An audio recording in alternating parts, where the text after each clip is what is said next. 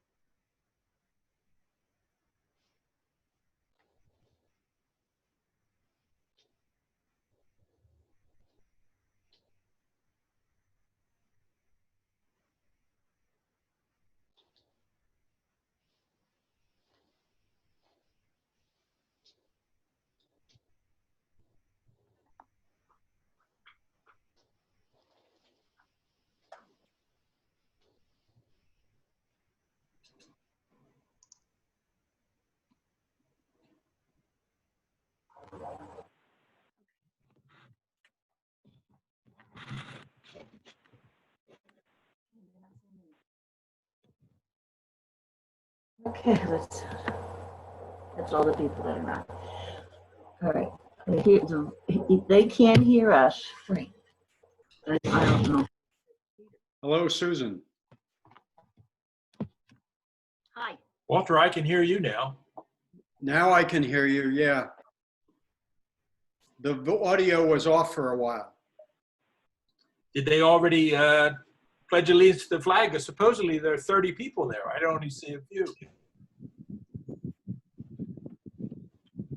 It says there are 33 participants. Yeah. I don't see but 6 faces.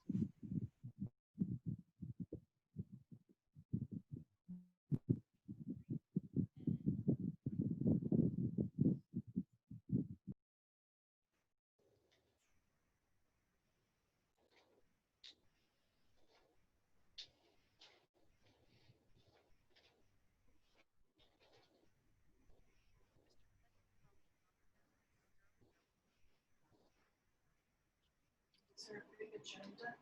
No.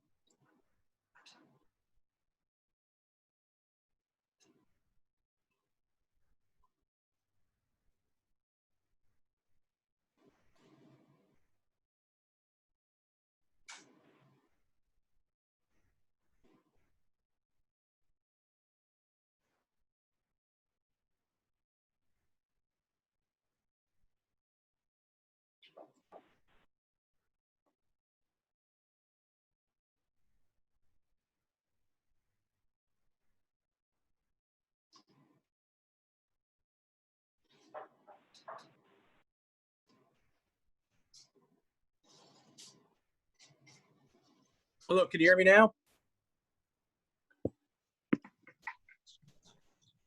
Hi, this is Rob Clifton from Comcast Cable. Can I get a thumbs up if you can hear me? I can hear you, Robbie. All right, thank you.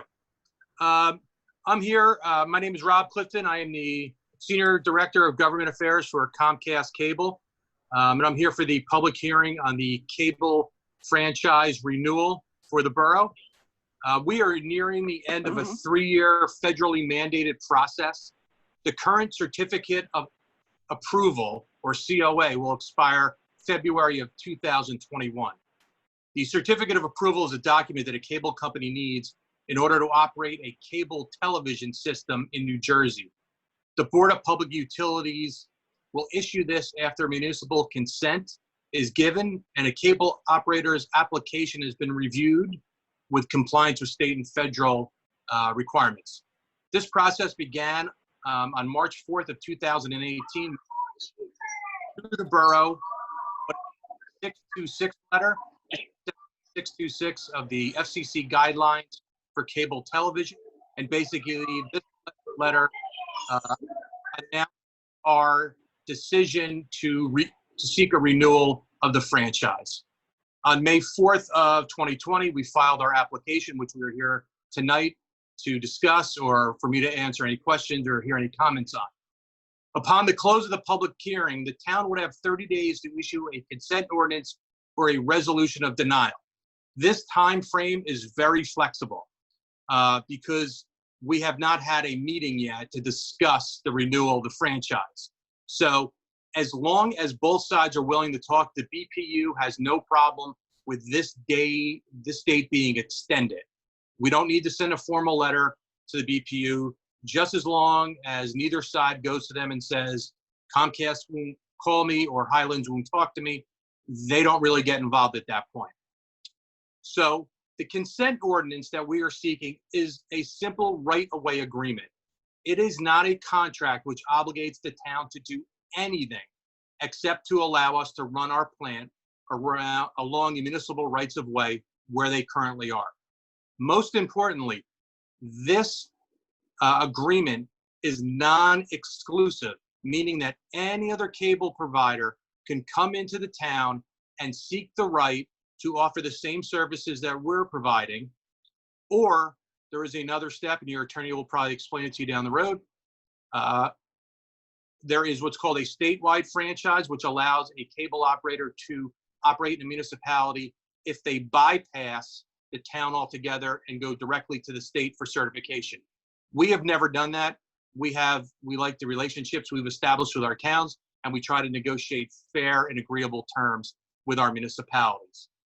So you must judge and this is from state and federal law, you must judge our application on the following 4 criteria. Has the cable operator substantially complied with the terms of the existing franchise? Has the operator's service been reasonable in light of community needs? Does the operator have the financial, legal, and technical ability to provide those services? And is the renewal proposal reasonable to meet the future cable-related needs for the borough? There are 2 areas that you may not consider in deciding whether to renew our franchise or to deny it. Rates. Rates are governed by state and federal statute and are outside your purview. And programming. Our channel lineup is protected under the First Amendment just as newspaper content is. With that, I want to thank you. I look forward to hearing the governing bodies and the public's comments, and I look forward to meeting with the town in the very near future to discuss terms for a renewal. Thank you very much.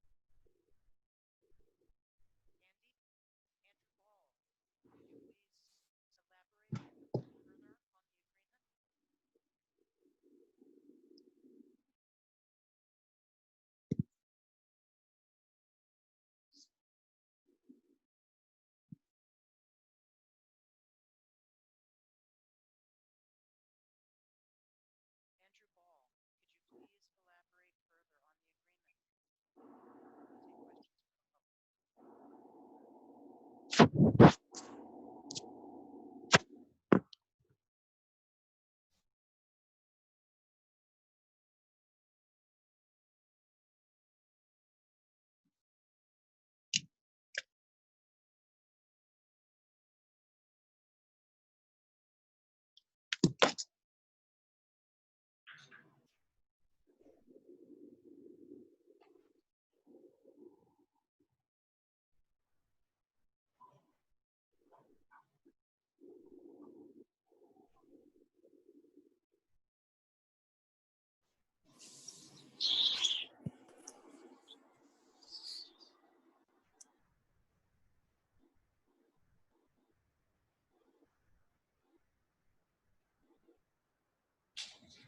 this is Andrew Ball with the Township Attorney's Office, Borough Attorney's Office, rather.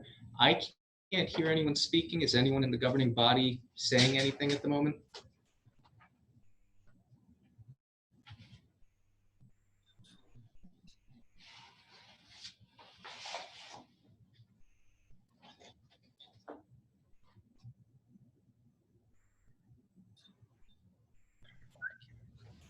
I can't hear anyone either if it's not just you, Andrew. It's some consolation, I suppose. I can't hear anything as well. I can hear Brian, and Tara. I can So hear we Brian. need- We need the governing body to fix their microphone because right now they should have the opportunity to have some questions, any questions they have for Comcast before turning it over to the public for any questions or concerns. Yeah.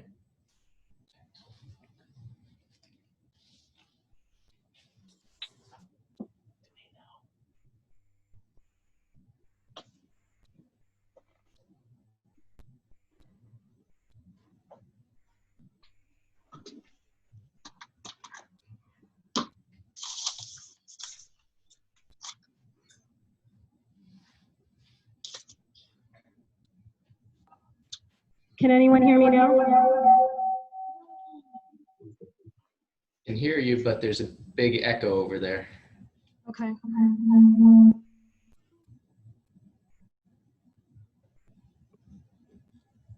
Michelle, it might be because you're close to it.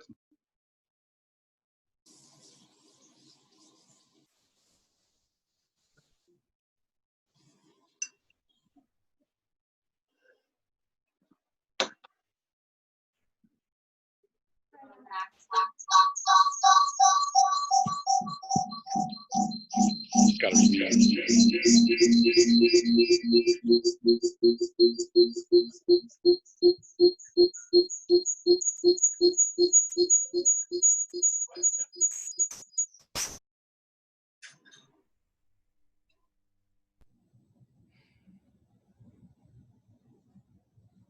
They still don't. Try again. Can you hear us now? It's still echoing.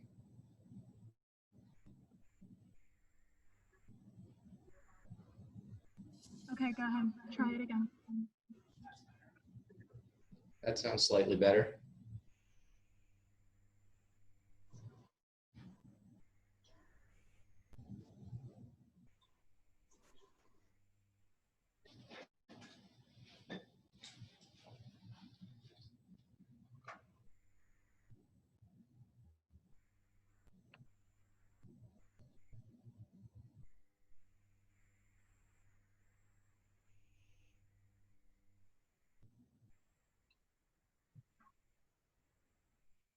Can you hear us at all? Now we can.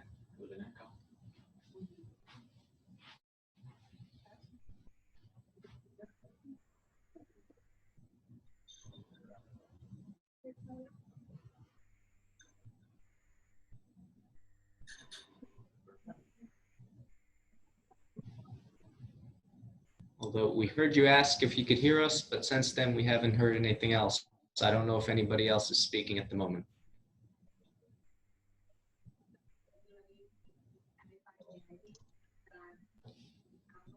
Andy, this is Chief Bird from the police department. Obviously, they are working on it right now. I don't know if they can hear us. But for everybody else that's listening, they are working on it right now. We can hear you, Chief Burton, but council can't speak. It's only one microphone for some reason. We're working on it.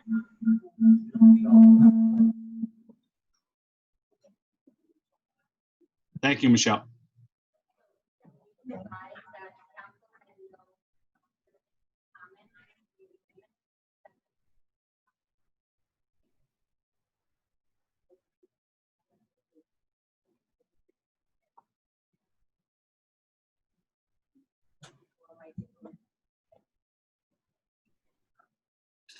Okay, I just have an announcement.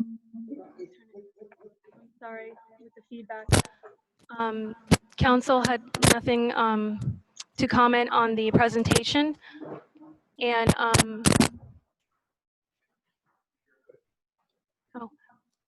and if please, Mr. Andrew Ball can go on with his presentation, and if the members of the public would just hold off for a moment until we get everything situated. Thank you. Well, I don't necessarily have anything to present. Comcast has presented their initial statements.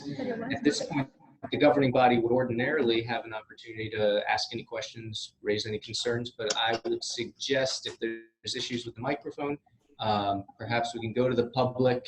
Any members of the public who want to speak can voice any questions or concerns they have while Comcast is still on the line.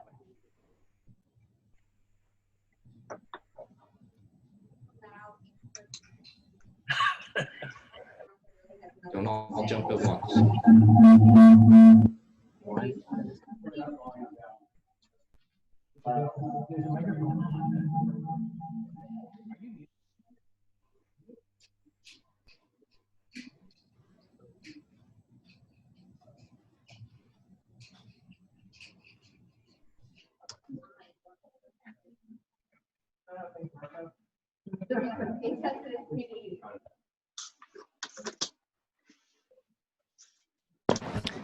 Testing.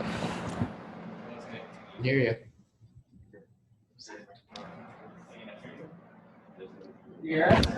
Testing. Rob Burton, can you nod your head yes if you hear me? Yes, we can.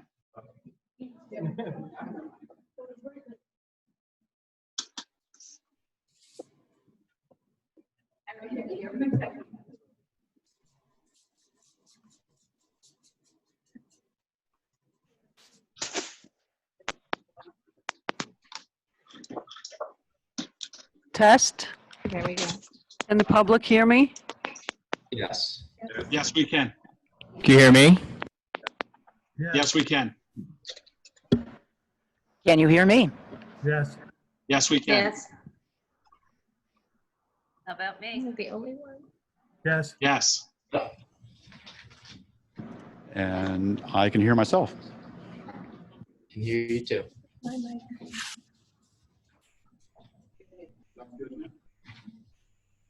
Can I turn mine on?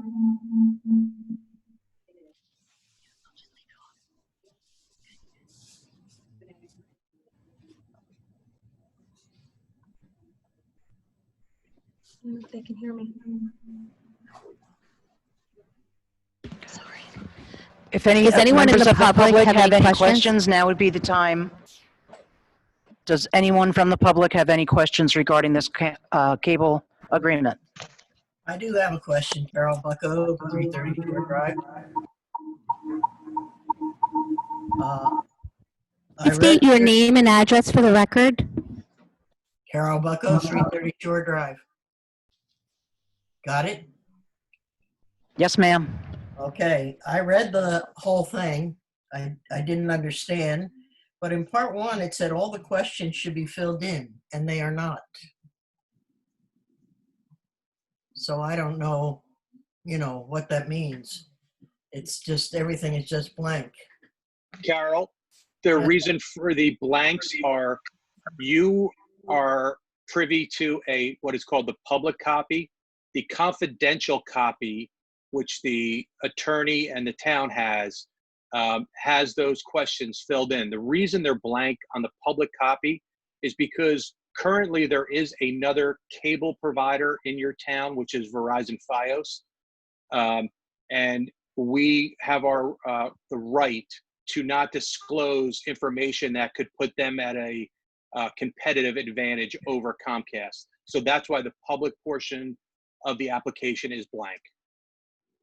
Okay, thanks. You're welcome. I'm not a Comcast fan because every time we have a power outage, my one TV goes off. And I call Comcast and I get the guys in Arizona, and usually they're pretty good. But they send the signal and it doesn't work. So I have to take all my stuff and detach it myself. I do that before I call them, and it doesn't reboot. So then I call them, they send the signal, it still doesn't work. This just happened a week ago, I think. And so then they said to send somebody here. Now, if I let somebody come here, it's going to cost me $40, $50 for them to walk in and say, I don't know, everything's fine.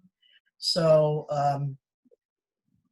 the problem is, so I worked on it for a couple of hours, and I took all my things apart and I reattached it, and then it came back and I called the company and I canceled it.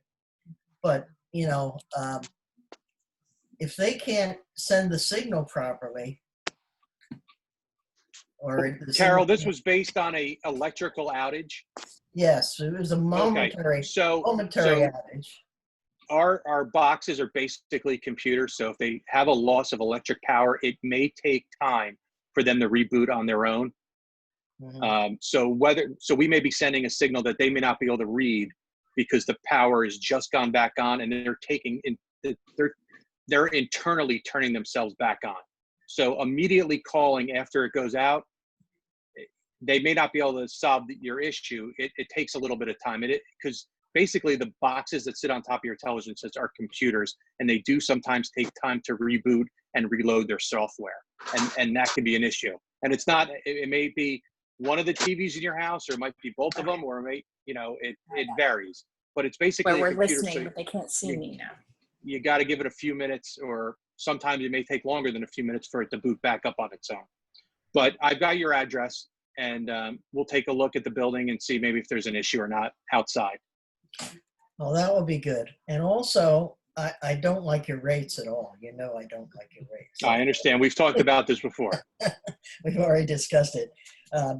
I have all my own equipment. I have TiVos, and the cable card is in my TiVo. And I'm paying $7.95 or something for you to use my TiVo with your cable card. I get a $2 discount. I just think that's a little unfair. That's one of the minor things, but I mean, there's a whole bunch of other stuff that your bills are really astronomical, and we cannot get any other service in here. We have tried Fios and tried all those other ones that are advertising on TV, and nobody offers any other service in here. So Well, you like- have a monopoly, I think. Well, like when we discussed rates before, we are basically for lack of a better description, a supermarket. And we sell the products. We have to buy everything we put on TV. So when CBS or ESPN or HBO raises their rates, we've got to incur those costs. And the only place that we derive revenue from is our subscribers.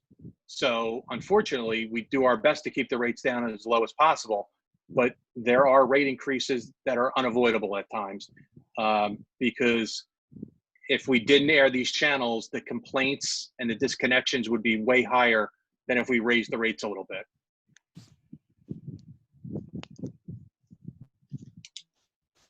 Okay, I'll leave it to somebody else. Thank you, Carol. Does anyone else have any questions for Mr. Clifton? Yes. Yes, I do. This is Chris Francie. Hang on. Just hang on for a second. Sheila was right in front of you. That's Right. fine. Hi. Go ahead, Sheila, if you could just please give us your name and address for the record. 151 Highland Avenue. Sheila Weinstock, 151 Highland Avenue. Thank you. Question for the Comcast guy. Do you offer a basic Wi-Fi only package? And if you don't, why not? And if you do, how expensive is it? I'll have to get back to you with that information. I don't know. This actual public hearing tonight is just concerning cable television itself, video product. But I Well, can get that's you. not enough. Okay, that's not Well- enough of an answer. You really need to let us know, because a lot of us are using Comcast because of the Wi-Fi option. Well, I don't have the rate card in front of me, but what I'll do is I will get that information and get it to the town. But Thanks. tonight's hearing is just on the video portion of the cable plan. Well, don't you offer both? Yes, but internet service and phone service are not regulated by the town. Only cable television is, and that's what this is. But I can get that information for you. Another question for you. Is Yes. internet service regulated by the state the way the rates are regulated for cable television? No, it's not. I see. So then what you could do, what Comcast could do, is offer a very inexpensive Wi-Fi only option. Am I right? I'll have to look into that, and get back to you on it. It's a very important question because, as I say, cable and all that kind of stuff, well, but without Wi-Fi, don't get it. All right? Very, very important. I appreciate your effort. Thank you. Thank you, Sheila. Chris Francie, you're next. Chris Francie, 36 Fifth Street. Can we revisit why we are doing a 5-year agreement with any cable company, let alone Comcast? What benefit accrues to the town? At this point, it's as if they've carved up the town. Half of us are Fios, half of us are Comcast. They don't encroach on each other's territory. And in this age of streaming, where cable TV is going to come down to your internet connection, you're not going to be using it. Why is the town renewing this 5-year agreement? Do we get anything out of it concrete? Chris, before the council answers, I just want to let you know Comcast is in every section of Highlands. Okay. We're available everywhere. Yes, and Fios is not, and I'm suggesting they stop their rollout because Comcast was entrenched. My opinion may not be valid, but at this point, I have you or nothing. And at this point, I don't think there's any degree of competition, and I think we need it, A. But B, we're all trying to cut the cord and only go to internet. Why does the town want to continue this agreement? What benefit do we get? Well, Chris, we provide our Hang- internet. Oh, I'm sorry. That's okay. Andy, if you're with us, I'm hoping, if you could Ma'am? please lay out what the statutory percentages are in the agreement. Certainly. So the borough ordinance, actually, section 25 reflects the statutory benefits that the borough receives, and that is 2% of the gross revenues that are generated by Comcast. They make a payment to the borough, and that's the major benefit that the borough receives. How much is that ballparkish? 10 grand, 20 grand, 50 grand? Ballpark. Somebody must know. I'm trying to look that up, Chris, if you just give me a minute.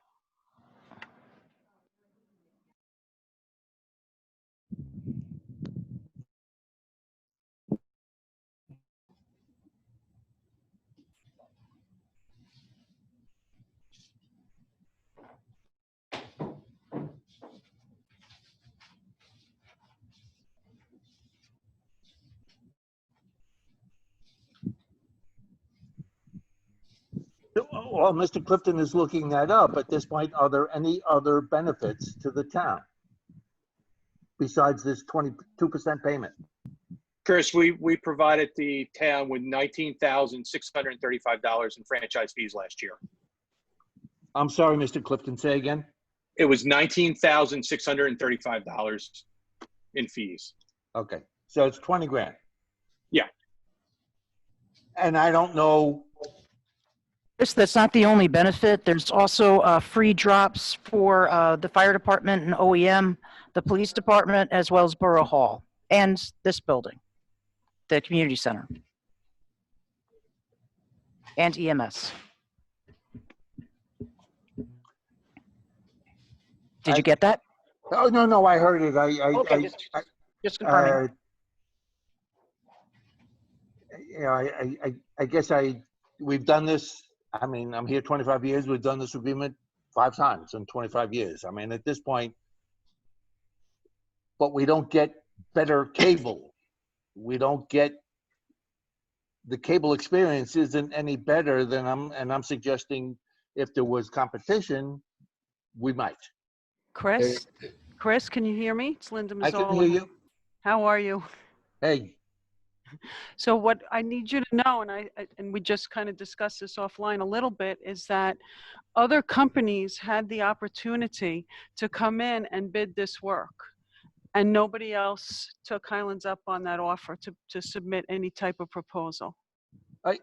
Linda, I'm sorry, Linda, yes, I understand that, all right? So, but we're stuck in the same position. Is 20 grand, we're selling our soul for 20 grand. We can't get a new cable supplier because at this point, who can displace, Comcast? Their service isn't so terrible that they're going to get kicked out from that point of view, all right? But we have no competition. We have. Chris, as Mr. Clifton stated, it's non-competitive. Anybody can come in at any time with their product. Once we set this 5-year agreement, then it's, then they're locked out. I'm suggesting. No, that's not the case. Okay, I don't want to take up too much time. I'm just registering something I've felt for every 5 years as they go through this this charade of an agreement. I agree, Chris. Thank you, Chris. Okay, thank you very much. Does anyone else have a comment regarding cable television?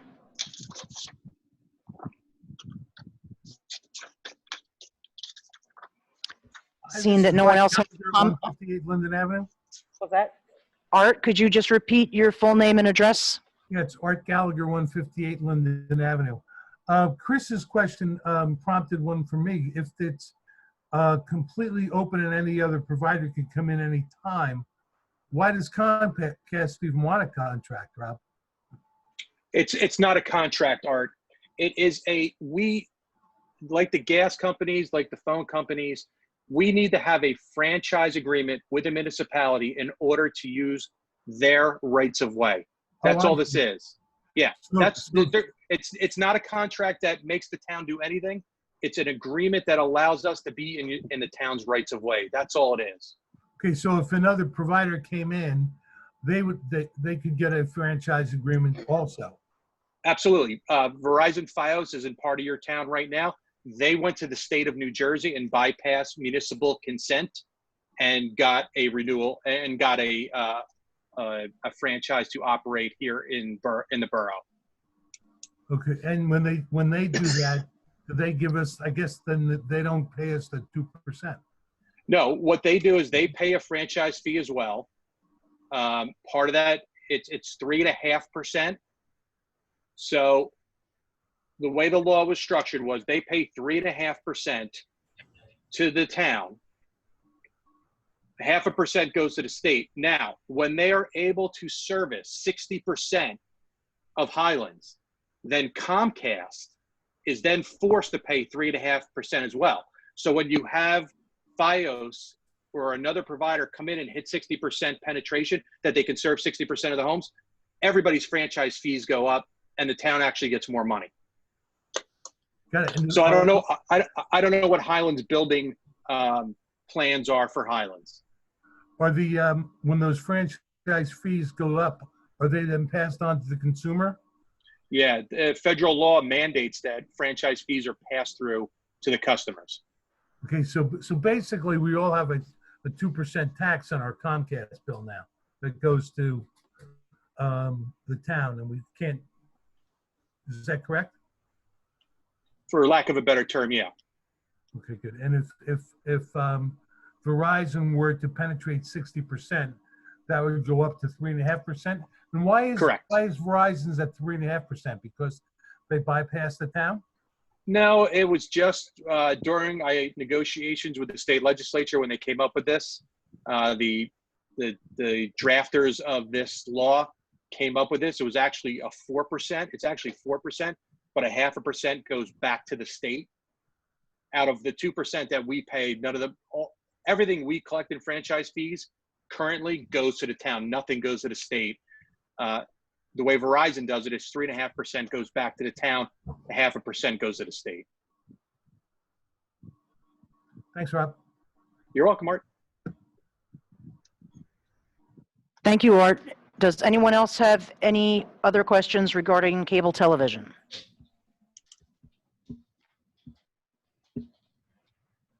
Seeing none, I'm going to close public comment. Thank you very much. Thank you, sir. Does anyone at the table here have anything further to say regarding cable television?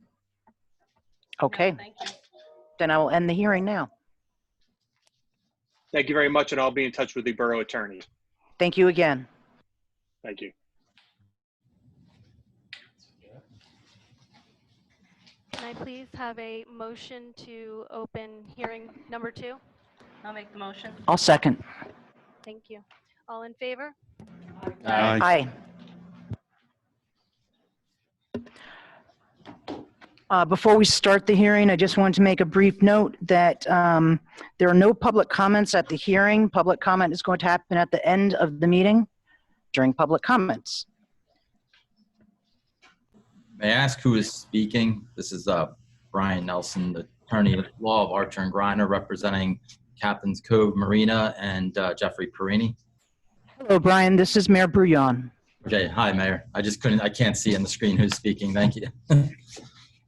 Okay, I'm going to just lay the groundwork for the process and how we got here. And then I'll turn it over to you, Mr. Nelson, since it's your client's appeal. Thank you. Okay, Chapter 4-9.4B of the Borough Code sets forth that if a mercantile license is disapproved by the borough administrator, the applicant shall have 10 days from receipt of notice of disapproval to appeal to the Borough Council. The council shall then render a decision no later than 30 days after the date of making the appeal. A letter was sent to the applicant dated July 17, 2020 from the borough administrator, which denied the mercantile license. Part and parcel to the letter, it stated, as you are aware, numerous deficiencies in the ongoing repairs to the marina have been identified by the borough engineer to date. A copy of the borough engineer's report dated July 6, 2020, which has already been provided to you, is again being enclosed for ease of reference. These deficiencies include, but are not limited to, multiple failures to make repairs in accordance with the submitted plans, distortions and damage in the borough right-of-way, cracking of water system repairs, of whaler system repairs in certain areas, and stabilization issues in multiple locations. The said report set forth the items requiring attention in more detail. It is the borough engineer's opinion that these items present significant structural issues and, if left unaddressed, will continue to cause damage to the surrounding infrastructure and properties, with the potential for catastrophic failure of the bulkhead. Additionally, as you're aware, in accordance with Borough Code Chapter 4-9.5C, the holder of a mercantile license shall avoid all prohibited, improper, unlawful, or unnecessary practices or conditions which do or may adversely affect public health, morals, or welfare. Based on the condition of the property at issue, the marina has failed to meet these standards and is therefore unfit for use as a marina at this time. Unfortunately, due to significant structural and safety concerns for the subject property and their potential impacts on the surrounding properties, the borough simply cannot approve a mercantile license until all pending issues are corrected. The borough is denying an application for the mercantile license for the year 2020 at this time. There's also reference to some comments from the fire marshal which need to be addressed, and a report from the fire marshal was attached to the letter. The mercantile license was denied on July 20th, 2020. There was a request for a public hearing submitted by the applicant dated July 21st, 2020. Just for purposes of completion of the report or the hearing, we've marked certain exhibits, all of which Mr. Perini certainly has in his possession and will certainly furnish to the council afterwards. But BH1 is the mercantile license application. BH2 is a letter dated July 17, 2020 from the borough administrator enclosing that denial. BH3 is the actual mercantile license application with the denial. BH4 is the report from CME Associates dated July 6, 2020, which also included, among other things, the report from the applicant's engineer, Stuart Chaloner, dated July 2nd, 2020. BH5 is the report from the Fire Prevention Bureau, which was enclosed with the letter from the administrator dated July 14, 2020, which was executed by the fire marshal. BH6 is a letter from CME dated June 19, 2020, concerning backfilling within the municipal right-of-way. BH7 is the notice that was sent to the applicant dated July 22nd, 2020, advising us to the notice of this hearing. BH8 is an agreement between the Borough of Highlands and RA Multimedia Corporation doing business as Captain's Cove Marina concerning the issuance of a 2017 mercantile license.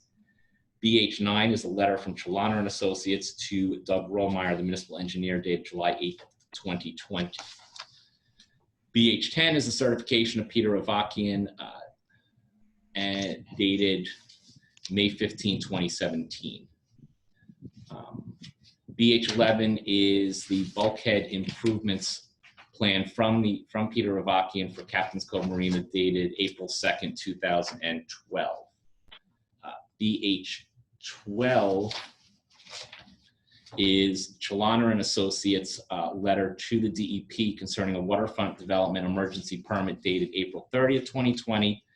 And lastly, BH13 is the bulkhead replacement plan prepared by Chaloner and Associates dated April 15, 2020.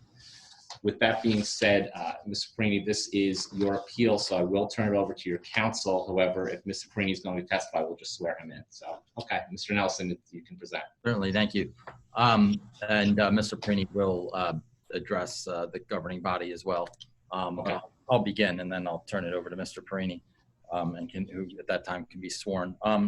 Is the fire official or any of the engineer, anybody else present, may I ask? Or The engineer is present. I know the fire marshal is present. I believe the fire marshal should be present. Are you here, Mr. Parker? He is here. Okay. And The Doug engineer Rollmeyer is here. Doug Rollmeyer, engineer, is here. Dave Parker, the fire marshal, is here. Dave Milmo, the DPW superintendent, is here. Bill Brunt, the code enforcement officer, is here. So by way of background, I think it's important to first note that my client is not the owner. He's a contract purchaser of the marina, and he's also a completely new and different operator than the prior operator of the marina that's currently operating under a ground lease arrangement with the owner, but is a contract purchaser of the marina property. On or about April 15th, 2020, my client's engineer, and I believe there was an exhibit listed, made an emergency submission to the NJDEP for bulkhead repairs and replacement in order for my client to commence work, which they did commence on the areas that were represented in the prior agreements and correspondence and reports of T&M Associates that the owner had previously agreed to address. And these are principally the areas that were the most imminent concerns in the marina. I think and that work, and there's a number of issues at hand here, some of which are what items are, subject to the Waterfront Development Act versus what items are municipal issues.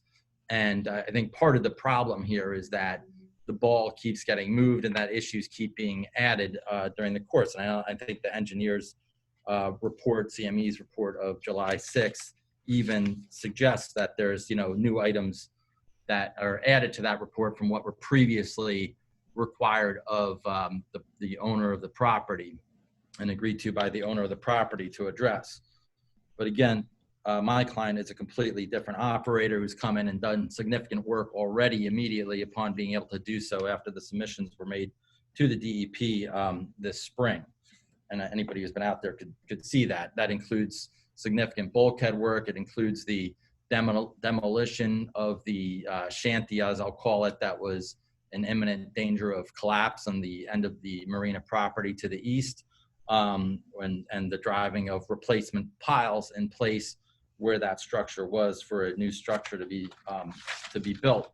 I think that it's undisputed and everyone is aware that the marina use has been a use at this site for probably 100 years, if not longer, based on what we know. There's sandborne fire maps, even in the redevelopment investigation studies, going back to the 1920s of the site being used almost exactly as it is, or was, I should say, in recent years.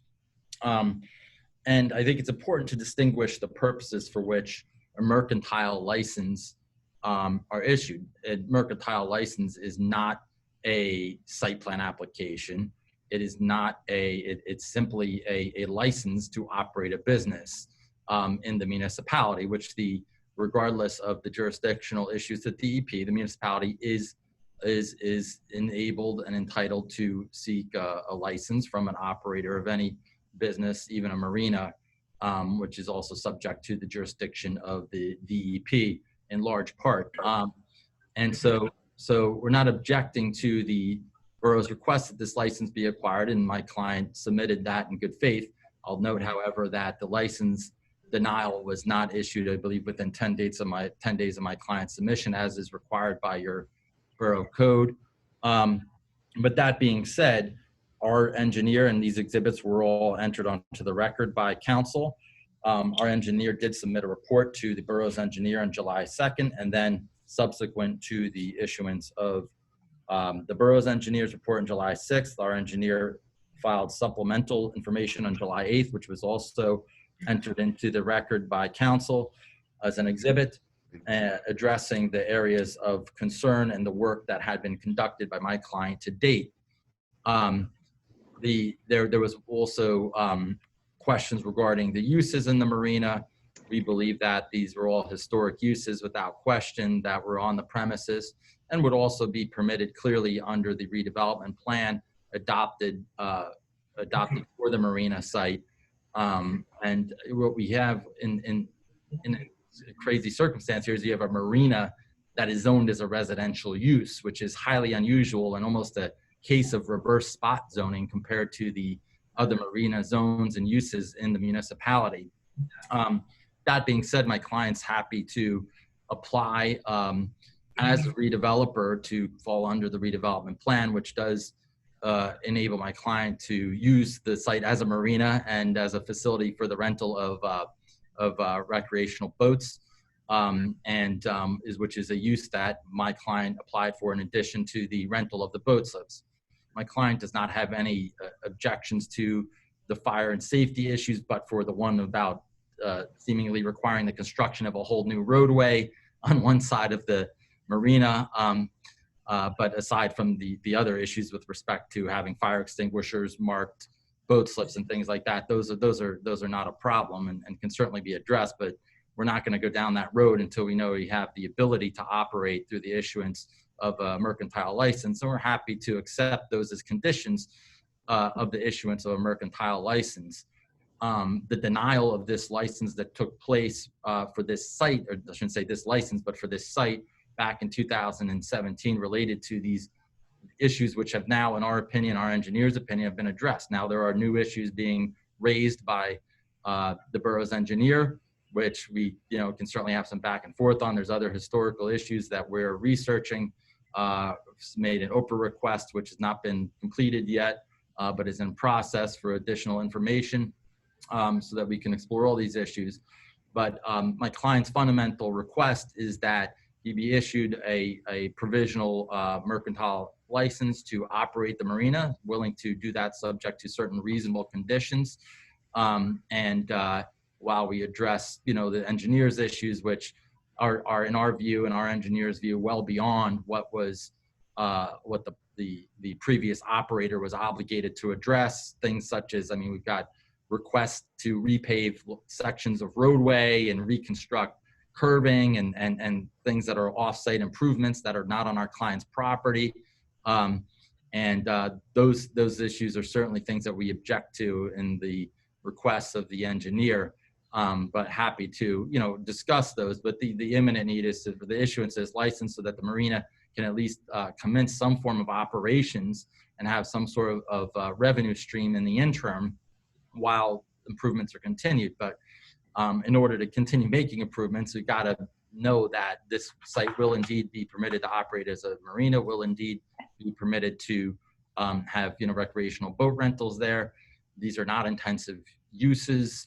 They're long-standing existing uses at this site and at other sites that are similar comport within the borough. And so that's my client's request of the governing body, which does have the authority to render its own determination as to the issuance of the mercantile license, despite the determination made by the borough's administrator. I'll let Mr. Perini, my client, speak if he could be sworn. Sure. All I have to say. Thank you. Mr. Perini, can you raise your right hand? Mr. Perini, okay, do you swear or affirm that the testimony that you're about to give is the truth, the whole truth, and nothing but the truth? I do. Okay. You may proceed. So I want to thank everybody for being on tonight, especially a lot of the neighbors who are really frustrated and have been, supporting me as best they can. I also just want to point out that it's really frustrating. There are a lot of comments out there and a lot of rumors, and I kind of have tried to take the high road and ignore a lot of the things I've been told about, what's going on, what's going to happen. But after reading this rejection, which was not only disappointing, but just actually really disturbing and kind of, for the first time since I've kind of first sat down with the town and made it very clear that this is an enormous undertaking, and I really, it's kind of a partnership with the town. My grand vision is definitely a partnership with the town. The things have completely turned around, where not only is it not a partnership with the town, but the town is actually working against me, or certain elements are working against me. And all I can say after reading that rejection, which I read over and over again, is I just feel it was just crafted to lead this down a road of condemnation. And I'm using legal terms, which probably aren't, I'm just saying, in my opinion, the things that I'm being asked to do here have basically condemned the operation of this small marina. And for the first time, I'm starting to, the little voice in my head starting to say, gee, maybe some of these people that have warned you are right. There is something going on here that doesn't want this marina to exist as a marina anymore. So, I think Brian addressed a lot of the concerns, and one of my concerns is the idea of using this mercantile license as if I were trying to bring some equipment in there and build a new marina from scratch, like a site plan approval and all that.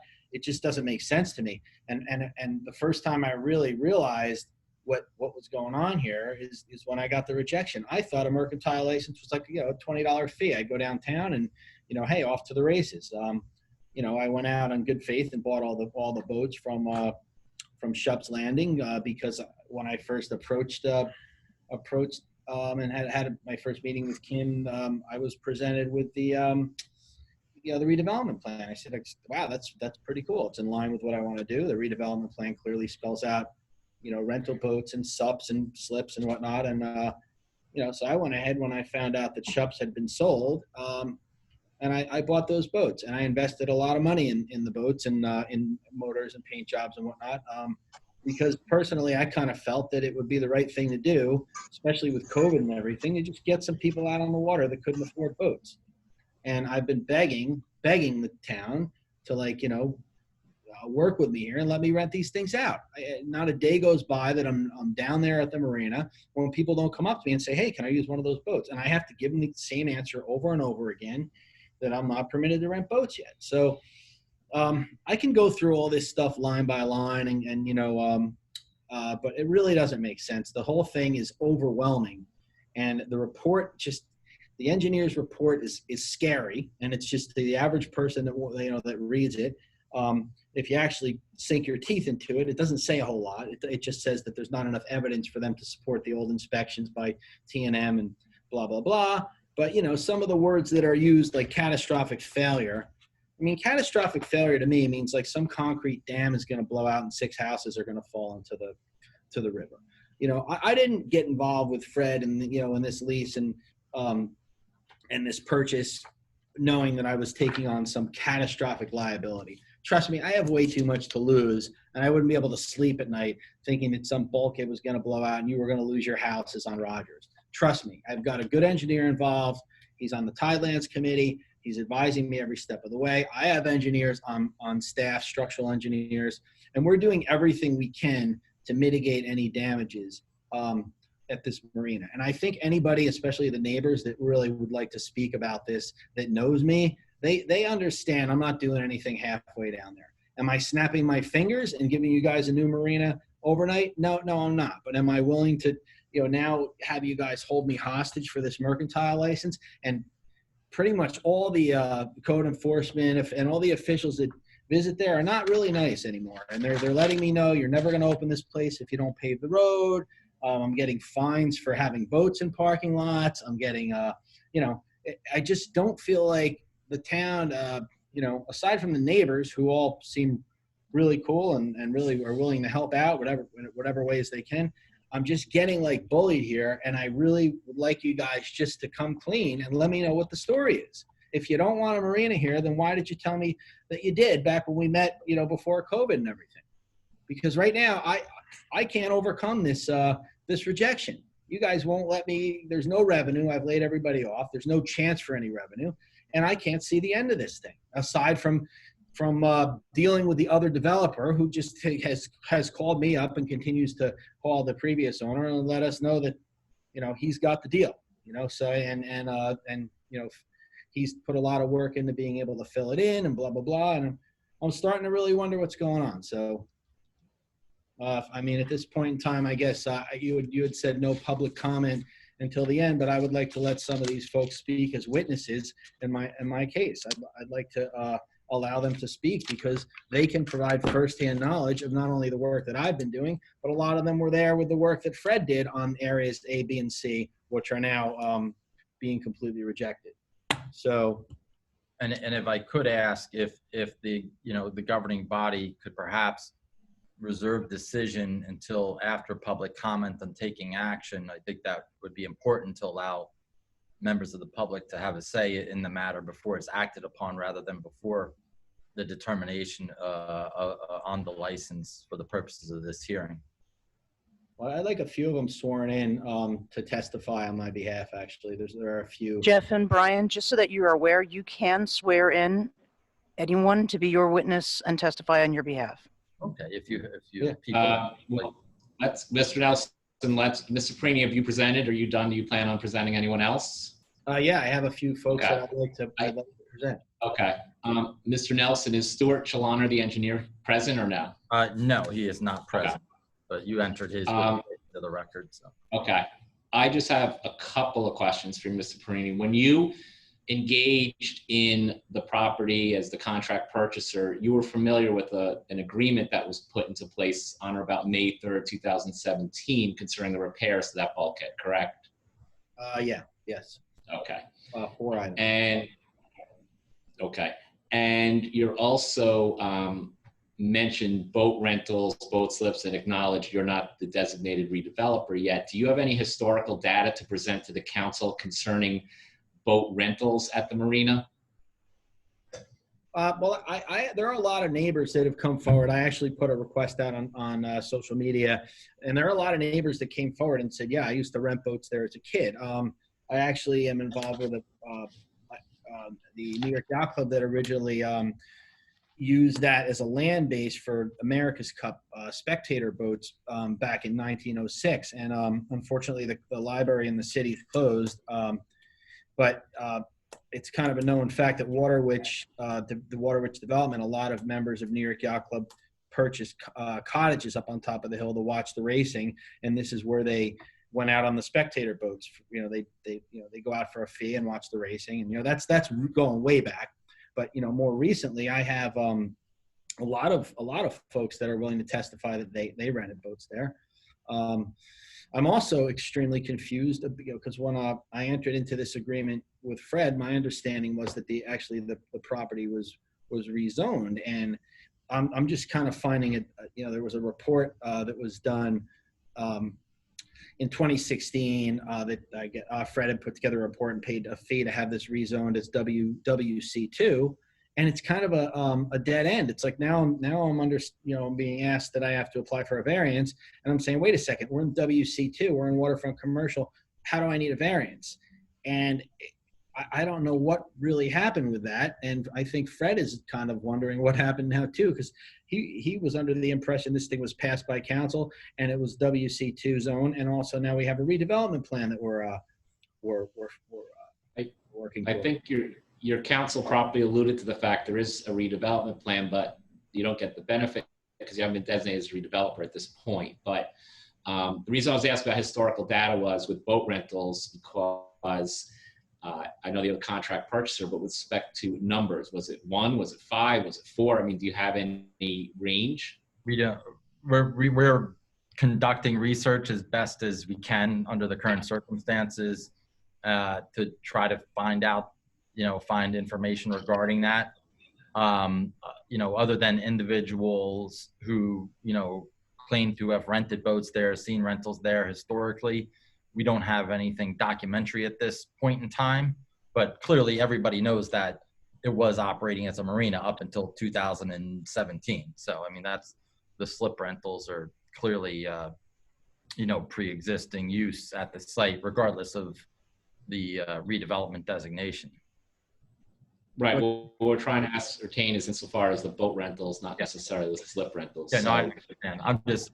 And the numbers, right, and the numbers obviously too, because depends on the numbers, could impact parking. But if you're doing the research, I disagree. It's not going to impact parking because a rental boat takes up a slip, which would otherwise be rented to a boat. So there's no parking change from renting a slip to a rental boat. But I'm going back to my question. Because my research, I got to have a look at this application Fred put in for rezoning. Whatever happened with that?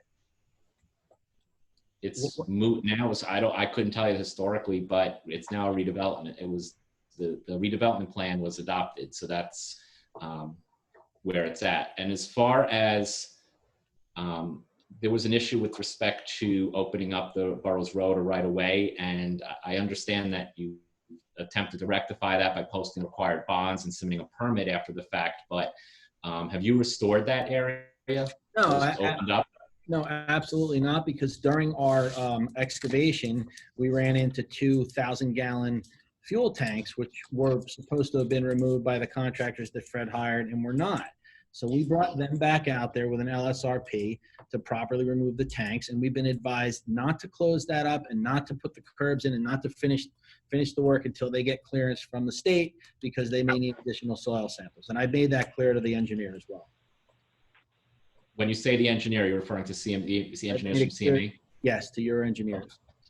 And was there a certain material that they wanted you to utilize for compaction or under the subsurface? Yeah, there is a spec. Okay. And at this point, what is there now? Is it sand or what is there? No, there's R-Blend, and I provided tickets from Mazda where I purchased it. I know it was a big focus of everyone that, he's using sand out there, but R-Blend is like $260 a tandem load. So it was like $500 cost, and I put R-Blend in and properly compacted it. However, they want to witness that now. So I realized that when we do pave, we're going to have to dig it out and compact it. Do you know when that's going to occur? Like I said before, when I get approval from the LSRP and the environmental contractors that they don't need any further soil samples, we'll go ahead and finish that to borough spec. Okay. And were you recently contacted by the DEP concerning the use of vinyl sheathing, as well as with respect to boat lifts or various ramps and floating docks? Yeah. It's not. Some sort of echo. So oddly enough, there was an unannounced borough/DEP surprise inspection last week, which I was told that the borough folks, Kim and group, were just driving around and they saw the DEP there and they stopped randomly in all different cars. I'm not an idiot, guys, so don't treat me like one. Anyway, it was an interesting conversation because the fire marshal was also there, and I asked him. They all just showed up at the same time. And I asked him, I said, so let me ask you a question. In your report, you're telling me that you need a fire road all around this marina for fire trucks to go down. And they have to be able to turn around. You need hydrants, you need a whole network for firefighting. I said, how am I supposed to do that on property that I don't own? And it was interesting because Tammy from the DEP was right there, and she kind of like perked up and said, what property don't you own? And I said, I don't own the road to the west of the marina. That's a paper street. Highlands owns it. And she said, well, you can't touch those bulkheads. They have to repair the bulkheads. And I said, well, so Kim and group, thanks for bringing the DEP out because I just learned something. So anyway, I've been, just so you guys know, I had requested a meeting with Tammy from the DEP about a month ago just to go over what we were doing out there. I'm not hiding anything. You don't have to call her and rat me out because she got furloughed for 3 weeks. So I'm glad she was out there. And she did point out some concerns, but she didn't have the permits on file. She didn't realize what we had filed, and my engineer's handling that. So I don't have any concerns whatsoever, and I don't have any violations from the DEP at this point in time. Okay, I wasn't suggesting you did. Do the mayor and council have any questions for Mr. Perini before we move on to his next witness? Hearing none, do you have another witness to present, Mr. Nelson? Do you have? Hang on one second, Brian. Rosemary has some I questions. just have one question. Even though you told the DEP you don't own that road, you don't own anything at this time. Is that right? Well, Just are renting? He's the ground lessee of the marina property, which makes him the operator of the property, and he has the rights to construct there. He has the permission of the property owner to apply to the DEP or to the borough. That's all. That's not uncommon practice. I would say almost every application when somebody acquires a property is subject to the owner's consent. And but no, Mr. Perini and his entity is not the current owner of the property, but they are the lessor of the property. And Mr. Perini, when she had this conversation with her, did you make her aware of the prior agreement from 2017 with regard to the repairs? No, I didn't even get into it, whether this was just I just happened to be down there, and this was just kind of a surprise, everybody show up inspection. And she said, I've been getting so many calls about this place. I had to come here right away. So I don't know what that, like I said, and I said, well, Tammy, I've been trying to meet with you. And she said, I know. Yeah, thank you for that. And, I'm back to work now. I'm not furloughed anymore. So we're working very closely with the DEP. Like I said, Stuart Challoner's on Tidelands. He meets with them once a month. We know exactly what we're doing with DEP, and we're doing everything above board. So, Ken, do you have any questions? No, I've understood everything you said. Cody, Linda, anything to add or ask? You can go. Mr. Perini, this is Linda Mazzola. How are you? Hi, Linda. You just discussed the surprise inspection from the DEP and that you had to remove those tanks, the oil tanks. In order to remove those tanks, you needed specific permits, correct? Well, I didn't remove the tanks. So Mr. Rosiak had a contract with Laws Environmental from, I guess they're in Red Bank, to remove the tanks. And when we discovered them, we immediately stopped work, and Fred contacted Laws and they came out and they actually brought an LSRP in to manage the removal. So they filed all the necessary permits, which are pending closure. So my question is, though, prior to those tanks being removed, was the DEP required to issue any type of permitting or any type of oversight? So when, with regard to the tanks or the bulkhead? The tank, sir.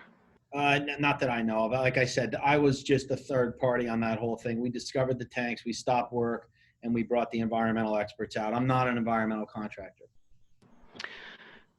Mr. Chabarak? Brian, can you hear me? Yes. Okay. Can you answer that question? Which question? The question that I had in reference to, does the DEP have to issue any type of special permitting or oversight before those particular type of tanks are removed? It's under that would be under the DP's jurisdiction. You may also want to direct that to Mr. Romeyer.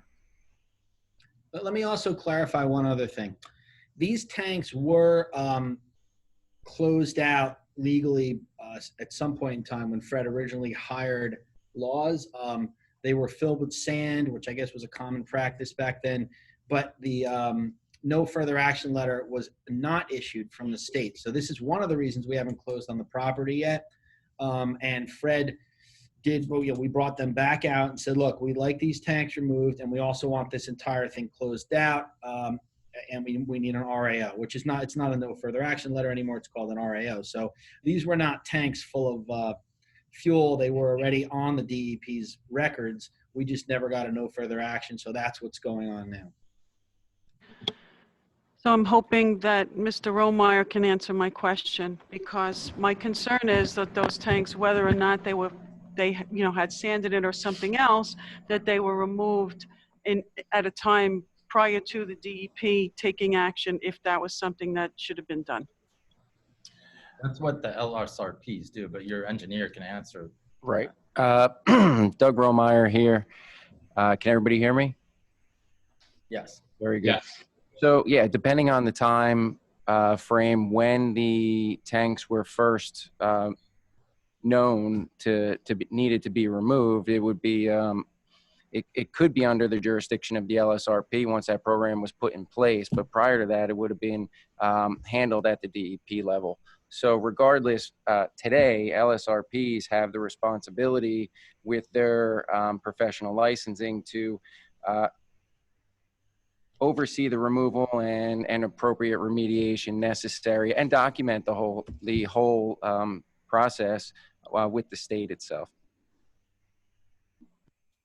Thank you. Does anyone else have any questions for Mr. Perini? No. From the council? No, we are all good. You can proceed with calling whatever witnesses you would like. Okay, so I'd like to let Russ Chuck be sworn in. Mr. Chelik, could you raise your right hand? Also, could you give your name and full name and address? Russ, you need to unmute yourself.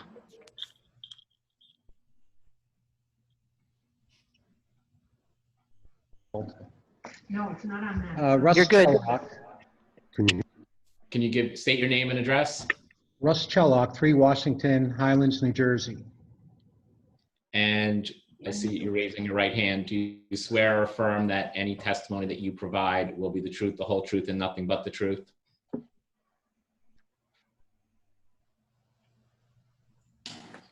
Yeah. Mr. Chelik? Okay. Can you hear me? Did you hear that? Yeah, did you I hear can that? hear you. Okay. Do you Can you swear or hear me? affirm that any testimony you provide will be the truth, the whole truth, and nothing but the truth? Yes, I do. Okay. You may proceed. My wife and I built our retirement home here. We love the Highlands. We've been coming to this specific marina since 1985. We came here because they had rental boats. They had many boats for hire.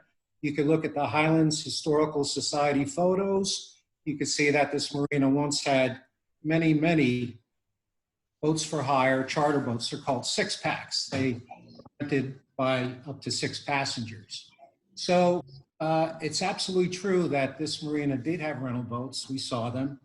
And we also later on brought our own boat here. And it's the most protected marina in the New York metropolitan area for a number of reasons. I won't bore everybody with that, but it really is a fine marina. It's also the original bottom. It's the last remaining original bottom of the Highlands marshland. So it offers a very special environmental habitat for lots of species that we don't often encounter, like mantis shrimp and Arctic birds that come here during the winter. So this thing is a real treasure, and it's been a real treasure for 100 years. And I'm very upset that this fellow contractor keeps popping up with the idea to fill in the marina, which would be an environmental disaster. I don't know why in the past couple of weeks, his name is being brought up again. After the redevelopment plan was signed, sealed, and delivered, he showed up. I know that lots of Highlands officials went to Trenton in order to support him to fill in the marina, but that's neither here nor there. It would be an absolute disaster if these rumors came to be true. But what I want to explain is that this marina, the bulkheads are some of the finest in the town. They are rot-proof, they are rust-proof. I think that the steel bulkheads we have on Marine Place are a tremendous eyesore, and I think they are in potential,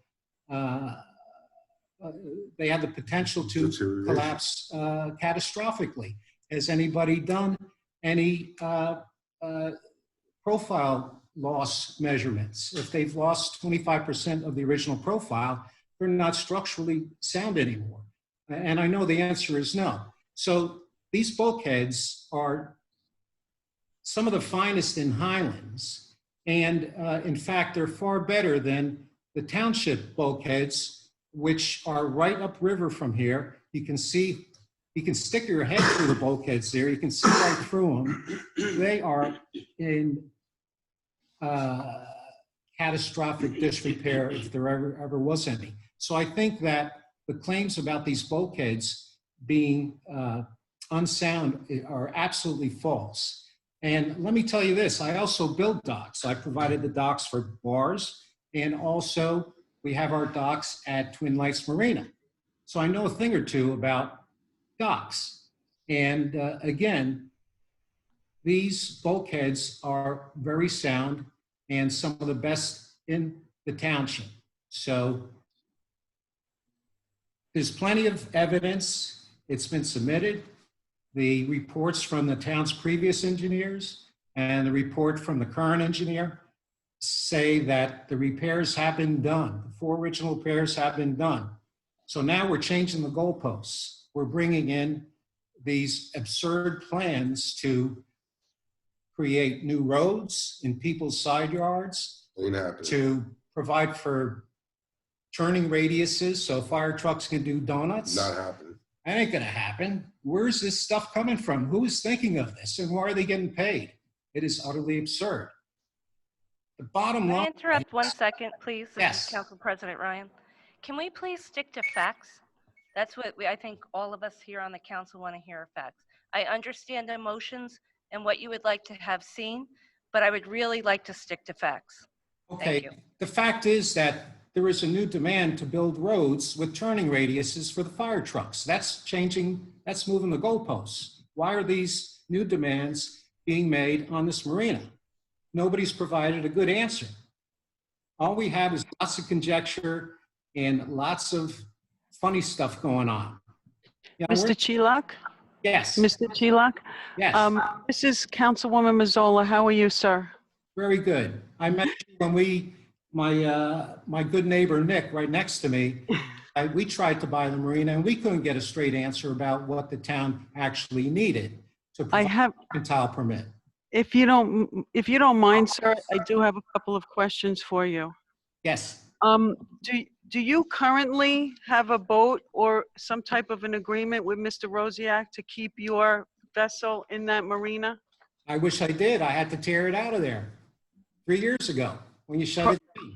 I built my retirement home here so I could have my boat here. And at that time, did you had an agreement with Mr. Rosiak to keep your boat there? Oh, yes. And by chance, prior to you paying Mr. Rosiak, and you don't have to answer if you're uncomfortable with this question, did you provide Mr. Rosiak with any type of advance payments in order to keep your boat at that marina? All I recall is that there was a normal fee, it was on the order of $3,500 a year to keep the boat there. And at any point, did you not receive the service that you had paid for because the marina was shut down? The shutdown was effective late December, I want to say 3 years ago. And I took my boat out of there. So I guess in theory, I lost a couple days. And just one last question, sir. When the council was hearing the mercantile action, when Mr. Rosiak was in front of council, at that time, did you appear and speak during the public portion in support of Mr. Rosiak prior to Jeffrey Perini coming in and repairing the marina? Absolutely. I was joined by a bunch of people. Frank Thomas was there. Frank Thomas said that Rosiak had spent more money on that marina fixing it than all the other previous owners put together. And was it your opinion at that time that Mr. Rosiak's work was sufficient in order to open the marina then?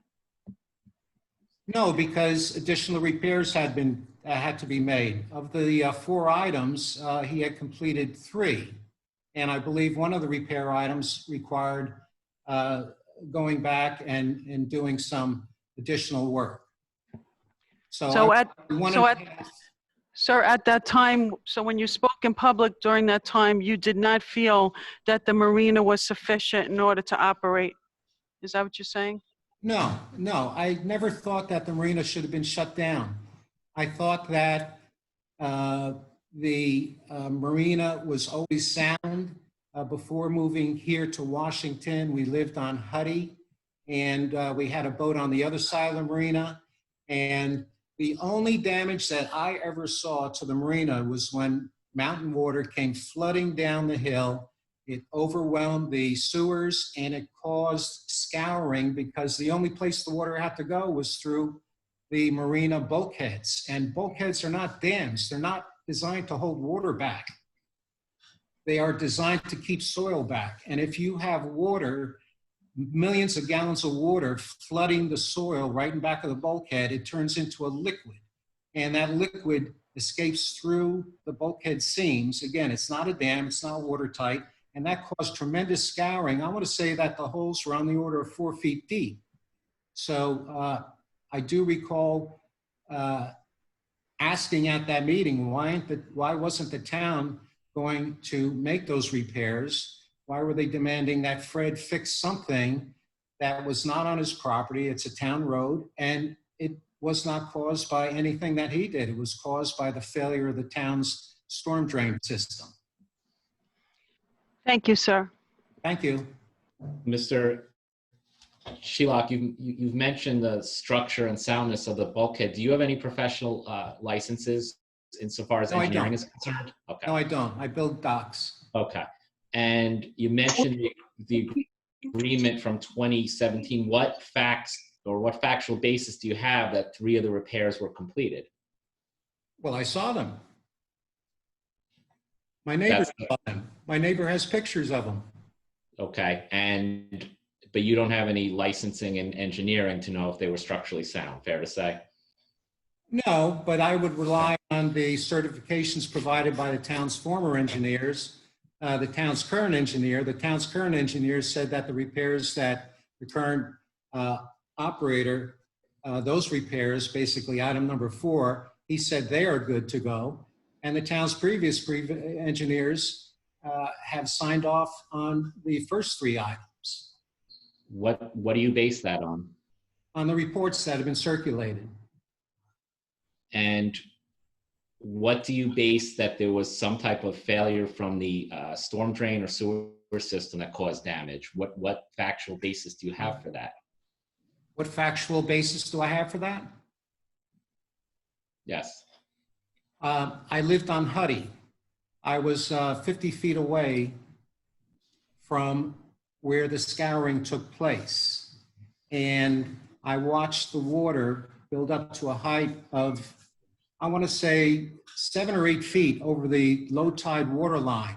So you can imagine all that water pressure pushing against the bulkhead and having nothing pushing back against it. At low tide, you've got a tremendous scouring effect.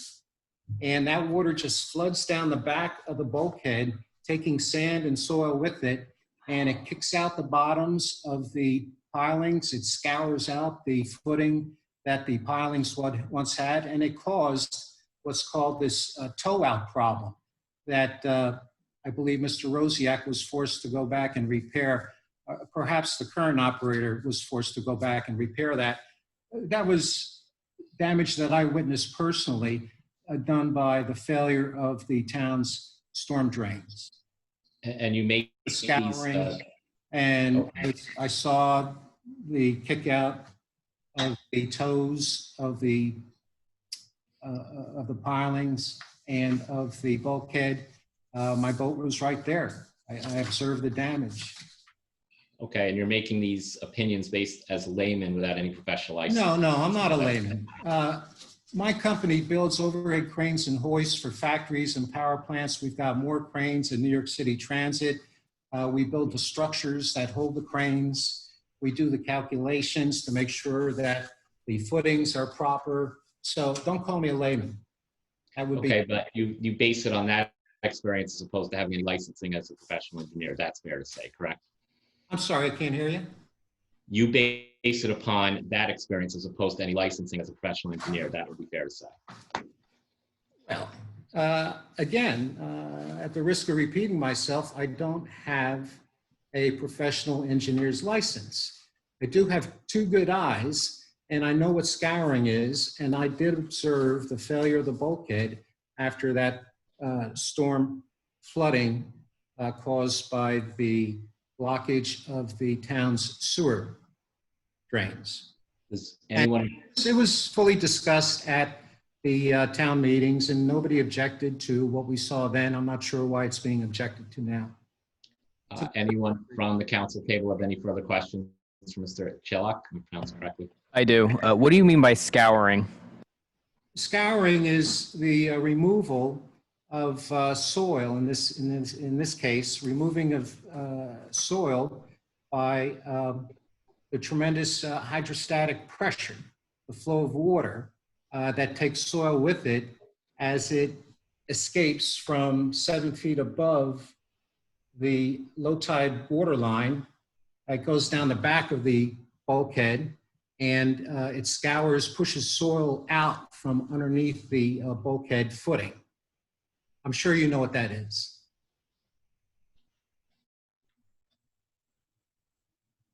Anyone else from the table have any questions for me? If that's the case, wouldn't it mean that the bulkhead isn't deep enough? No, it meant that the bulkhead was asked to be a dam when it's not designed to be a dam. It's designed to hold back soil, not liquefied soil. That's actually not what the definition of bulkhead is, because I just Googled what it is. So, and I looked at several different definitions, and it is to use to contain flooding. So it's to stop the erosion of the beach, not to stop the soil from coming down the hill. All right. No, I If I disagree had to with rely on that. Google when I built a crane, I'd be in big trouble. I think I'd like to make a couple points. Okay. Does anyone have any Yeah, further question? I'll or- comment on the Okay. comment. I followed his explanation exactly on that. I know what scouring is. Many years ago in another life, I studied geology. I've forgotten more geology than most people know about geology. And fast-moving water has the power to move things. And if you have sandy soil or even small stones or big stones in the way of the moving water, it will take that material with it. When you have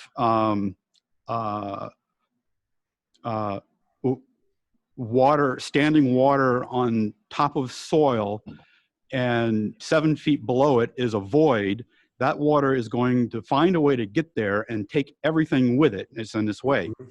The bulkheads that are used here in Highlands, just as you said, are designed to hold back solid materials. They are designed specifically to let little bits of groundwater trickle through. Otherwise, you would have a groundwater flow problem. They have to let groundwater through. So they're designed to let some water through deep down. They're only designed to hold back soil. When you have that much water pressure or that much moving water plus water pressure, you have this big scouring problem, just exactly as he described. I understood exactly what he meant by that, and I think he's exactly correct. And I think all of it, as we now know, all of that took place on borough property. But does that work in this way too, like the river's moving that? No, it does not hold back the water in the river. The bulkheads are not designed to hold back the water in the river. They are only designed to hold back the soil, to keep it going from into the river. Doug, I'd be curious to hear what you say. What is your opinion? Because from what I've heard, bulkheads are there to hold back dirt and land, not. I'd be curious what your take is. Sure. Brian, you want to swear me in? I was just gonna say, and I can't see. I'm having difficulty figuring out who's talking here from who's in the council chambers. I assume that's the engineer speaking, Doug. No, that was Councilman Valkos, but okay. I can't tell who's speaking here. Okay. I'm fine with the clerk swearing the individual if someone needs to be. Yes. We have neighbors here that came here specifically to speak. I'd like to make a few comments, if I may. You want to call, or you want to go to the next individual? Yeah, Mr. Nelson, how many more do you have before I move on to we get to the borough engineer? Yeah, how many? I think it's going to be 2 more. Two more individuals, and I would have potentially some questions of the borough engineer and of the fire marshal. Okay. Okay. Am I able to respond to the councilman? Yeah, sure. Very good. With regard to water overtopping or giving hydrostatic pressure against the backside of the bulkhead itself, I'd have to, with the information that I have today, recommend that it would be looked at either the design of the wall of the bulkhead itself, or you look back towards the embedment depth of the sheeting in front of it. So if it's my understanding the borough did not design that bulkhead or install that bulkhead. If there was, say, no reveal along the edge of the upland side, any water that would build up would just simply flow over top. As soon as you start to extend a bulkhead or any type of retaining or a bulkhead higher above grade, you have to take into account any pressure on either side in the worst case scenario. So I number one, would look at the design of the wall itself, and then number two, go back to looking at the condition of the wall itself. Was it in poor condition? Were the anchors not in place, or was the sheeting deteriorated and not able to hold back the sediment? Talking about the vinyl sheeting itself, I do agree it's not intended to be 100% watertight. Some flow should go back and forth, but ultimately I would start by looking at the design or the condition at the time of the failure. All right, Mr. Nelson, you had another witness now, correct? Yes. Okay. Yeah, we'll call we'll save the engineer's questions towards the end, I guess, and then we'll go through the witnesses. Is that how you want to do it, Brian? Yeah, when you're done, then I'm going to present the borough engineer. You can ask questions, and then I'm going to present the fire marshal. Okay. Is Brian Cobb on? Is he? Yes. Okay. Yeah, I'd like to get Brian sworn in. We have someone else who's very knowledgeable. Let's get Nick first. Let's get Nick. Okay, you put Nick on first. Then he's the third. So these are your last two, then, correct? Right. Okay. Right. Okay. Could you state your full name and address? Sure. Nick Kuza. I'm at 13 Cheerful Place in the Highlands. I'm a And raise your right hand. Could you raise your right hand, sir? And do you swear or affirm that any testimony you provide will be the truth, the whole truth, and nothing but the truth? Yes, I do. Okay. You may proceed. Well, I just have a few comments, and some are pretty disturbing as far as this guy, Charlie, coming around and with all this filling into the marina and trying to build houses here. That's not going to happen. I've worked with the DEP probably for the last 35 years on a pretty steady basis on a lot of projects that I have done with the DEP, and I can guarantee you that and the town had this meeting previously with the DEP, and they said they can't do it. So filling in this marina is absurd. It's not going to happen over my dead body. That's number one. Number two, I could bring you a 70-year-old clam digger who worked out of this marina since he was like 12 years old. Outside of one little boat fire that he could remember, there was never, ever any major fire here. I think what the town is requesting as far as a road being put in for fire trucks, they could come down Huddy, they could come down Washington. You could access this marina with a 50-foot fire hose. So the nonsense that the township fire marshal would have no disrespect for the fire marshal or the fire people in town. I highly respect them. My brother was a firefighter for 30 years in Newark. So the idea of putting a road in to supplement the fire engines coming down for a boat fire or a marine fire when there was never any fire here, going back to when there were horse and buggies, is absurd. Mr. Perini has worked here probably 7 days a week. I've seen him myself work on a backhoe on a Sunday. And him and his team has worked their tail off to get this marina back in shape. And he's done a great job in doing what he's done already. So why do you keep moving the goalpost on him? The guy just wants to open a marina, which has been here for 100 years. He'll follow through on the other repairs. I think asking him to do township repairs like paving roads and installing sidewalks is another absurdity. So, and I understand this all comes back down to the administrator has the authority to issue this mercantile permit. I even asked the mayor personally, went to go see her at her store to give the guy just at least a temporary CO to open up for the summer so you're not choking the man. So here's a guy that comes in here, puts hundreds of thousands of dollars of work in, and you still tie him by the leg and keep dragging him down the road, and he can't do anything. So whoever this guy Charlie is, because there's the rumor on the street is this guy still wants to fill this place in and build $1 million houses. Ain't gonna happen. I'm telling you right now. I got the political connections down in Trenton. It ain't gonna happen. That's all I got to say. Okay, but let's stick to the mercantile license and the basis for the denial. Does anyone have any questions of this witness from the council table? Hearing none. I think from a license perspective, let the man open up and then consider the other repairs that need to be made.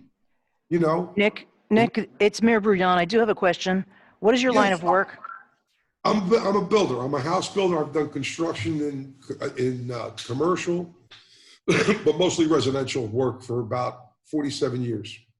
In your professional opinion, and I know that you are not a licensed engineer. Right. How do you feel about the work that has been done by Mr. Perini? I think I've seen his work and I've stood there. I have videos. He drove piles perfectly. I've seen marine work done before. I own a condo in Seabright.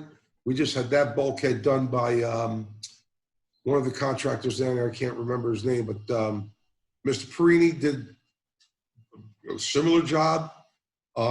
His workers are fantastic. I mean, the guy's worked his tail off to get this place into the shape it is now.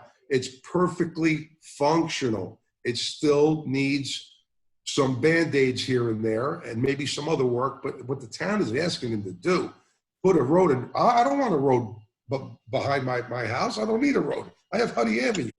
I have a Beetle Place. We have the fire people can access this marina from Bay Avenue if they have to, because my brother did it.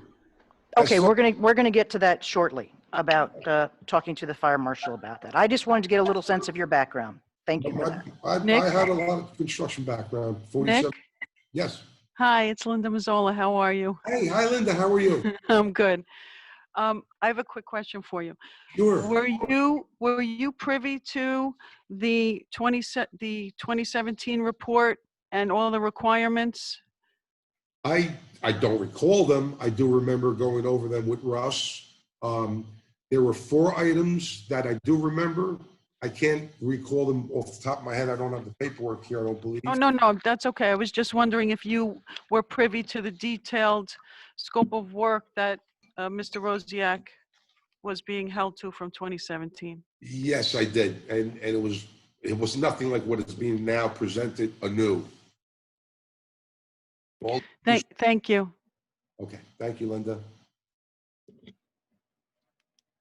Okay, hearing no further questions. Did you have one additional witness, Mr. Nelson? Yes, we do. Yeah, so Brian Cobb. Okay. And I take it that, Mr. Cobb, you have your right hand up, I see. I do. Do you swear or affirm that the testimony that you will give is the truth, the whole truth, and nothing but the truth? I do. You may proceed. Oh, could you state your, I'm sorry, state your name My and name address is too. Brian Cobb. My address is 11 Recreation Place. I've been resident, I'm closing in on 30 years. Okay, you may proceed, Mr. Cobb. My question is, when was the borough going to tell me, as a resident, my property is directly adjacent, Rogers Ave.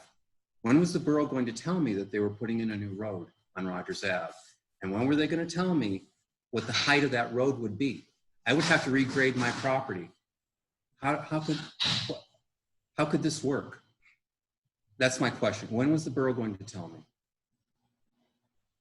Okay, Can I answer that question? There has never been talk of a road going there. There's also, I'm going to address one other thing.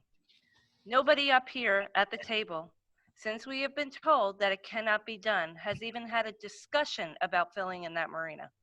So that's why I'm asking for facts. And if you don't know what the facts are, we have people here that will answer them tonight for you. Thank you. That's why I'm asking the question. Could I just ask who is speaking, because I can't. Yes, this is Rosemary Ryan that was speaking. Okay, thank you. I'm asking questions. I'm not presenting facts. Well, Mr. Cobb, you're here on behalf of the applicant to present facts. You can certainly ask questions during the public portion. But is there anything, I do have something. If you want me to present information, I can tell you that as owning property adjacent to Rogers Ave, I have lived through and know intimately the 2018 August 7th, I call it the blowout, when the rain came down 36 and entered our neighborhood and pushed that marina wall over and broke it. So I have photos and documentation of that blowout. And my question, my information is that I witnessed the repairs, and my understanding is that they were perfectly fine. And on page 5 of the CME Associates report, on page 5 of that report, it shows a picture of my property. On page 5, it shows a picture of my property behind the marina bulkhead, and it states, repair attempt, not a replacement bulkhead,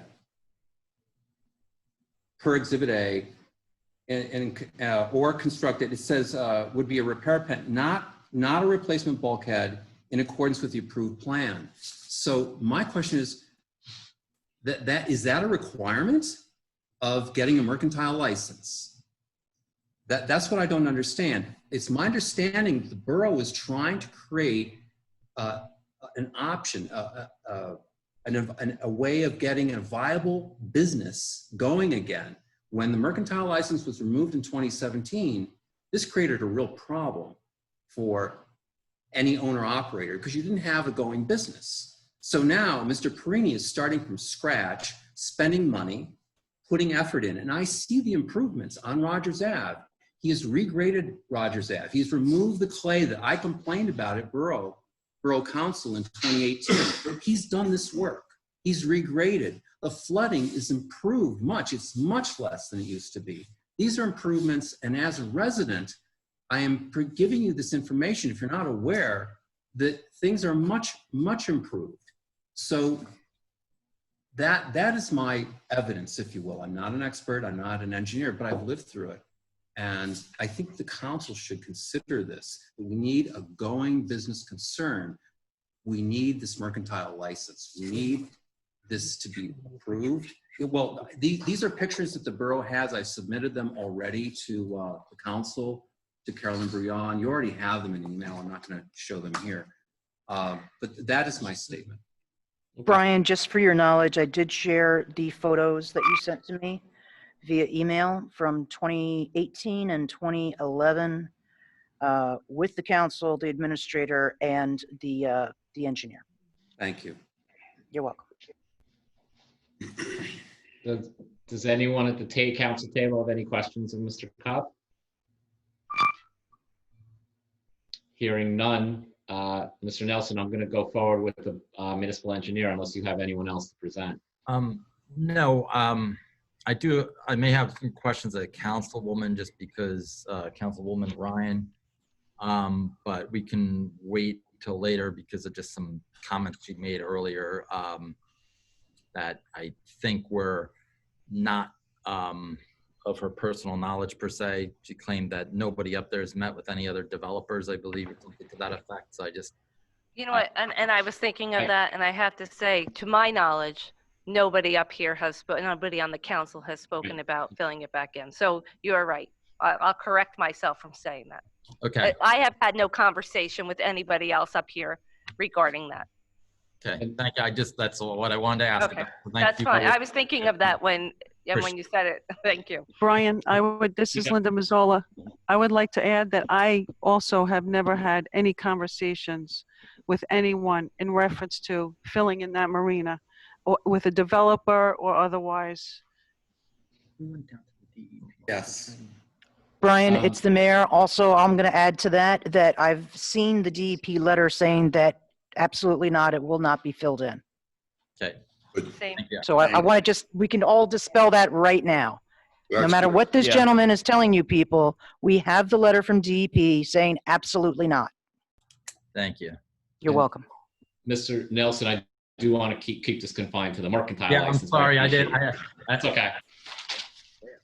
I had one point with regard to the mercantile license, if I might raise it.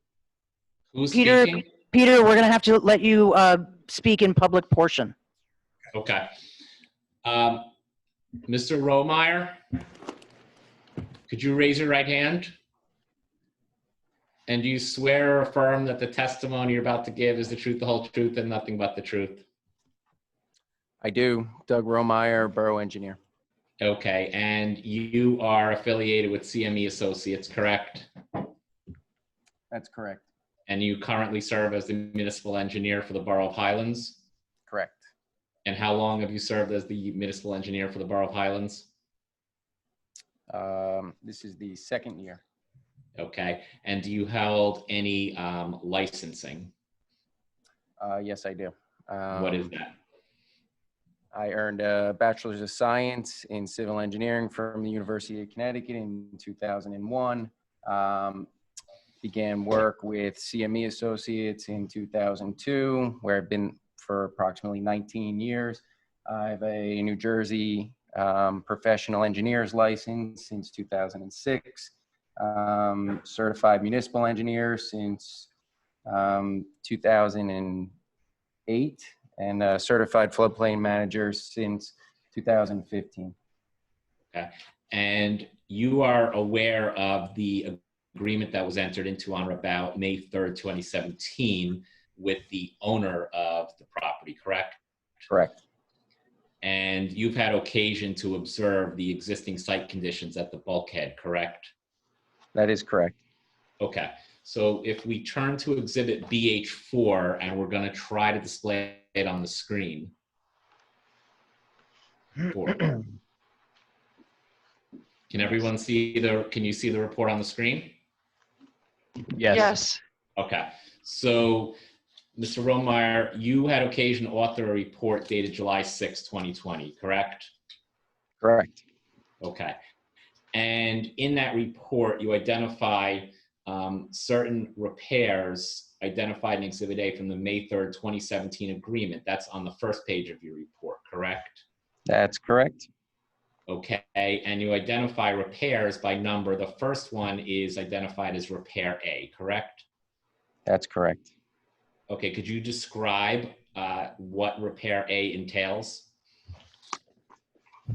Repair A, as identified in the 2017 agreement, is along Washington Ave at the intersection of Marine Place. It's on the east side, and it's identified as 42 feet new bulkhead from station 0 to station 42. And in your report, you identify outstanding deficiencies, correct? Correct. And they include, according to your report, completion/anchoring of the bulkhead cap remains outstanding. Completion of permanent connection to the steel bulkhead to the north and existing bulkhead to the south.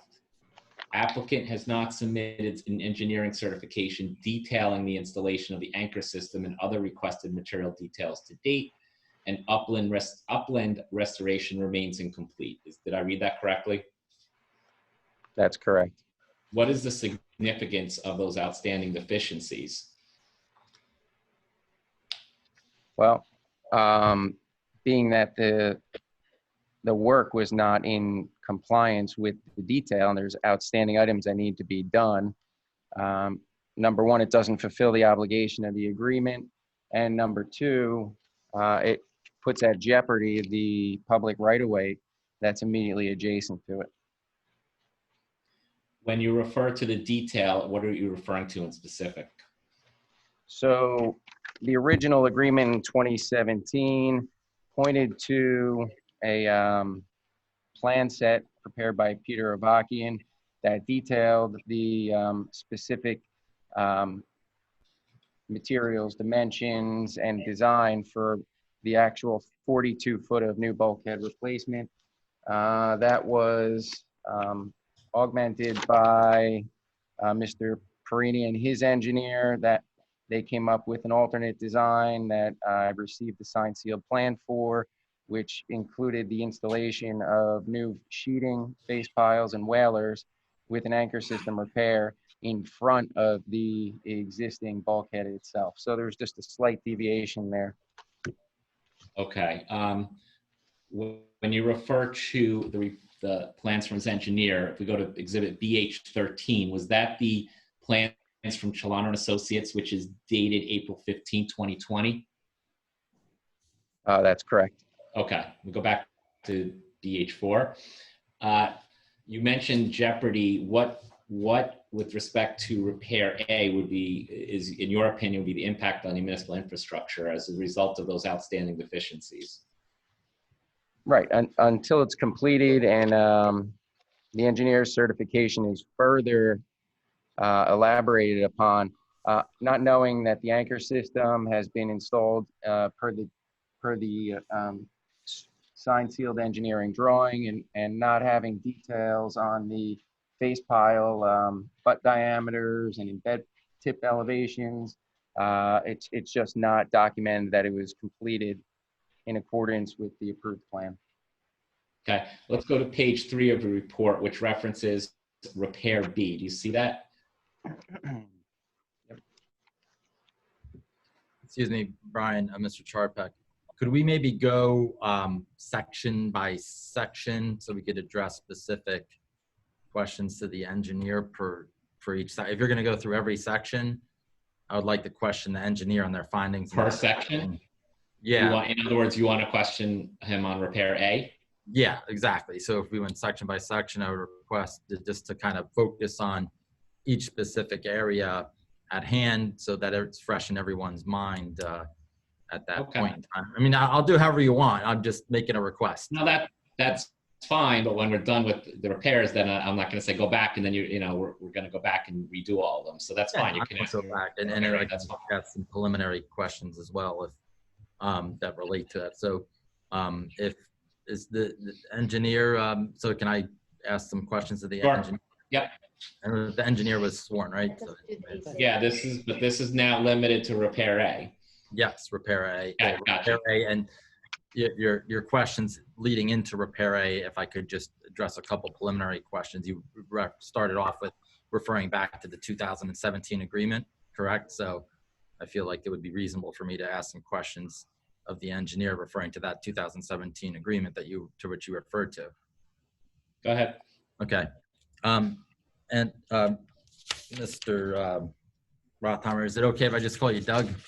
Sure. Okay, thanks. So you are currently the borough engineer, correct? Yes. When did you commence as the borough engineer, serving as a borough engineer? I'd consulted for the borough since approximately 2017 and named borough engineer in 2019. Okay, and when would you say your first engagement with respect to this marina was, when was your first involvement with this marina, I'll say? Yeah, that's a good question. Review of my files reveals I started my involvement with this marina in about March of 2020. Okay. So you were not the borough engineer at the time in which the 2017 agreement was entered, correct? Correct. Okay. And Mr. Perini, the applicant on this mercantile license and his entity, they were not party to that agreement, to your knowledge. Is that correct? I mean, are you asking him a legal question? No, I'm asking him who the applicant.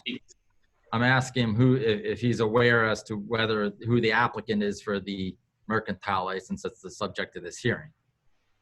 Okay. I am, and I'm also aware of the block and lot designation. The So site you're, itself. so you're aware that the applicant is not a party to the 2017 agreement, correct? But the subject property is, yes. I'm asking you a question. I just asked you a question. I'm not Yeah, asking. but Mr. Nelson, I think you're asking the engineer legal questions.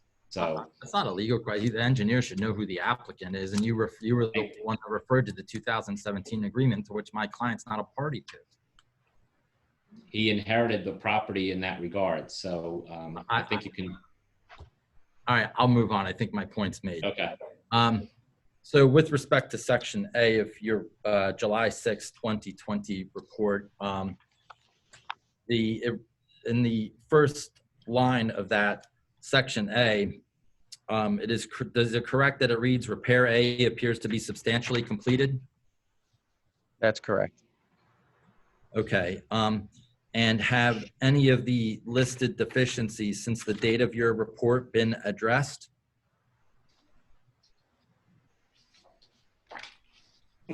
The bulkhead cap has been anchored properly. I still have the connections to the steel bulkhead on the north and the steel bulkhead to this, or the existing bulkhead to the south. I still consider those open items. There was a sinkhole that appeared at the south end after I had written this report. Engineering certification, my first bullet point on page 2. I did receive the applicant's engineer's cert dated July 2, 2020. I'd asked for more detail, and I had received, after writing this report, an updated engineer's certification on dated July 8th, 2020. However, I do still require more information from the engineer on his certification, as it remains silent on face pile dimensioning, length, embedment depth, and also I don't see any clear certification that the anchor system was repaired in compliance with the approved plan. So that bullet point still remains open, and the upland restoration, yes, that area still is unrestored, as it was discussed earlier, due to the fuel tank removal and LSRP work. Yeah, so you were present during the Mr. Perini's testimony regarding the tank work and the reasons for the upland restoration being incomplete? Yes. Okay. So with respect to the items under A here, and have you, I'm sorry, backing up, you said you wanted some follow-up information from Mr. Perini's engineer. Is that detailed in an email or a correspondence to Mr. Perini's engineer? Not to date. Okay. Okay, so the only item that then is, there's an explanation for the upland restoration being incomplete, but you said in the beginning of this section that it appears to be substantially completed. Is that still your view? Yeah, the applicant has demobilized and removed the equipment that was being used for that construction. And would you say, in your professional opinion as an engineer, that the current conditions on the site are substantially better than they were prior to my client's repairs in that location? We're limiting this to section repair A. Yeah, repair A. Yes, I'm just asking about section A. Okay. I do recognize that the deteriorated timber sheeting has been replaced with new vinyl. However, until I get the details on the face piles and the anchoring system, I cannot conclude that it'll perform as designed.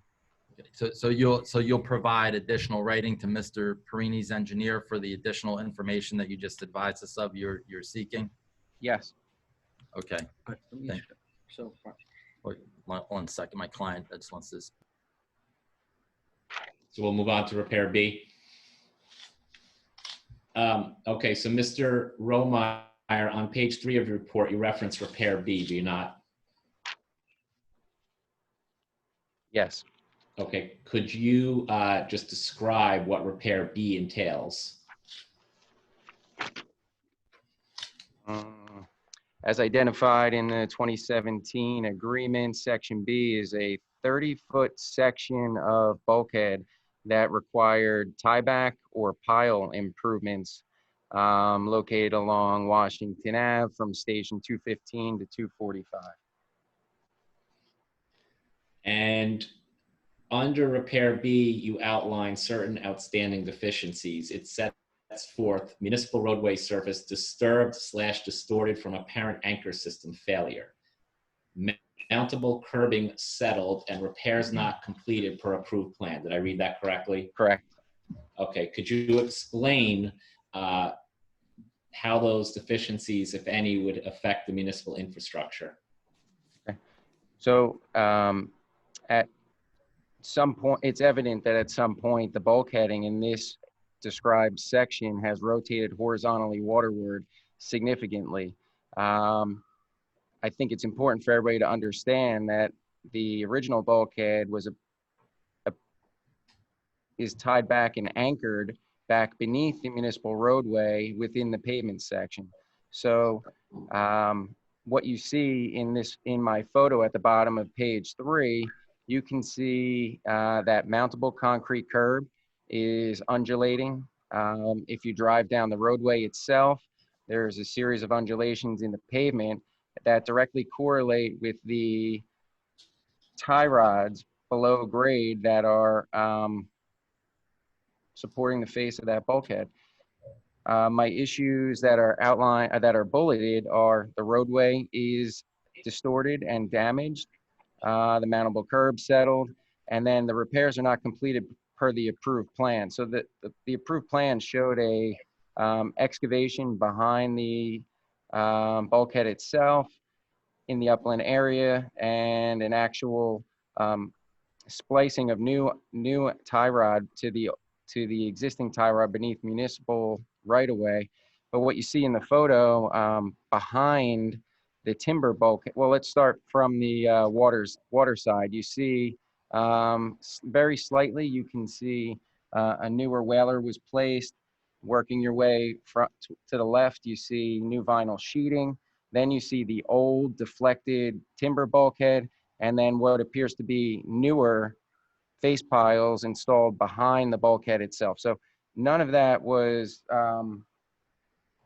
I've yet to find a detail in the agreement or following the agreement stating that that was the agreed upon way to remedy repair B. And further, I don't have any evidence that the tieback and piles were repaired and inspected by or certified to and accepted by the borough.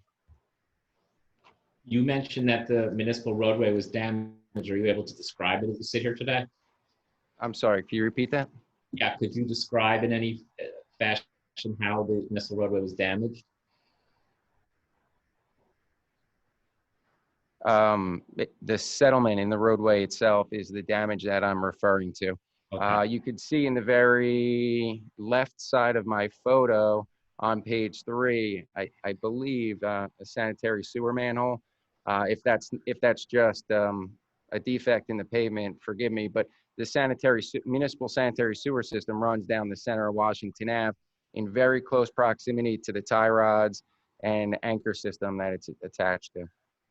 Okay. Now, what's the significance of vinyl sheathing? Of the vinyl sheeting? Yeah, you mentioned that. Is that an issue? Brand new.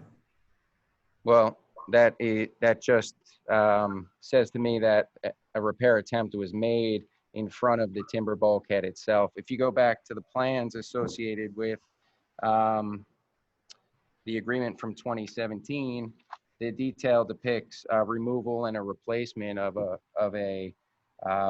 bulkhead system, not installing something waterward of the failing horizontally rotated bulkhead.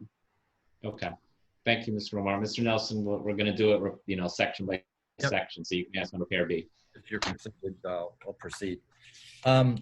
So correct, Doug, that your report says in its first sentence with respect to section B that CME did not observe the work in this area. Is that correct? Correct. And to what approved, and then in the second sentence, you refer to that piling and sheeting not installed per approved plan. What approved plan are you referring to exactly? So that's referring back to the plans that are referred to in the May 3rd, 2017 agreement. Okay. And then, but you said in your testimony earlier that you had yet to find a detail in the agreement regarding this section. Is that not correct? Any detail, and if I misspoke, I'll correct myself now. I didn't find any detail amending the plans that are in place to basically show face piles behind the bulkhead itself. Are you certain that the plans called for pile work in this section and that it wasn't for section A? So the exhibit A in the agreement describes repair B as 30-foot tiebacks pile from 215 to 245. Is this the exhibit that, and that doesn't refer to sheeting, does it? Correct. Okay. And it doesn't refer to new bulkhead, correct? Correct. Okay. And so you did not, and you personally did not inspect any work that took place here, correct? That's correct. And so what leads you? Wait, did you say inspect or observe? And I said inspect, but I'll ask I did you not observe or inspect. Okay. Correct. Now, do you know when the roadway here was last paved? I do not. And what leads you to the conclusion that the roadway distortions are a result of the work that was done here with respect to the tiebacks?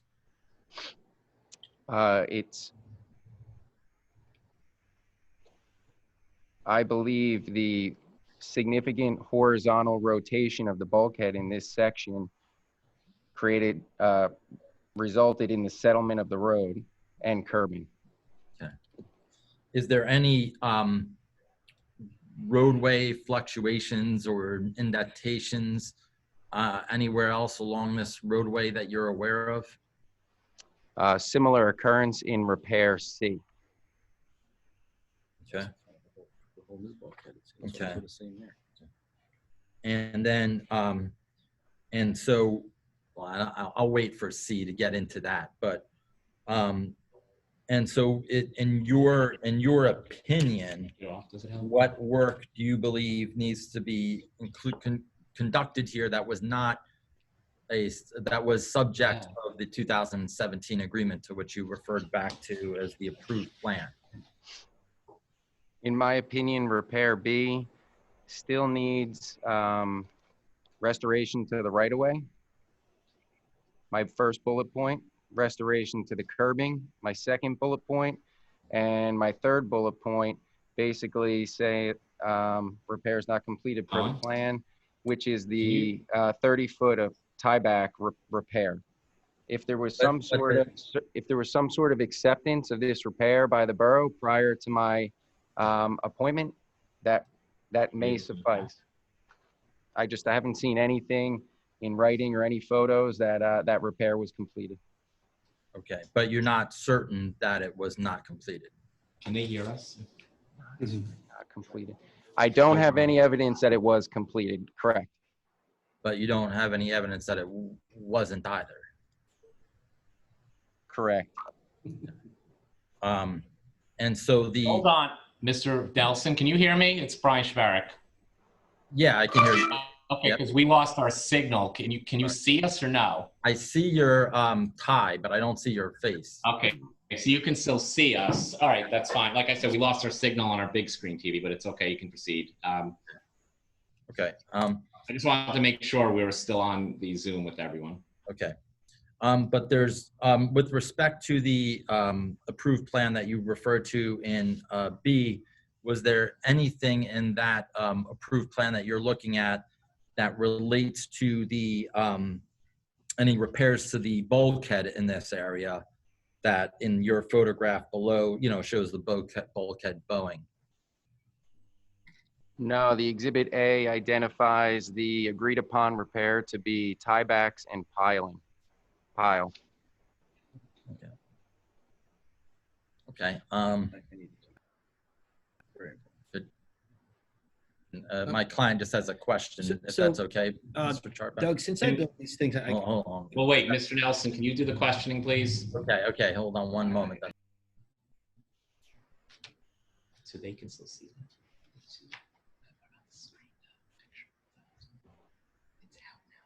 They're showing us, they're talking about this. No, don't, but everything shows up there.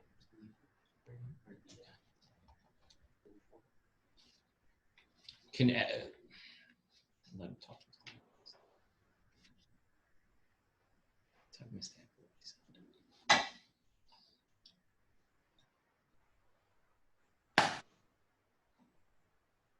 You stay on.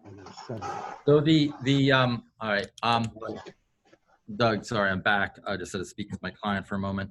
So were there any, and the approved plan, could we put up the exhibit to which you're referring to as the approved plan? Mr. Nelson, let me ask you this, because we had lightning and thunder here. That's why we lost one of our signals. Can you still see the document on the screen right now?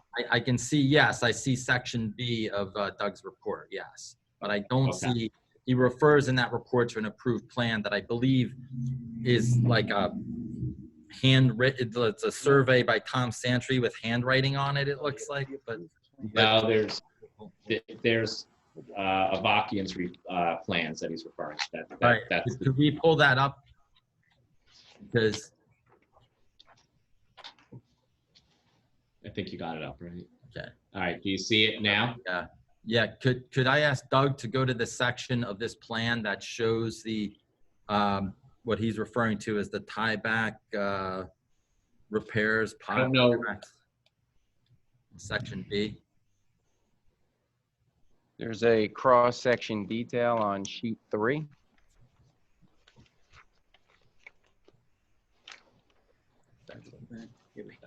That's it. So the Thomas Santry survey that's hand marked up, that is Exhibit A in the agreement, depicts the location and prescribes the repair. So I'll repeat it again.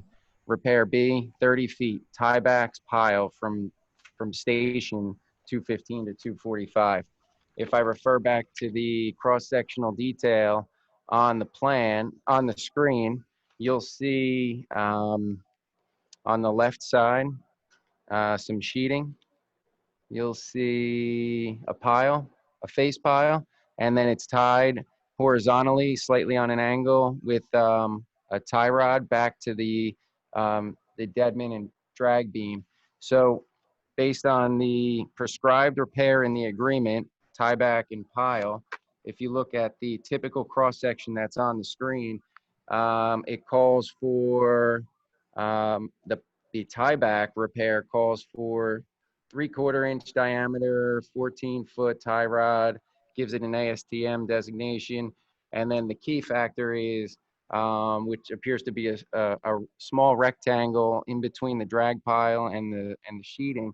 It's labeled as turnbuckle coupling welded to remaining existing tie rod, epoxy coat upon completion. So that's my opinion on what the actual tieback repair at section B should be. A new tie rod going from the face of the bulkhead welded to a substantial portion of the remaining tie rod that hadn't been deteriorated from salt exposure. Okay, how do you know that this was the design set forth for section B and not for section A? Did you review this at the time in which these repairs were completed? The agreement, with all respect, the agreement references the plans that are on the screen. But with respect to, does the top of this refer to new bulkhead areas or to other areas or any specific areas? The detail on the screen is identified as typical section. Okay, but it doesn't identify, it doesn't identify the section to which this applies in the agreement, does it? Are you saying that there's an alternate detail that I don't have? I'm not saying anything. I'm just asking you a question as to whether, how are you certain that this applies to the section we're talking about, section B? Because that was the plan that was identified in the agreement. But the plan doesn't provide a detail for section B, does it? The plan shows a typical cross-section on how the bulkhead is to be constructed in whole.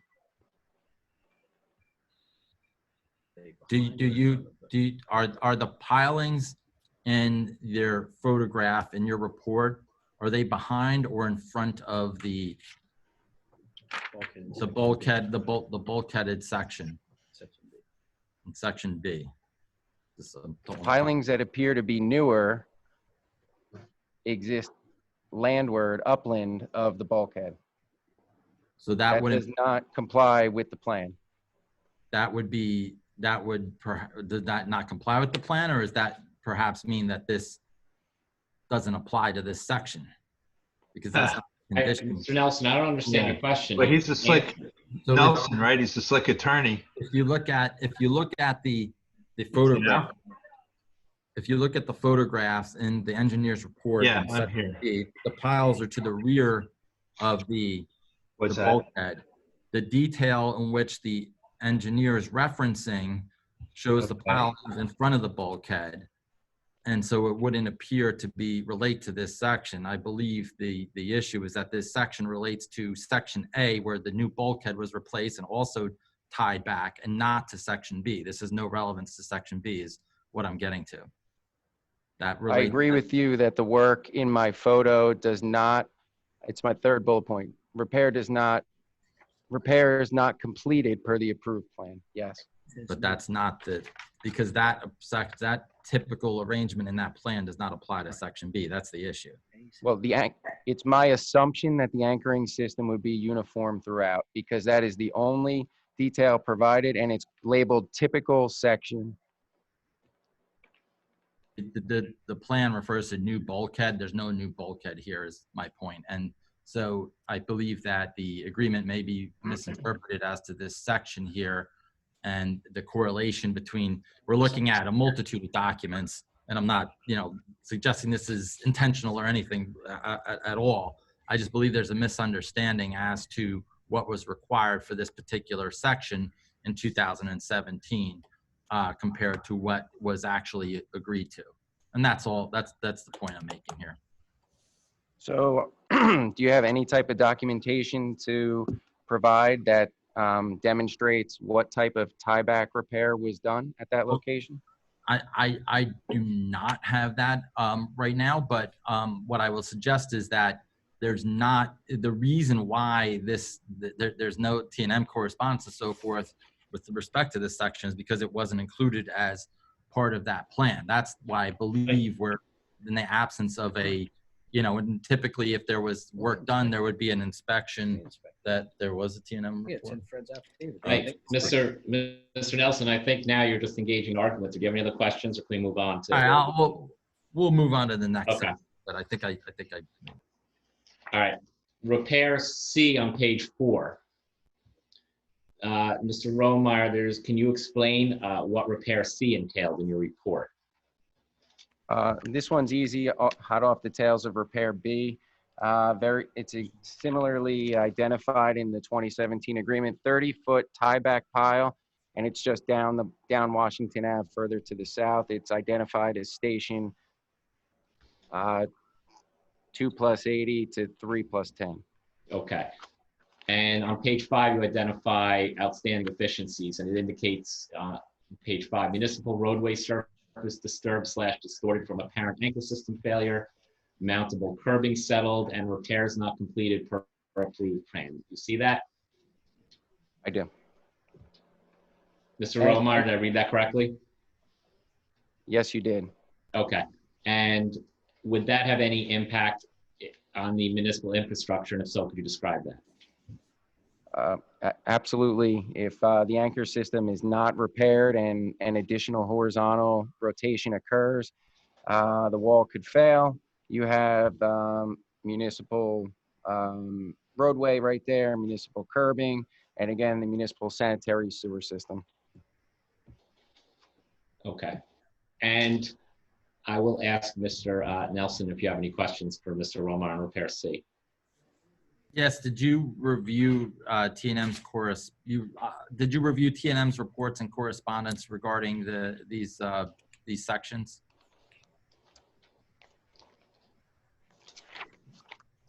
My July 6th report attached T&M's report, and there's a single email also that was submitted by the applicant in support of proof that B and C was completed. Yeah, I'm just asking. So you reviewed T&M's reports. Did you have any discussions with I believe it was Fran Mullen of T&M Associates who conducted those reports, or were those? I do not believe so. I guess my question is, just to rephrase it, have you discussed this, these reports or T&M's correspondence or reports with Fran Mullen, who was the engineer at that time? I do not recall. I don't think I did. I don't. Okay. Okay. Are you certain that the plan, which I will refer to as the Avakian plan, are you certain that the Avakian plan was in relation to this section C as well? I am relying on that plan because the agreement specifically references that plan set. It is called a typical section for the bulkhead system itself, and there is no other detail provided for an alternative repair. Okay, but this is the plan, I'll refer to the Avakian plan again, just for clarity. The Avakian plans or plan. Does the Avakian plan specify in itself which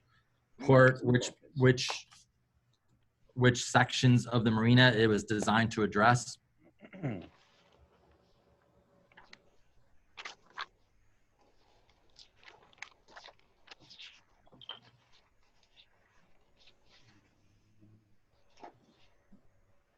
On sheet 2 of 3, there is a section identified as 350 linear feet reconstruct damaged bulkhead. See the details.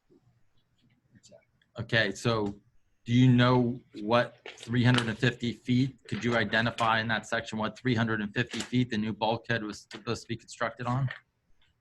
So that is on the eastern side. Look at the That's on the eastern side of the marina along Washington Ave from the southern end up to and through Recreation Place intersection. It does not encompass repair B, C, or A, or D for that matter. Okay, thank you. I have no more questions. I had no more questions. Okay, we're going to take you to page 5 on repair D. Could you explain what repair D entails in your report?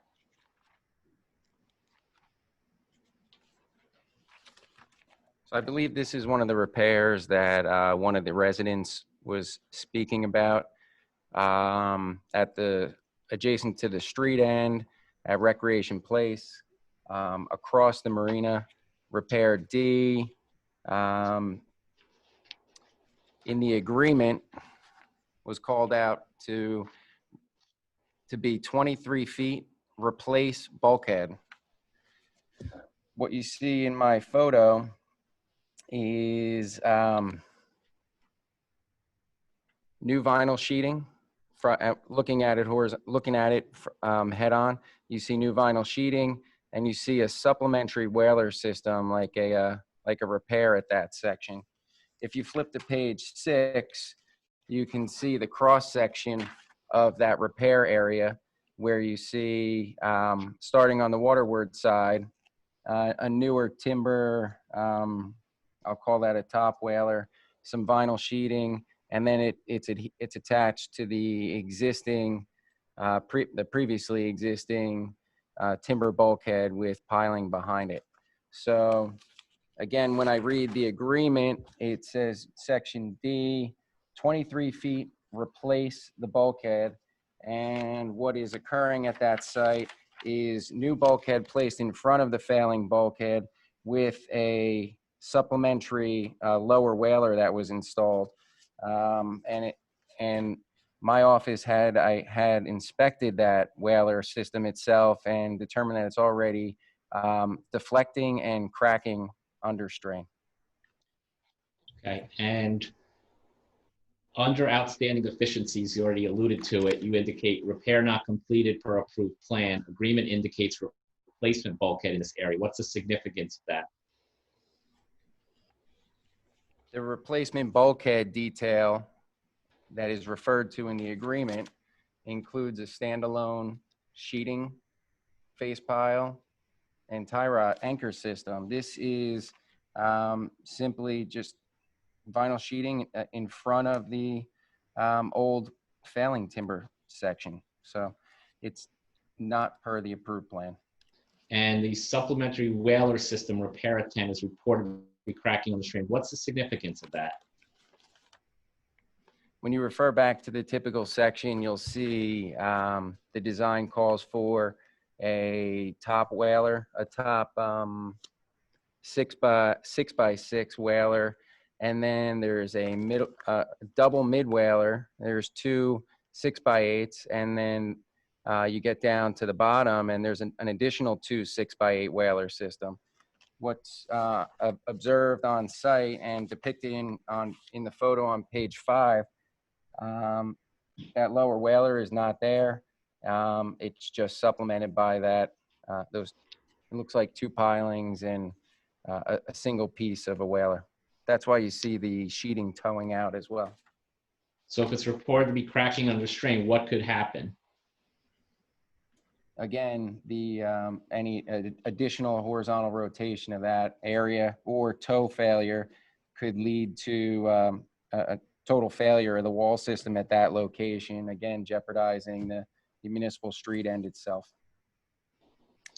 And if we go to Exhibit BH8, which is the agreement that was entered into on May 3rd, 2017, to the last page, when you are we there yet? The last page. When you refer in your report to sections A, B, C, and D, is that what you're referring to? What's depicted on the screen now? Correct. Okay. Mr. Nelson, you can ask Mr. Romeyer for this particular section. We're on Yes, repair date. on section D, although since you just referred to sections A, B, C, and D, earlier we had referred to what I referred to as the Avakian plan. You were referring to the, I believe, the details of the bulkhead work, the tie rod work, and so forth. Is that correct? You were referring to the Avakian plan? March 6, 2012, correct. Yes, correct. Dated March 6, 2012. It says Captain's Cove bulkhead improvements is the title of the plan.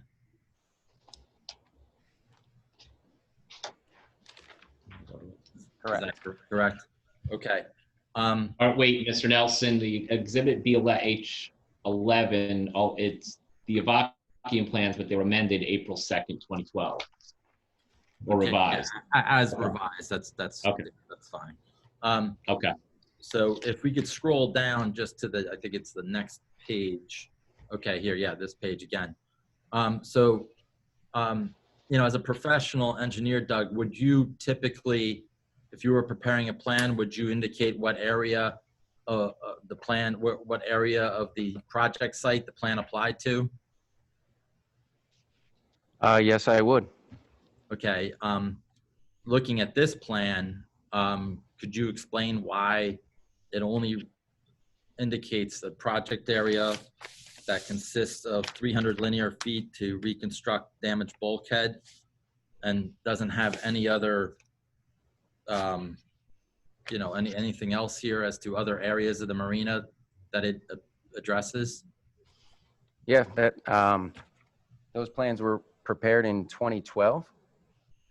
This agreement was entered into in 2017. And if you look at item section 4 on page 2 of the agreement, it discusses that these specific plans will be utilized for the repairs, for the within repairs prior to the commencement of the repairs of the bulkhead. So right there, it says this plan set, this wall design is going to be used for A, B, C, and D. And that was certified to by the preparer of the plans. The preparer of the plans, the Avakian certified to that? Correct. In what, the agreement or in his plans? It's part of the 2017 agreement. The 2017 agreement refers to the plan that's on this I don't know what you have in front of you, if you have. Mr. Nelson, let me interject. We're going to go to Exhibit BH10, which is a certification from Mr. Avakian dated May 15, 2017. Okay. If you could take a look at it, Mr. Romeyer. Okay. Are you familiar with that certification? Yes. Okay. And what does it indicate on the bottom there with respect to the engineering plans? I'm sorry, could you just read it? I don't have my glasses. All right, I hereby certify, this is from Peter Avakian, dated May 15, 2017, that engineering plans previously submitted, approved, and constructed dated March 6, 2012, revised through April 2nd, 2012, entitled Captain's Cove Marina Bulkhead Improvements prepared by Peter R. Avakian, P.E., will be utilized for the within repairs prior to commencement repairs in the bulkhead at issue as reflected in Exhibit A. It's dated May 15, 2017. Were you familiar with that certification of Mr. Avakian? Yes. Okay, and then if we go to Exhibit BH8, you reference specifically the agreement, and in that agreement, paragraph 1, I'm sorry, you referenced the fact that that agreement specifically referenced the Avakian report would be utilized. Is that fair? Can you repeat where you're seeing that reference?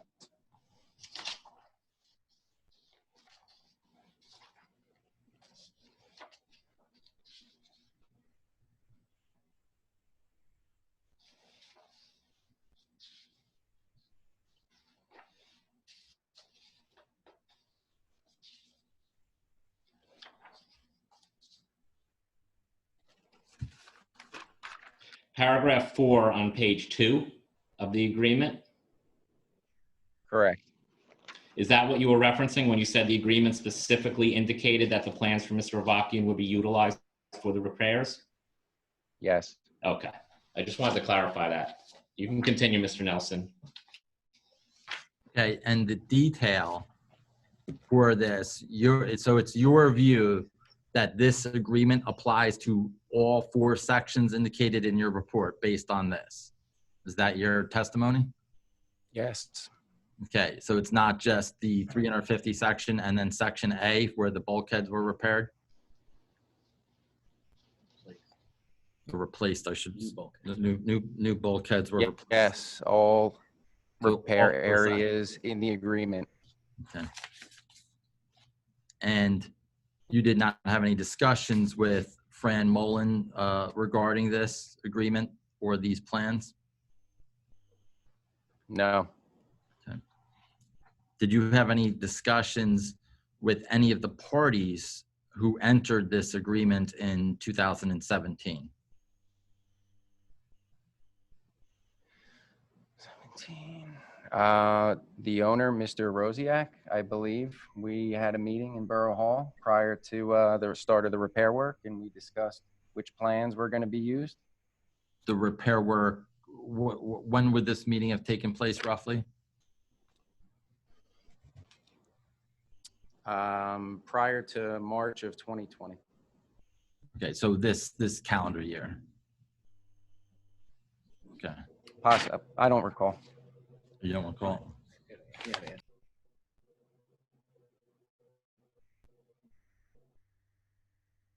And are you certain that the reference to Exhibit A is not a reference to the new 42-foot of new bulkhead area? Can you repeat that? Are you certain that the reference to Exhibit A is not in reference to what I would refer to as, I guess, Area A in your report, Section A or Area A in your report, where the new bulkhead replacement took place by where the old shanty was?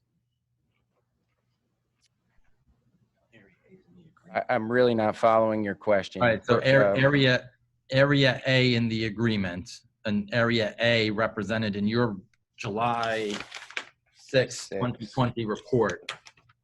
Are you certain that the reference to Exhibit A is not a reference meant to refer to Area A in your report, the same area where the bulkhead was fully in need of replacement?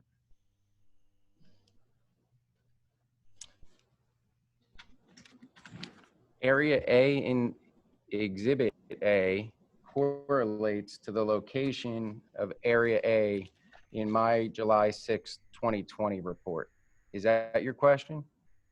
Yes, and that, are you certain that that reference to Exhibit A is not the Area A where there was a full bulkhead replacement? If I'm understanding you correctly, yes. Exhibit A from the 2017 report reads 42 feet new bulkhead. Okay.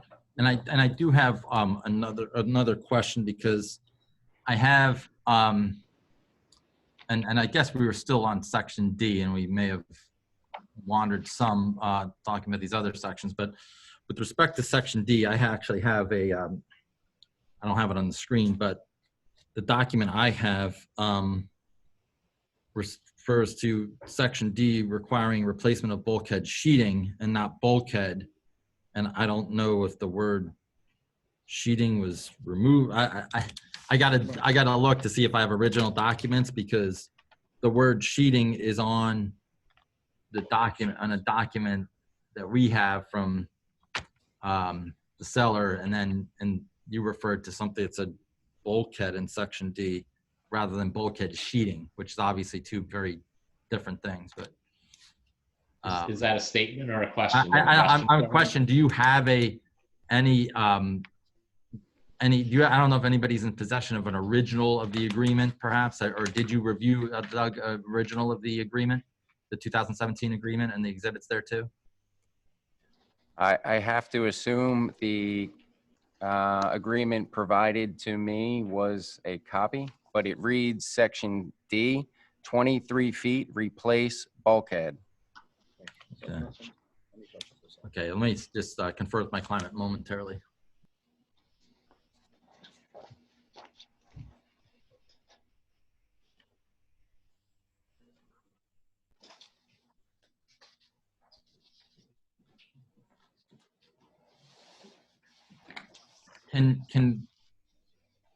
Doug, can you explain to me what you would refer to as Exhibit A as in the agreement? The 2017 agreement.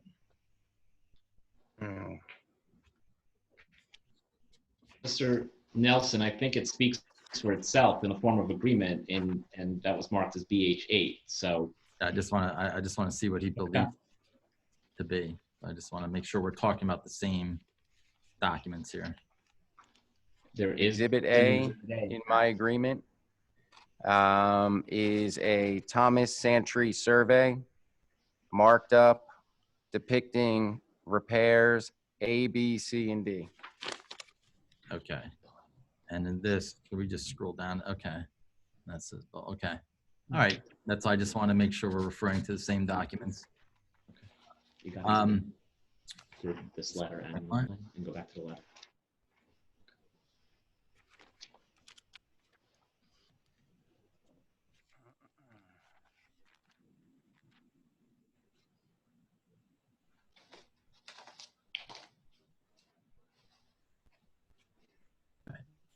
All right. I have no further questions of the engineer. Mr. Romeyer, we're going to go to page 7 of the report, which identifies additional repair work identified by the borough December 4, 2018. Do you see that on page 17? I do. Okay. Repair E says address all sinkholes and toe failures at Washington Avenue. Did I read that correctly? That's correct. And repair F says address toe failure at the southwest corner of Marina. Did I read that correctly? That's correct. And what are the outstanding deficiencies that you set forth in the report on page 7 with respect to repair E and F? So for repair E, at the time of my report, when my report was authored on July 6th of this year, I did still observe a series of at-grade sinkholes. If you look to page, there it is, page 10, there's some photos that actually depict the sinkholes behind the bulkhead. That's demonstrating that soil is still migrating through the air, through the bulkhead itself or below. And then when you look at the site during low tide, you will see there's several areas of the vinyl sheeting that's actually towed out. The actual corrugations of the vinyl sheeting are flattened and pushed out. What's the importance of that? Sinkholes are demonstrating there's still soil movement through the wall system, and the toe failures are just indicative of the vinyl placed in front of the old timber to not be doing its job properly, whether it's not matching the detail with all the whalers or proper embedment depth. If it's showing that the wall is failing, and when the wall fails or the bulkhead fails, it's immediately adjacent to municipal infrastructure. There's roadway, concrete curbing, and sanitary sewer system. There's utility poles within close proximity as well. So what could be the impact on the municipal infrastructure then?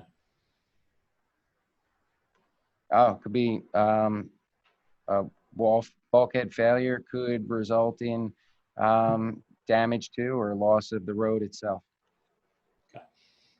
Mr. Nelson, you have any questions of Mr. Romeyer for repairs E and F? Just when is this the first report that you're aware of, Mr. Romeyer, regarding these issues that you raised here on your July 6th report?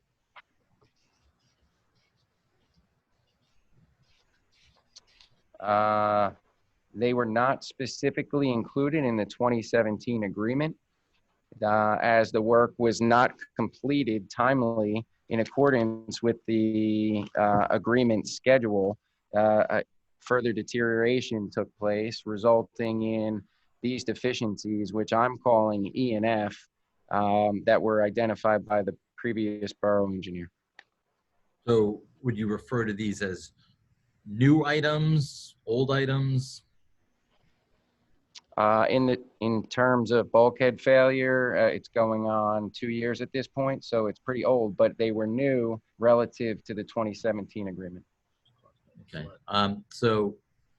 But these were not the subject of the areas of the agreement in which the owner agreed to repair these specific items, correct? Correct. As the repair work was not done timely in accordance with the agreement schedule, further deterioration has occurred.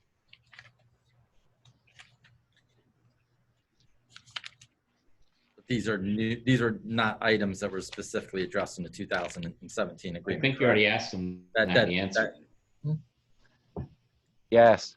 Okay. All right. And have any of these items to date, have you had any communications with Mr. Perini's engine? Sorry, we're just plugging a computer battery dying here. Let me just plug it in 1 second so I don't lose you. Sure. If the power goes out, the police are going to be coming with us. I think I should have power there. Sorry about that. So the, all right, where did I leave off?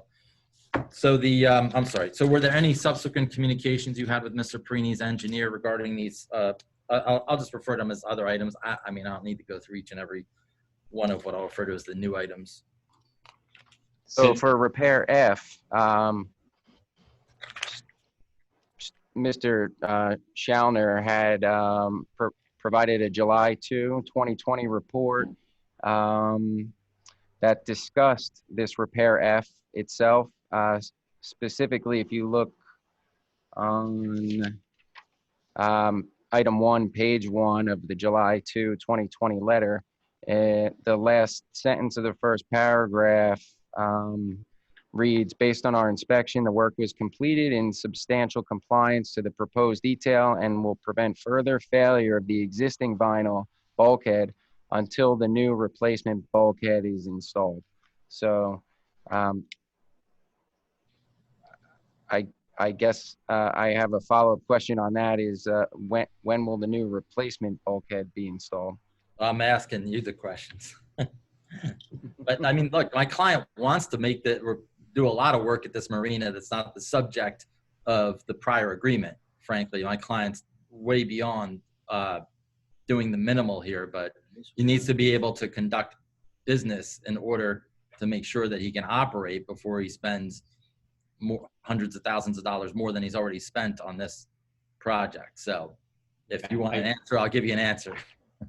I appreciate your commentary, but do we want to you asked me a question, so I answered it. Okay. So fundamentally, I mean, that's the issue I want to get back to, because we can go through this all night long and engineering reports, and in the end of the day, this is a hearing regarding a mercantile license. I'm going to ask this question of the engineer, and I think I really want to conclude with this question of the engineer. Do you typically do engineering inspections for mercantile license applications? I don't know that he typically has prior agreements in place.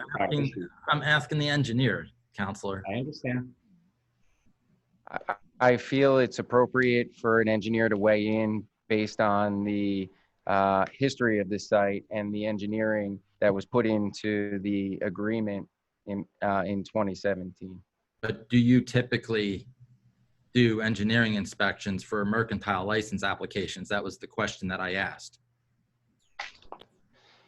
Not typically. Okay. So we'll move on to repair G. Yep. Mr. Romeyer, you indicated that the repair work was identified with requisite action items detailed in April 21st, 2020 correspondence. Repair G, repair sinkholes at location demolished structure. Repair H, restore damaged pavement and mountable curb associated with bulkhead repair failures. Do you see that? Yes. Can you yeah, explain the significance of that and what impact that would have, if any, on the municipal infrastructure? So pages 8, 9, and 10 were briefly touched upon already. Repair G, the sinkhole at the location of the demolished structure. Portion of that sinkhole repair occurred in the municipal right-of-way and was subject to the street excavation permit. The problem that I still have at this location, the work was not called in to our office or Public Works, so the backfill was not witnessed. Why is that important? We have no, we did not witness what material went in the hole, and I didn't see that it was compacted in accordance with the permit itself. And you're including repair I, correct, too? So to streamline this? Backfill sinkholes and stabilize all areas upland of bulkhead? That's correct. Okay. And with, again, what's the importance of the fact that you didn't have the opportunity to observe or learn of what was used for the compaction material or backfill materials? It's municipal property, it's public property, and placement of material in public property. I want to make sure that it's appropriate, suitable material. And number two, if it's not compacted properly, it could take a long time to show signs of settlement. So what I don't want is the borough to be left with a road that's going to settle. Okay, and on page 11, you identify additional outstanding deficiencies, which I believe you alluded to. Would there be any other impact on municipal infrastructure set forth there that you haven't said? We talked about the engineer's certification. That was the July 2nd report was supplemented with the July 8th report. I will send a correspondence to the applicant and his engineer asking for that additional information, and that should address the compliance certification section. The municipal street excavation permit, we just talked about that. Right, and how about the outstanding deficiencies that are identified on page 11? Same things just discussed. Unknown backfill material, compaction, it was not observed. The mountable curb is still not in place, and the roadway, the pavement section has not been restored. There are some other areas within the work limit that will also public property that has been damaged, or some sidewalk and curbing across the street at the staging area that also needs to be addressed. And you referenced the report of Mr. Stuart Chalaner, the engineer, dated July 2nd, 2020. Did he not submit another report dated July 8th, 2020 to your attention? That's correct. There was an updated report July 8th, 2020. And did that satisfy your concerns? Not in full. There's still, with regards to section or repair A, there was not discussion on the dimensions, the butt size, the tip elevation of the face piles to demonstrate compliance with the approved plan. And the anchor system was, it was mentioned that it was excavated, but there was no mention that it was how it was repaired or if it was in compliance with the plan specifically. So I'll just ask for that additional information via email to the applicant and his engineer. Okay, and then if we go to exhibit BH6, which is a report which you authored dated June 19, 2020. Can you just explain the significance of that report, which addresses the backfilling within the municipal right-of-way? Is that essentially what you just told us? That's correct. That was the content of that correspondence was captured within the my July 6th report. Unknown material placed within the right-of-way, public right-of-way, no witness to the compaction. Okay, Mr. Nelson, do you have any questions on the remaining repairs identified in Mr. Romar's report? Mr. Rockmeyer, did you receive any information from Mr. Perini regarding the fill material subsequent to your July 6th report?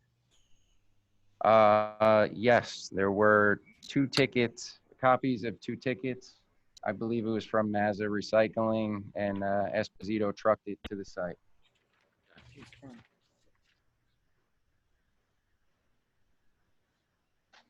And did you also receive written confirmation from Mr. Perini that the dredge spoils were not used as fill material? I do recall an email stating dredge spoils were not placed within the municipal right-of-way. And in your June 19th, 2020 correspondence, which is on the screen now, that's what you requested from Mr. Perini, correct? Immediately at that time, when there's unauthorized work within the public right-of-way, I typically try to seek some sort of documentation on what happened. And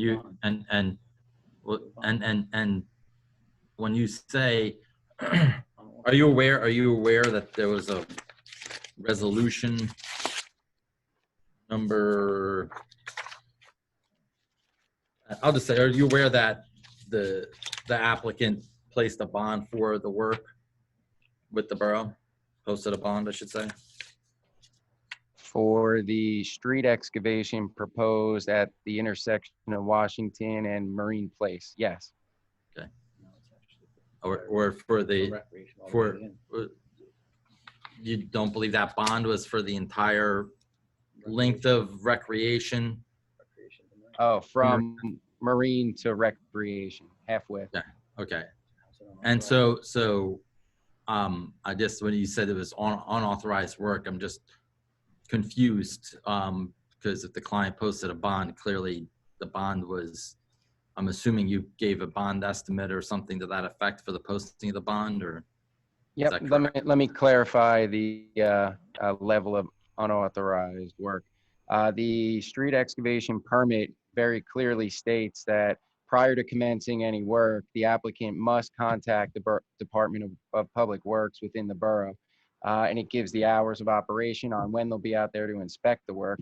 On the permit itself, it repeats that same notice requirement. So when I say unauthorized work, I mean it was not called into my firm or the Public Works Department in order to make ourselves available, which we would have, and this would not be an outstanding issue. Okay, but was there anybody from your firm that was on site when this work was conducted? No. Are you certain about that? It wouldn't be on my report if somebody was there. So yes, I'm certain. Do I have staff that are, do I have staff members in the borough regularly working on other projects? Yes. Okay, thank you. Mr. Romeyer, with respect to the quote-unquote unauthorized work, did it come to your attention that there was street excavation occurring within the municipal right-of-way without a permit? It did come to my attention. Prior to obtaining a street excavation permit, yes. Okay, and that the bond was posted after you had spoken with the applicant because he had already, to your knowledge, had already excavated into the right-of-way of the borough's street, correct? That's correct. Okay, and without observing the material, would you have any way of knowing whether dredging material was utilized? No. Okay, And were all your opinions expressed within a reasonable degree of engineering certainty? Yes. Okay, I have no further questions for you. Unless the council have any questions for Mr. Romeyer or anyone at the dais. So there was, to your understanding, there was a bond posted, and was there also a survey provided as to where the property line was? So a bond was posted, but that occurred after work was done in the right-of-way. And we specifically requested that the property line be staked out. Once it was staked out, it was evident that the applicant had encroached into municipal right-of-way without having permission to do so or a bond in place. Yes. Okay, and what, was there a question over where the property ended and began? It was unknown initially. However, the available documentation that I had indicated that work was being done within the right-of-way without a street excavation permit. And was this issue rectified once it was brought to Mr. Perini's attention and produced a survey and a bond to address that issue? Was it addressed then? At the point, it was well after work had commenced within the right-of-way that it was actually worked out. So the permit was not in place when the work was done. The bond was not in place when the initial disturbance was done. But this issue, would it be fair to say that this issue was resolved shortly after Mr. Perini became aware of it? After the survey was done. This was discussed before work actually even started. However, the applicant was confident that work would remain within the private property limits. However, when work commenced, it did encroach beyond the curb line into the municipal right-of-way. Okay, but without having a permit. It was this issue resolved, that was my question. It was resolved after encroaching into the right-of-way, not before the work was done. It is resolved at currently. It was resolved. Yes. Okay. Yes. Mr. Nelson, I think he gave you an answer. If you don't like the way he said it, you can't keep asking. All right, does anyone from the mayor or council have any questions of Mr. Romar before we move on? I do, Brian. So Doug, in reference to this specific issue, okay, is this a typical situation where a contractor should have known the work that they were doing was encroaching in the right-of-way? Or was it so questionable that it was a simple mistake? In my experience, work on private sites and adjacent to municipal properties usually are supplemented with a survey or some sort of a site plan depicting where the property line is. Yes. So therefore, what you're saying is those things, a survey and a typical site plan should have been in place before this work was done, just so that the contractor would be sure that they wouldn't encroach into the right-of-way. It could have prevented work within the right-of-way prior to posting of bonds. Thank you. Doug, I have a question. Does the DEP need to approve any of this work?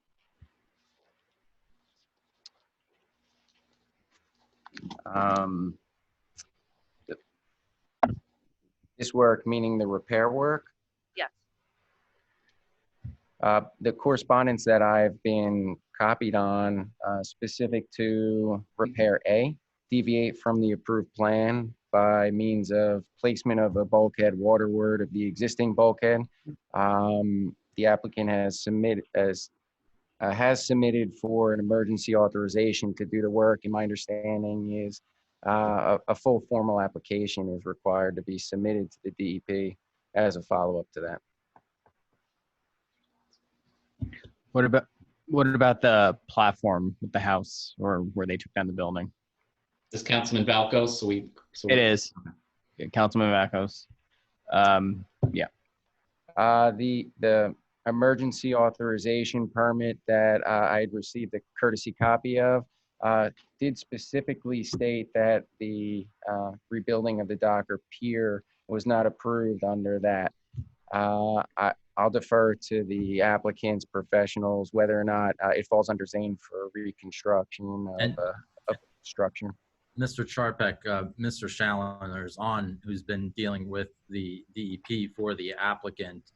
If and he is available if there's any specific questions regarding the Waterfront Development Act and the DEP jurisdiction regarding marinas and so forth. So he is available if there's specific questions regarding that.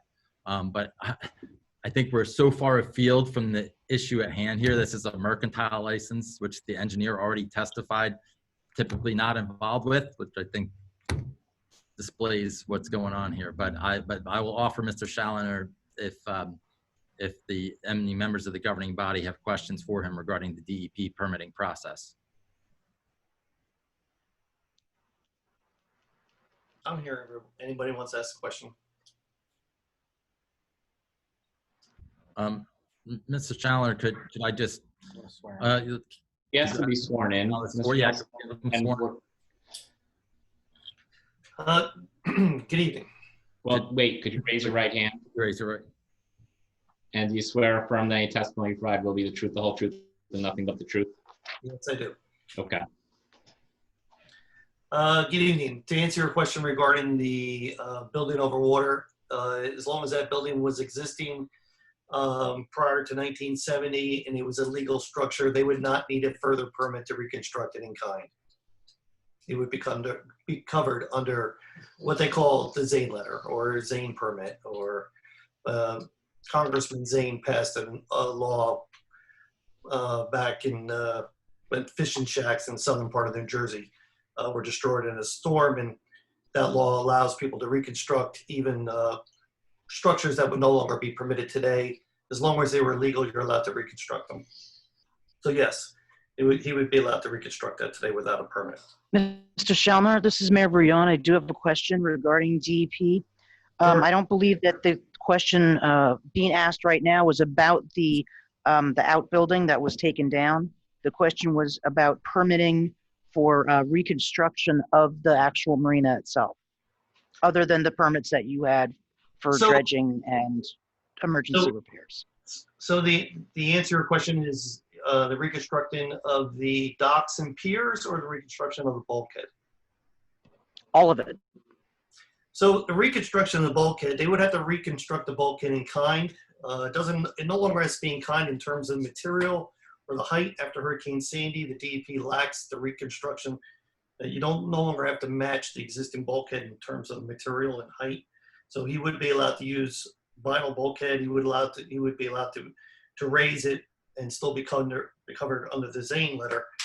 It's interesting to note that the original bulkhead on this property was a timber bulkhead, and there is sections of the bulkhead that's already been reconstructed in vinyl in front of the timber. So when Mr. Perini does do the further reconstruction, we intend to pull out the existing bulkhead, which is the timber bulkhead, and replace it in kind with a new vinyl bulkhead that would be very similar to the Avakian detail. For the remaining portion of the bulkhead, and the realignment would be back where the original timber bulkhead was. As far as docks and piers, marinas are kind of special. They're not treated the same as residential homeowners or commercial. The DEP recognizes that marinas need to constantly alter their piers and docks to accommodate different sized boats. So you're allowed to, a marina operator is allowed to reconstruct and replace the docks and piers as needed in terms of his mooring capacity and his mooring requirements. So that is something that is a little bit different than what you would handle for a single family residential structure. That's a little bit more relaxed. And of course, after Hurricane Sandy, Governor Christie put some additional measures in place to help marinas to be reconstructed, and we grant them different types of permits to allow this project to keep moving forward. Can I ask, this is Rosemary I Ryan. just have a follow-up to that. does this property in itself enjoy any special provisions with DEP as it is a man-made lagoon? So this area it's interesting that you called it a man-made lagoon. The whole area of this section of Atlantic Highlands is filled water's edge. We're in Highlands, sir. Highlands, sorry. Yep, you're right, Highlands. This area is filled water's edge, so they would actually probably take the position that only part of it is man-made. Thank you for that. Go ahead, Rob. All right, I have one other question. This is Rosemary Ryan. I don't, and I've lived here my whole life. I don't recall there being docks there, and I could be wrong. Were there docks there prior to their floating dock? We're talking about inside the lagoon? Yes. Yeah. 6 months ago, I can't say I've ever been at this property before 6 months ago. I don't know. I guess we could look at aerial photographs, and the DEP has aerial photographs go back to the 1930s. Floating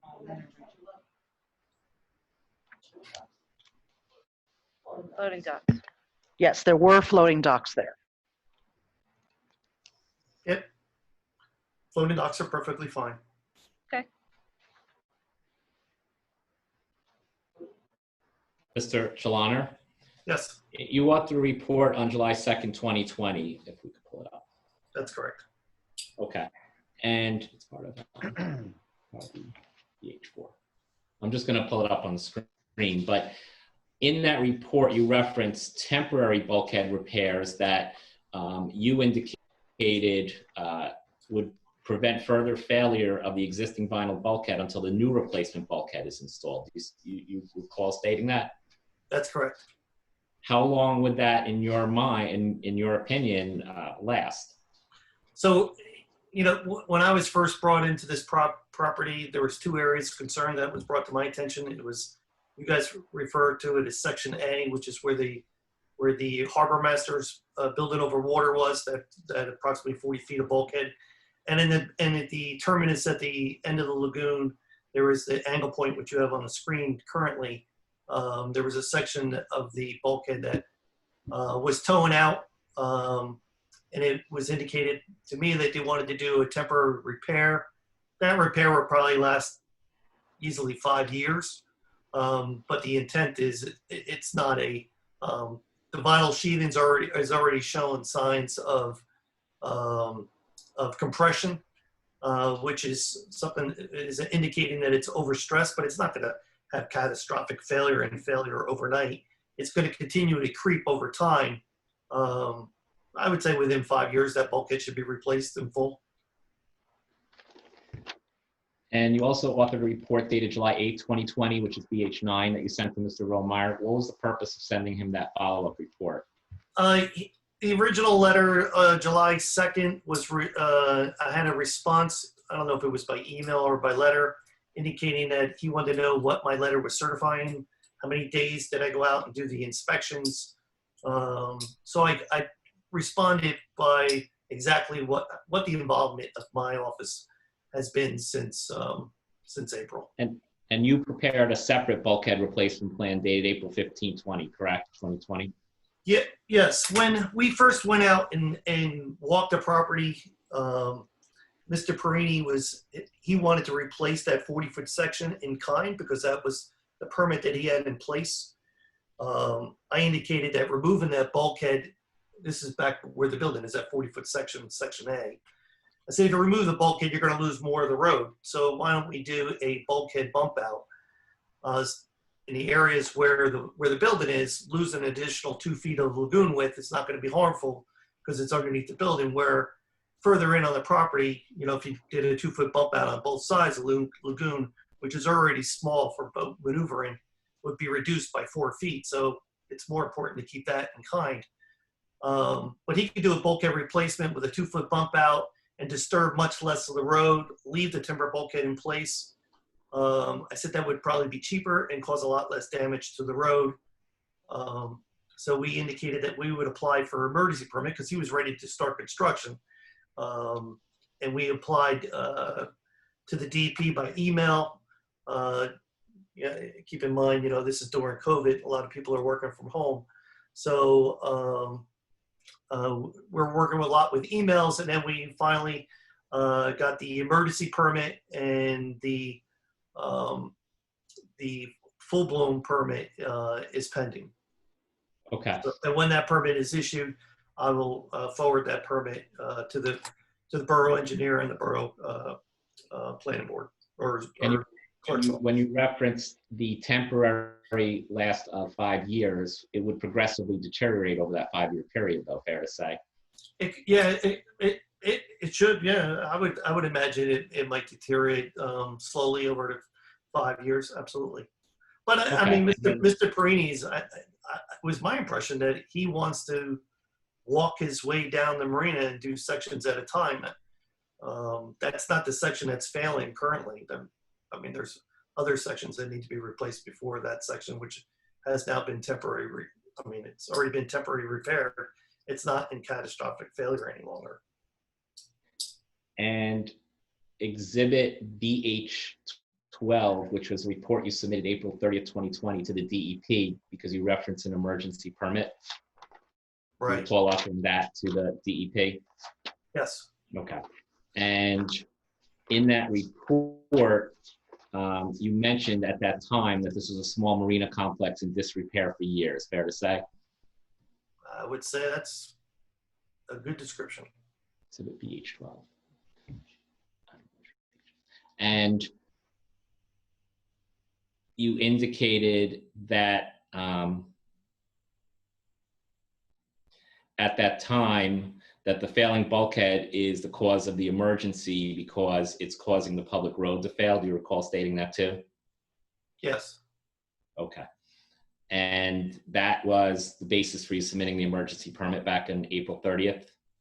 Correct. I mean, he didn't need the emergency permit to do a replacement in kind, but to do the 2-foot bump out, you have to get a permit for that. So we wanted to get the 2-foot bump out so the work could be done immediately. And you recall stating too that the failing bulkhead at the mouth of the lagoon has compromised the adjoining public street. That was occurring when you submitted your emergency permit, correct? Yes, we're talking about the same place both times, right? Yeah. Yes. And you were recently contacted by the DEP concerning certain repairs as well, correct? As late as today. No, I haven't spoken to I would imagine you're talking about Tammy. Yeah, did you receive an email from did you receive correspondence from Tammy Miller recently? I did not. Well, I haven't been in my office today. So if something came in today, I haven't checked my emails yet. Okay. So you're not aware of any issues that may or may not have been raised with respect to either the permitting, emergency permit? I spoke to Mr. Perini last week, and he met with Tammy and indicated to me that there was something coming, yes. So okay. You're not aware of it at this point? I haven't read it, but I'm expecting it, yes. Or any communications concerning the boat lifts, various ramps, floating docks, anything about that? I've heard that, that there's boat lifts that have to be permitted. Again, I haven't been involved in this project for that long, but whatever is required, we'll obtain. Okay, and you heard Mr. Romeyer indicate that your July 8th, 2020 report didn't satisfactorily complete his inquiry, so you'll certainly furnish him with additional material that he requests, correct? I heard that the first time tonight. Okay. Okay. Does anyone at the table, Mayor or Council, have a question? Any further questions of Mr. Chaloner? I have one more.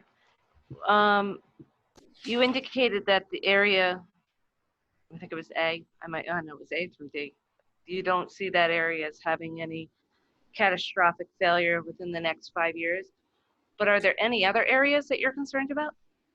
Area A is the area that we just replaced. Isn't Area A where the boathouse, I'm not familiar with that. Yes. It was a restaurant. Yeah. Right. So is there other areas that are towing out? Well, the picture that you had, is it catastrophic? I mean, it's not, I don't think it's failing overnight, but there are other areas that need to be replaced. And I believe Mr. Perini has indicated that he is going to be replacing additional bulkhead as he moves forward with this marina. I would imagine that if Mr. Perini didn't step in and try to renovate this marina, it would not be moving forward. Thank you. Anyone else? Any questions, Mr. Chalano, while he's on? This is Ken. I'd like to follow up on Rosemary's question. I can't hear them. You were talking about catastrophic, or she was asking about catastrophic failures. I was thinking along the same lines.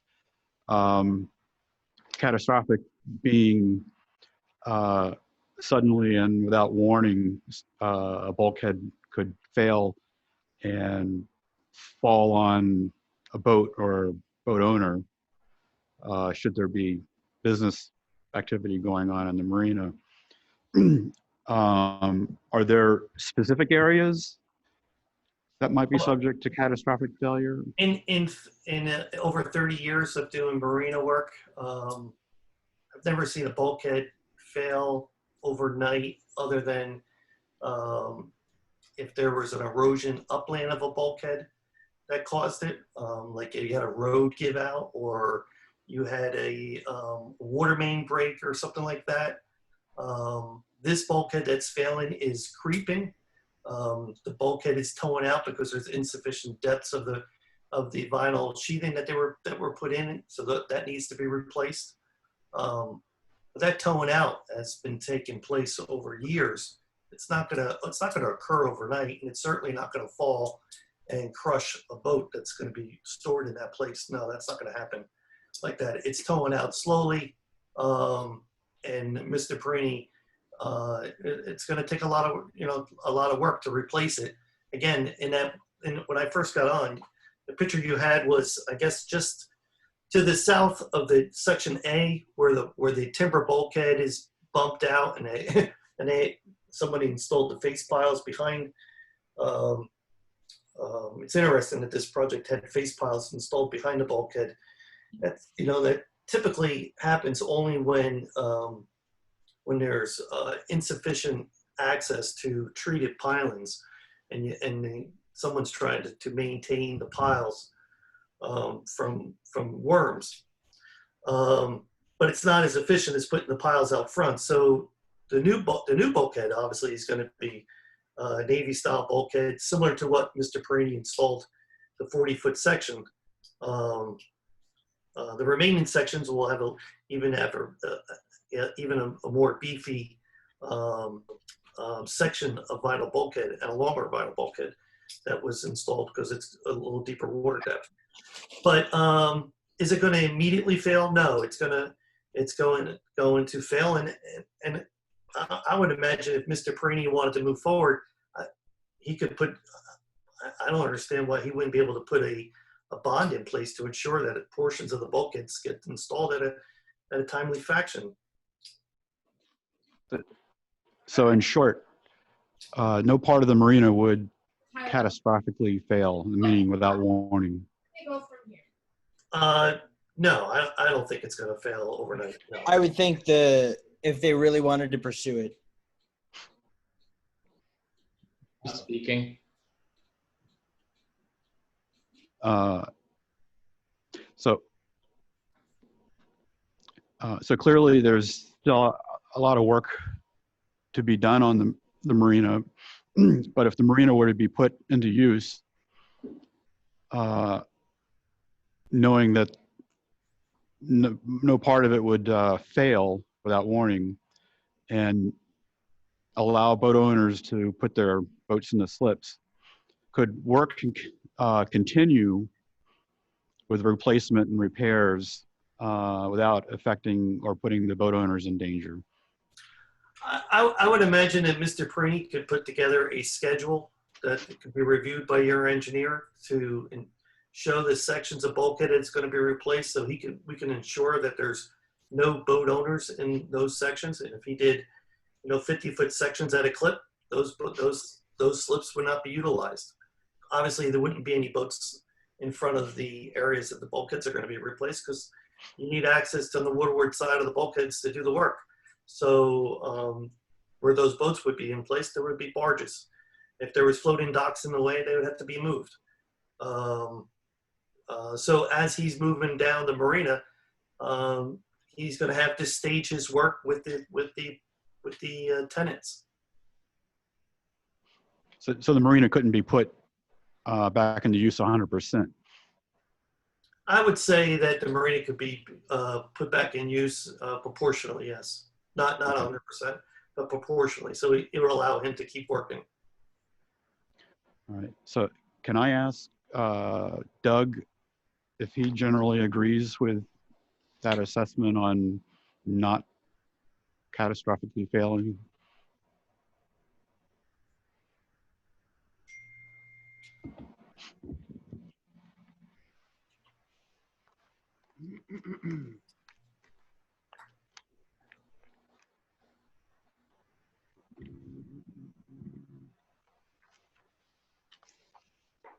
In October of 2019, my structural team assessed the site for the existing conditions, and they identified several areas that are, in our opinion, subject to what I'm calling catastrophic failure, meaning full loss of the bulkhead at once. There's only so far that the anchor system can go before there's no anchors left. There is significant horizontal deflection in many areas. So in addition to your concerns for the boaters and the property, the boats that might be in the marina, I have concerns of the municipal infrastructure and really that sanitary sewer system that's right in Washington Ave. These were target items that were identified back in 2017 as very important that needed to be addressed immediately. The schedule that was put in place with the 2017 agreement was very short term. Now it's 3 years later, and there's still a lot of areas, and it's further deteriorating. Could this section of bulkhead be lost in a significant rain event or some sort of tidal combination? I do believe it still could. Okay. Any other questions from the dais before we move on to the fire marshal?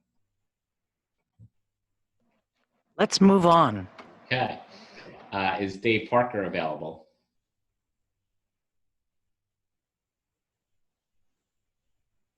Dave Parker, are you there? He is here. Coming. He's just getting to the chair. Okay.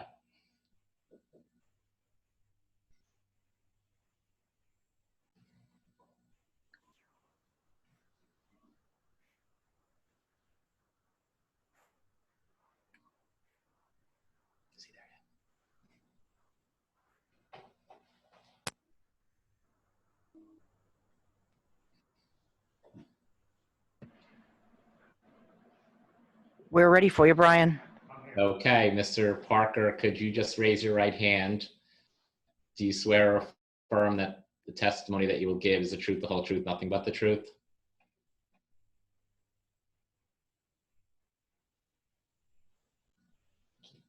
I can't hear, we cannot hear Mr. Parker.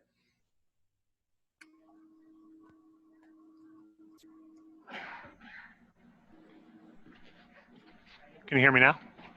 Yes, can you hear me? Yes. Okay, do you swear, raising your right hand, do you swear or affirm that any testimony you're going to give is the truth, the whole truth, nothing but the truth? Yes. Okay, and you had occasion to author a report dated July 14, 2020 concerning the Captain's Cove Marina, did you not? Yes. All right, and I'm going to pull up Exhibit BH5, which is the report from the Fire Prevention Bureau, which you executed. Taking a look at it, and first and foremost, how long have you served as the fire marshal in the Borough of Highlands? As a fire marshal since 2004. Okay, and in your report, you indicated that you did an on-site inspection of the premises. Is that fair to say? Yes, that is correct. Was that shortly before you authored your report dated July 14th, 2020? Same day. Okay. And you indicate in item number 1 that the inspection and report of the marina's electrical wiring and equipment by a licensed electrician, this report must be submitted to the fire marshal and construction official electrical subcode for review. What's the importance of that? During the inspection, I observed several areas of electrical wiring, electrical piping that appeared to be broken and in disrepair. Okay. And was that, to your knowledge, as a result of the construction that went on in that area? Some of it appeared to be as a result of the construction. Okay. And have you received a report from a licensed New Jersey electrician from the applicant as the time we sit here today? No, I have not. Okay. And item number 2, you indicate that there should be safe fire apparatus access in and around the entire marina and access to the water for firefighting, drafting operations, and water rescue. Did I read that correctly? Yes, that is correct. Okay. Can you explain the importance of that and what you are requesting? Yes, it actually is broken down into 3 sections. The first one being the Rogers Avenue, the borough's right away on that side. On that area, I observed sand spoils, and the place, it looked like it was backfilled, but wasn't completely level. That area, I was looking to have restored back to the original condition as it was prior to being in disrepair.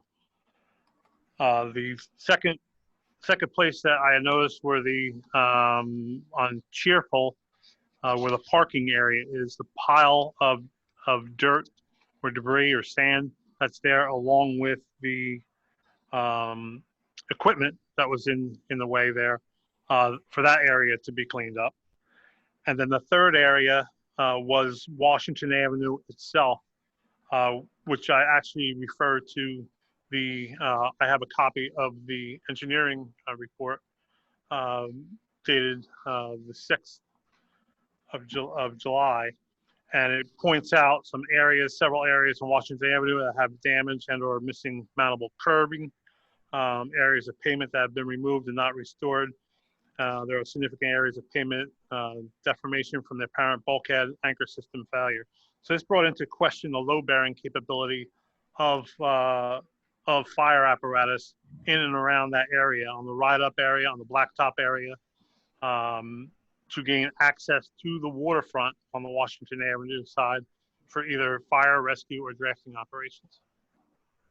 Okay, and then in item number 3, you referenced portable fire extinguishers. A sufficient number of extinguishers must be provided throughout the marina with a maximum travel distance of 75 feet from any point along the piers, wharves, or floats to an extinguisher. Did I read that correctly? That is correct. Can you explain what your observations were when you did the site inspection with respect to the portable fire extinguishers? There are no fire extinguishers on location. Okay. Had they been there previously prior to the ongoing construction recently? Yes. In other words, when it was operating? Was operating as a full marina, yes. There are Okay. extinguishers in designated locations. Okay. And item number 4 references slip identification and indicates that slips and mooring spaces shall be individually identified by an approved numeric or alphabetical designator. Did I read that correctly? That is correct. What's the importance of that assertion? Indicating where the location of the slips are would be, if you kind of relate it to a street address. If I live at 123 Main Street, I call 911, I give them the identification code. It's the same thing in the marina. If I'm in slip A3, that's located on Huddy Avenue, for example, the fire emergency services know exactly where to go. So it's just an identification so that you can correspond the identification and location with the actual slip where they're located at. Okay, and then in item number 5, berthing and storage, and you indicate when wet berth, the boat must be stored so it can be removed in an emergency without moving other boats, and fire department access is required around piers, wharves, and floats. Can you explain the significance of that and your observations? Yes, what we're looking for is provide a layout of the entire marina, how the marina is going to be laid out. I observed some boats some vessels that were perpendicular to the streets instead of, or were parallel with the streets instead of perpendicular. So what we're looking for is for a fire department pre-plan is to get the basic layout of the marina, where all the locations are, how the vessels are going to be berthed in those locations, and the easy access to those locations. Okay. And while the marina when it was operating, you did have that access, correct? That is correct. Okay. And same thing with the safe fire access. When it was operating, you had safe fire access. You had a patient inspect it. Oh, that is correct. We had access on the Huddy Avenue side to Rogers Avenue, the borough right away, from Marine Place, from Recreation Place, and from Beetle Place. From the Huddy Avenue side, we had it from the parking area on the area that is on the Cheerful area, between Huddy Avenue and Washington Avenue. And then we also had a full access to it on Washington Avenue, along with the ride-up curbing. Okay. And then going back to item number 1, you indicate electrical equipment shall be installed and used in accordance with its listing. I'll skip over the sections. As required for wet, damp, and hazardous locations. Why is that important? Electrocution. Somebody, with power around water, there's a fear of electrocution, and making sure that the proper ground faults are installed in the marina. Okay. And that's part of the basis for you requesting a report from a New Jersey licensed electrician, correct? That is correct. Okay. I don't have any further questions of Mr. Parker. I'm sure Mr. Nelson does. Yes, I do.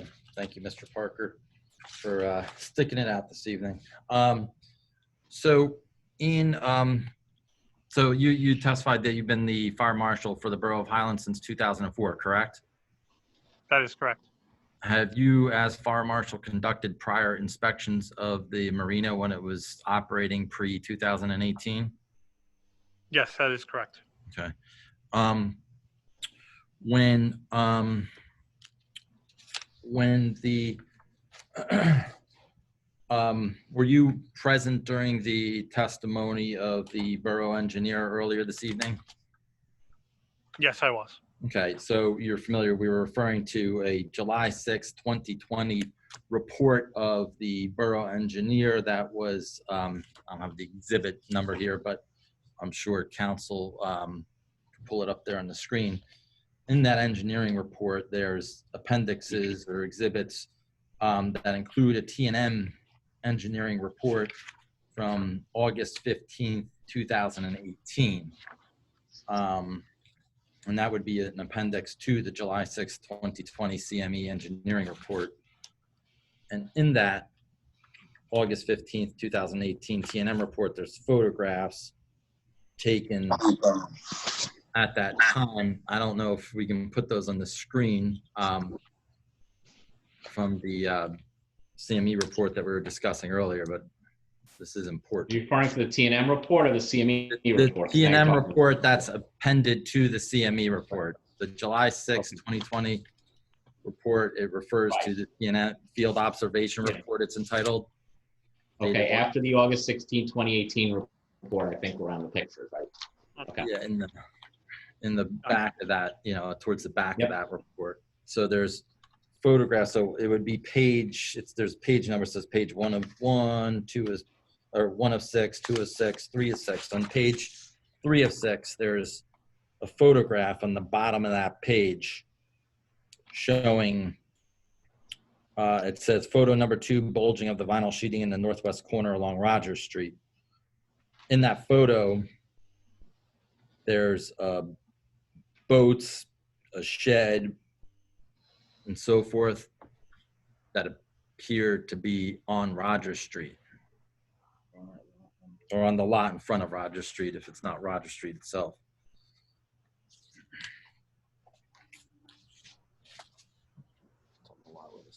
And it's the location of where the sand is now from the dredging, right?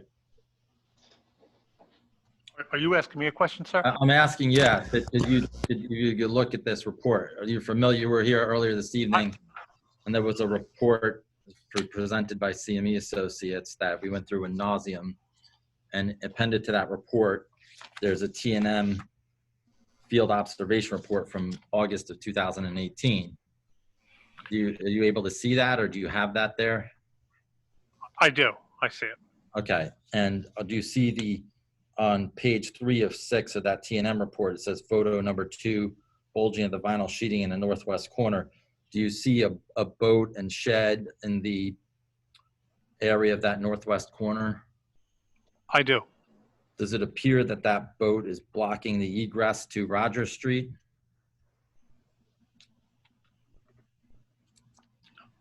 I'm not certain of that. I'm not, with the shed in the way, I'm not sure. Okay, you're not sure, but okay. Would that appear to be the general vicinity of where the sand piles you referred to are now?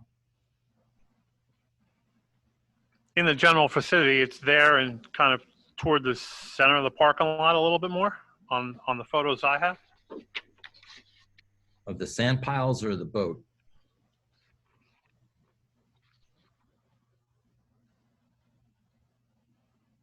The sand piles are towards this, more towards the center of the parking lot. They're up in that same corner, right from that. This picture appears from that telephone pole on out, halfway down through the house. Where the house that sits in behind it, that second window, somewhere in that location. Those sand piles are there. Yes, that is correct. Okay. The next question I have is, when you previously inspected the marina when it was operating, the slips were all numbered? At that time, it's been quite a while, so I don't recall the slips being numbered throughout the entire marina. Okay. How did you determine the load-bearing capacity of the roadways adjoining the marina when you did your previous inspections? I'm not following the question. Can you ask that again? So in section 2 of your report, you refer to the access roads. You say specifically the access roads may be part of the parking lot system for the marina. However, they must meet minimum width and load bearing, and you have underlined load bearing capability and turning radius criteria for the responding apparatus. So how do you make that determination? And how did you previously make that determination? The determination was made of the load must meet the load bearing capacity because it's called into question based on the engineer's report. The engineer's report calls into question the load bearing capacity of the municipal roadway? Yes, there were several areas on Washington Avenue that were damaged or missing mountable curbing. It talks about settlement in that area. It talks about areas of pavement that have been removed. And it calls into question bringing fire apparatus into that area. Were you referring to only that area on Washington Street, or were you referring to Rogers Avenue, the paper street? Washington Avenue only on that. Yes. Only on, okay. For the load bearing. Yes, that is correct. Do you have any engineering reports regarding the capacity of this municipal roadway that you refer to the load bearing capacity on? No, I only refer to the engineer on their report. Were you on site at the marina last Friday, July 31st? No. Last Friday? No. Or was it July 30th, perhaps? Thursday, July 30th? Oh, that is correct. Okay. Did somebody ask you to come out there that day, or? No, they didn't. Okay. What was your purpose for being there? Driving past with the borough administrator. The borough administrator pointed out that she knew somebody on location from DEP, Terry, and to stop, and she wanted to get out and talk to her. Where were you en route to that day? We're at several locations that day, including Fifth Street parking lot.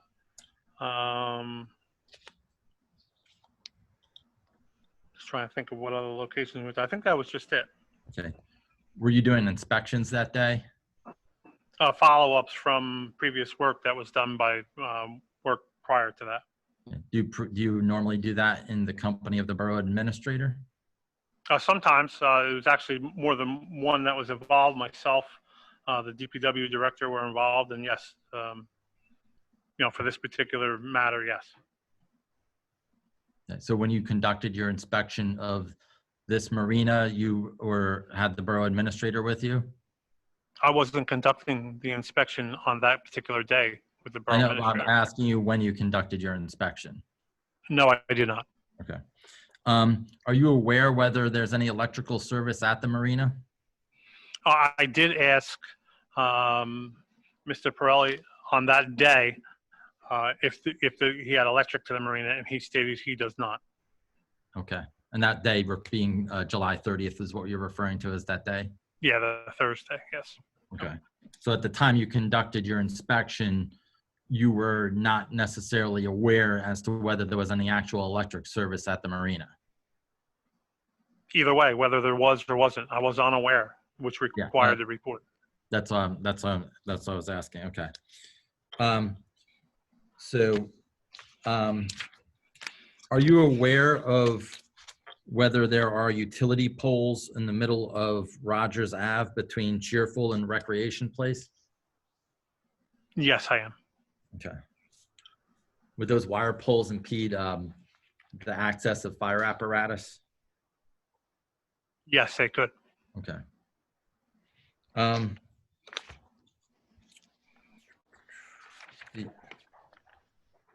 Are you aware as to whether Rogers Ave is borough property? Yes, I am aware. And who requested this report of you, this inspection and this report? The borough administrator sent out an email with for a mercantile inspection.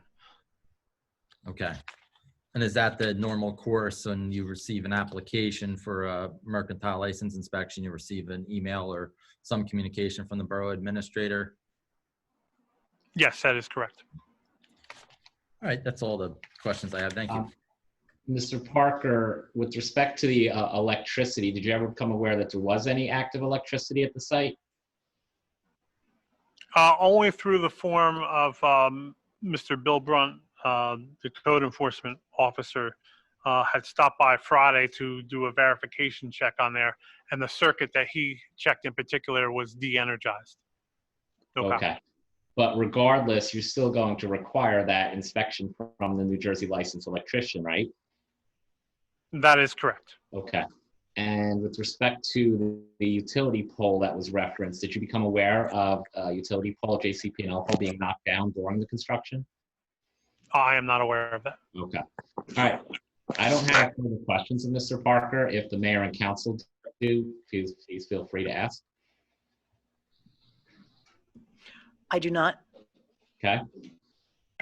Hearing none. Cody? No, I'm good. Questions? No, we're all good, Brian. I'm sorry? You're all good? Okay. Mr. Nelson, at this point, I think you can present a summation to the mayor and council, and then they can advise as to how they're going to proceed. Thank you.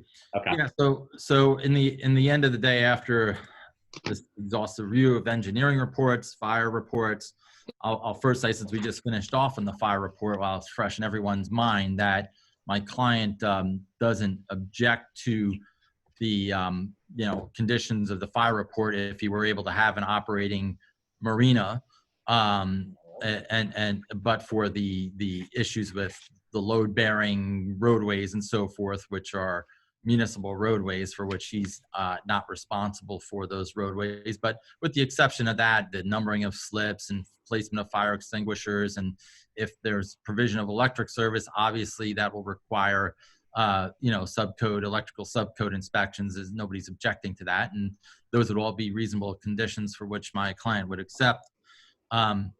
for the issuance of the mercantile license. But as you did hear the borough engineer testify that, it's not typical that a borough engineer is so intimately involved in the issuance of and the determination of whether a mercantile license should be issued. As you heard from my client and from his other professionals, my client is already, as I'm sure you've all witnessed in town, made substantial improvements, as the engineer's report even acknowledges, to an extent that there have been some substantial improvements made to the marina. And, he wants to continue that progress. But in order to be able to continue this progress, he needs to be able to operate the marina. He needs to be able to rent slips. He needs to be able to rent boats. And he simply can't, continue down this path of not being able to operate this business in this marina and continue to make these improvements. As you heard from his engineer, this is, a long-term process.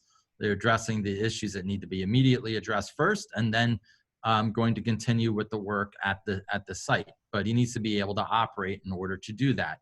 And there's certainly, professionals can disagree here and there on certain things. And I think when, by the exhaustiveness of the dialogue that we had with the professionals, you see that a lot of these issues are things that can seemingly be worked out. This application for this mercantile license was made in June. There was little communication with the borough's officials and professionals after that license was made. And then my client received numerous copies of reports, many pages long, that were seemingly prepared to deny this license and for that purpose. And that also took more than the period of time in which a denial or approval of a mercantile license was supposed to be issued. So with that being said, though, I think all these issues are things that for the most part can be resolved with the professionals working both for my client and for the borough. And I believe that, my client would appeal to the borough council to issue a conditional mercantile license to permit him to operate the marina and to continue the progress on the work that he's been making there and working hand in hand with the borough. My client, when he came to sign a contract for the acquisition and currently the lease of this marina, obviously encountered a number of unexpected issues along the way, some of which you heard about tonight with respect to the tanks and so forth that had to be addressed. Obviously, additional, causes delays and stuff and makes the project more difficult than, these often are. And so I think fundamentally in the end of the day, I think without question, and I think it'd be hard for your professionals or others to deny that my client's heading in the right direction with this marina. There's admittedly work to still be done and wants to do that work, but he's got to be able to operate the marina in order to do that. We are already here in August now, and there's not many weeks of this summer season left. And, there's a minimum amount of time throughout the year, like many of the seasonal businesses in the borough of Highlands, that have to, really make their money during those summer months to get through the winter months and, to continue to improve their facilities and sites. And in the end of the day, this is about a mercantile license. These other issues will certainly be addressed between professionals and engineers, and we become a redeveloper of the site.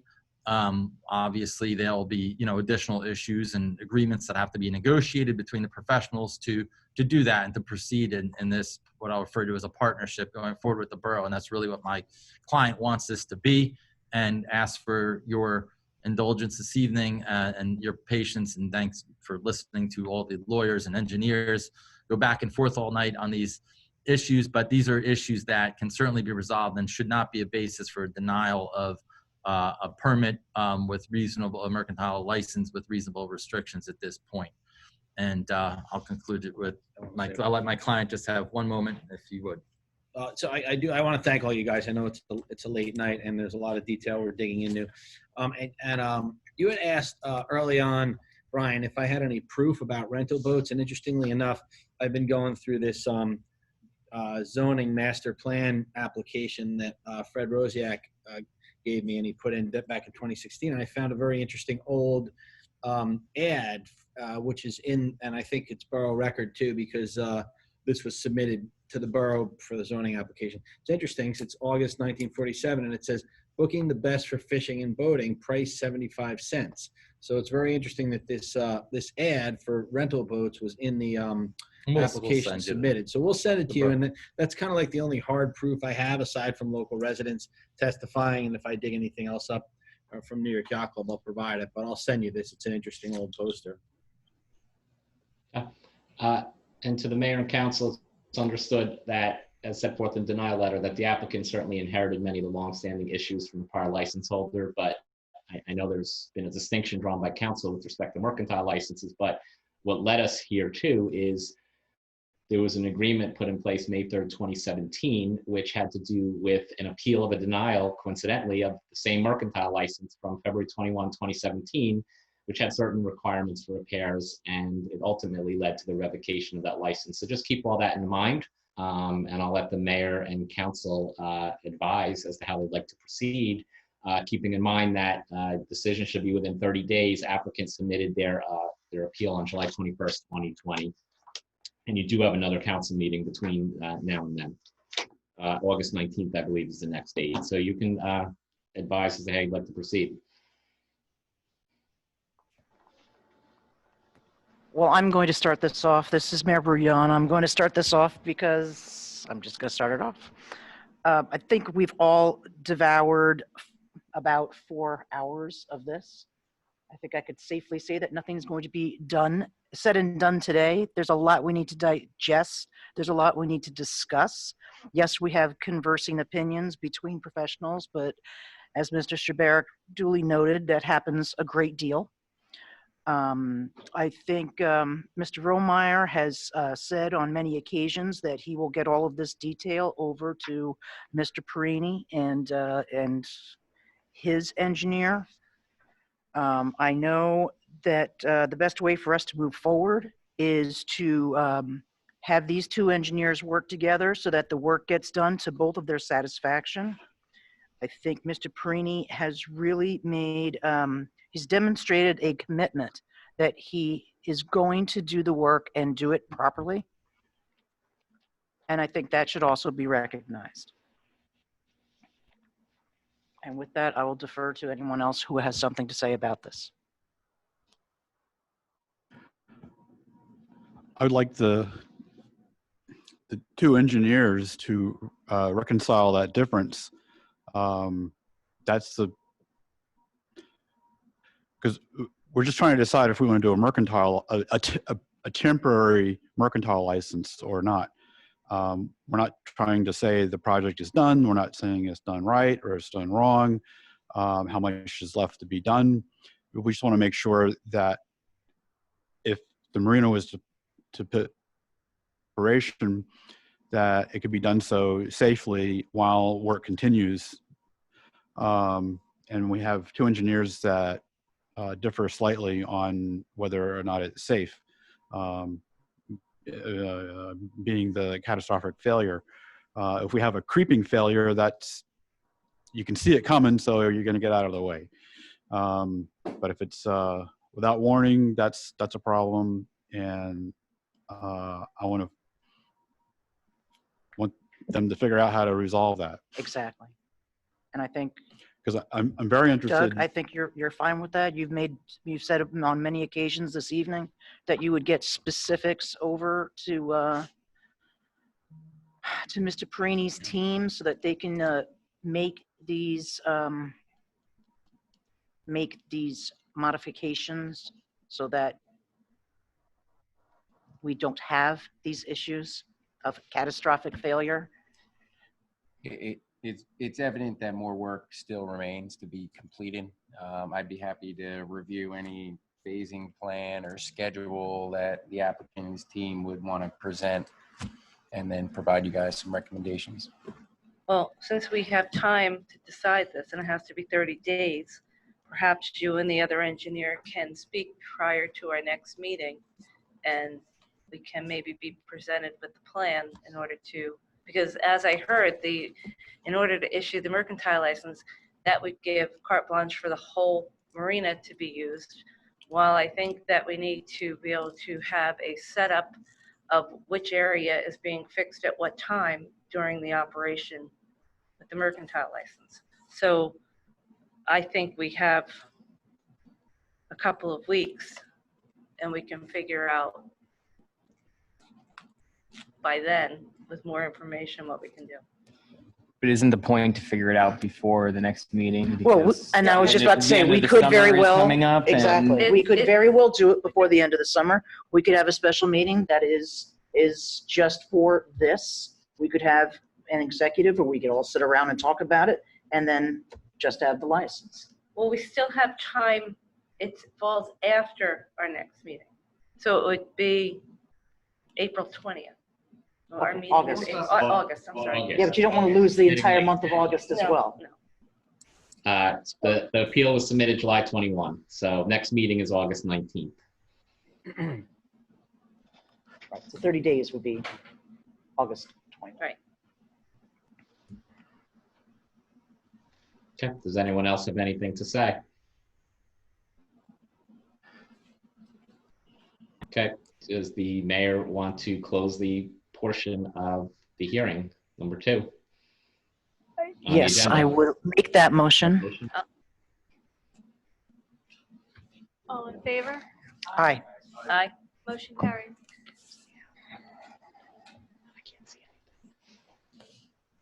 Our next item on tonight's agenda are a proposed resolution. Resolution 2172, a resolution authorizing award of a fair and open contract for Borough Planner for business district and residential development modification. May I have a motion to adopt? I'll make it. I'll second.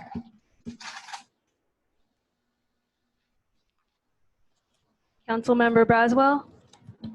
Yes. Councilwoman Mazzola? Yes. Council President Ryan? Yes. Councilman Balcos? Yes. Mayor Briand? Yes. Resolution 20-173, a resolution authorizing submission of a strategic plan for the Highlands and Atlantic Highlands Municipal Alliance Grant for fiscal year 2021 for the Governor's Council on Alcoholism and Drug Abuse fiscal grant cycle, July 2020 through June 2025. May I have a motion to adopt? I'll make that motion. I'll second. Councilman Braswell? Yes. Councilwoman Mazzola? Yes. Council President Ryan? Yes. Councilman Balcos? Yes. Mayor Briand? Yes. Next, we have Resolution 20-174, a resolution authorizing the award of a non-fair and open contract for engineering services in connection with the bulkhead improvements to Cedar Street and Jones Creek. I'll make that. I'll second. Councilmember Braswell? Yes. Councilwoman Mazzola? Yes. Council President Ryan? Yes. Councilmember Balcos? Yes. Mayor Briand? Yes. Thank you. Motion carries. Resolution 20-175, a resolution authorizing the award of a non-fair and open contract for engineering services in connection with the improvements to Mountain Street. May I have a motion to adopt? I'll make the motion. I'll second. Councilman Braswell? Yes. Councilwoman Mazzola? Yes. Council President Ryan? Yes. Councilman Balcos? Yes. Mayor Briand? Yes. Motion carries. Resolution 20-176, a resolution authorizing the award of a non-fair and open contract for professional environmental services regarding site investigation at Snug Harbor Park. May I have a motion to adopt? I'll make it. I'll second. Councilmember Braswell? Yes. Councilwoman Mazzola? Yes. Council President Ryan? Yes. Councilman Balcos? Yes. Mayor Briand? Yes. Motion carries.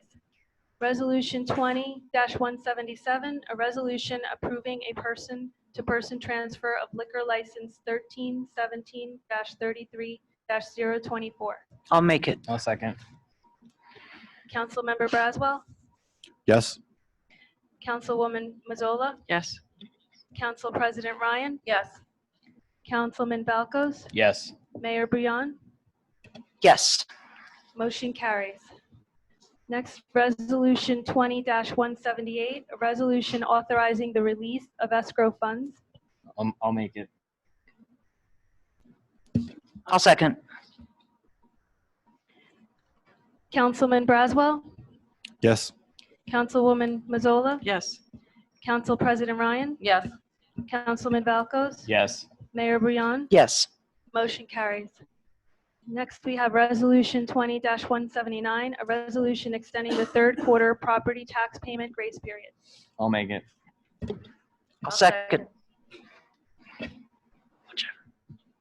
Councilman Braswell, Yes. Councilwoman Mazzola, Yes. Council President Ryan, Yes. Councilman Valkos, Yes. Mayor Brion. Yes. Motion carries. Next item on the agenda is other business.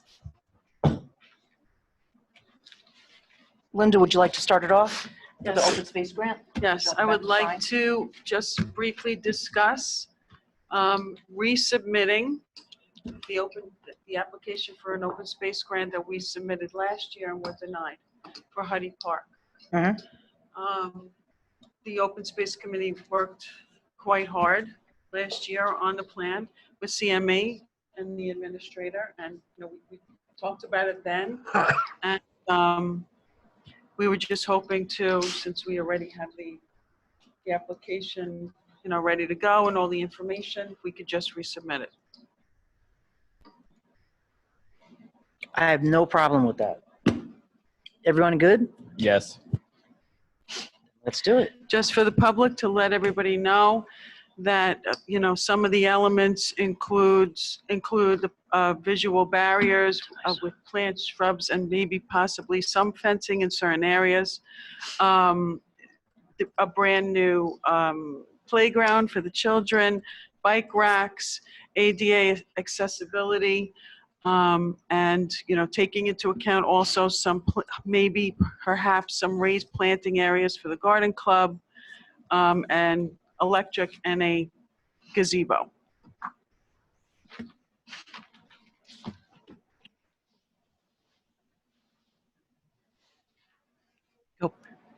Next item on the agenda is the public portion.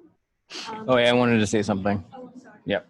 I would like to talk about possibly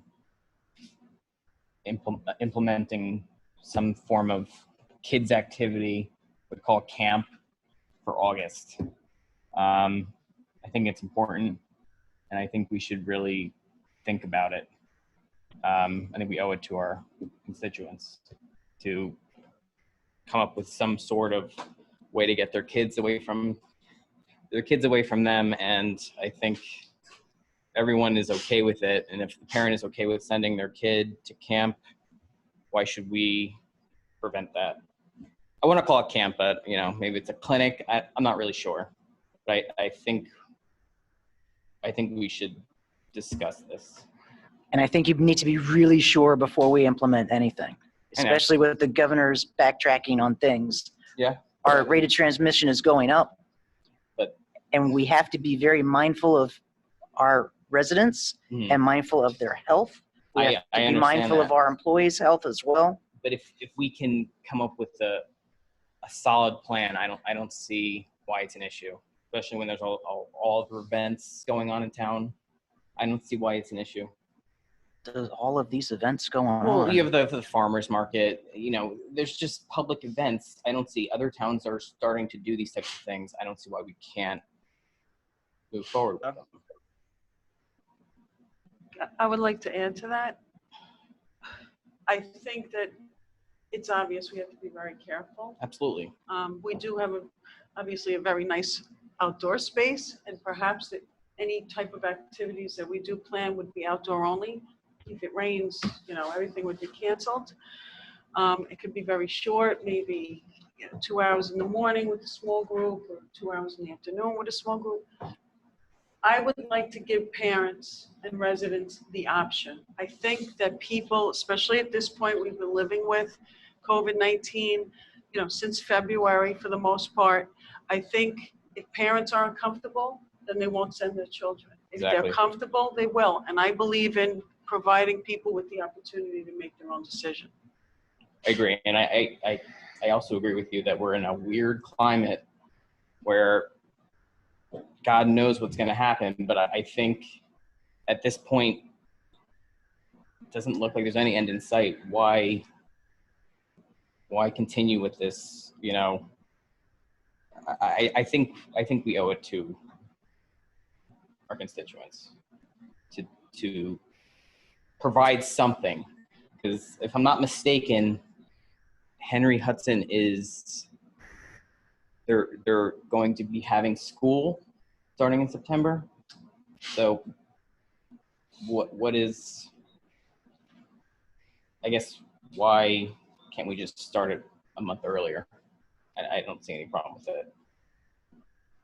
I was going to say, if you want to work with the administrator and with rec on doing something, I think you should. Okay. Kim, what are your thoughts?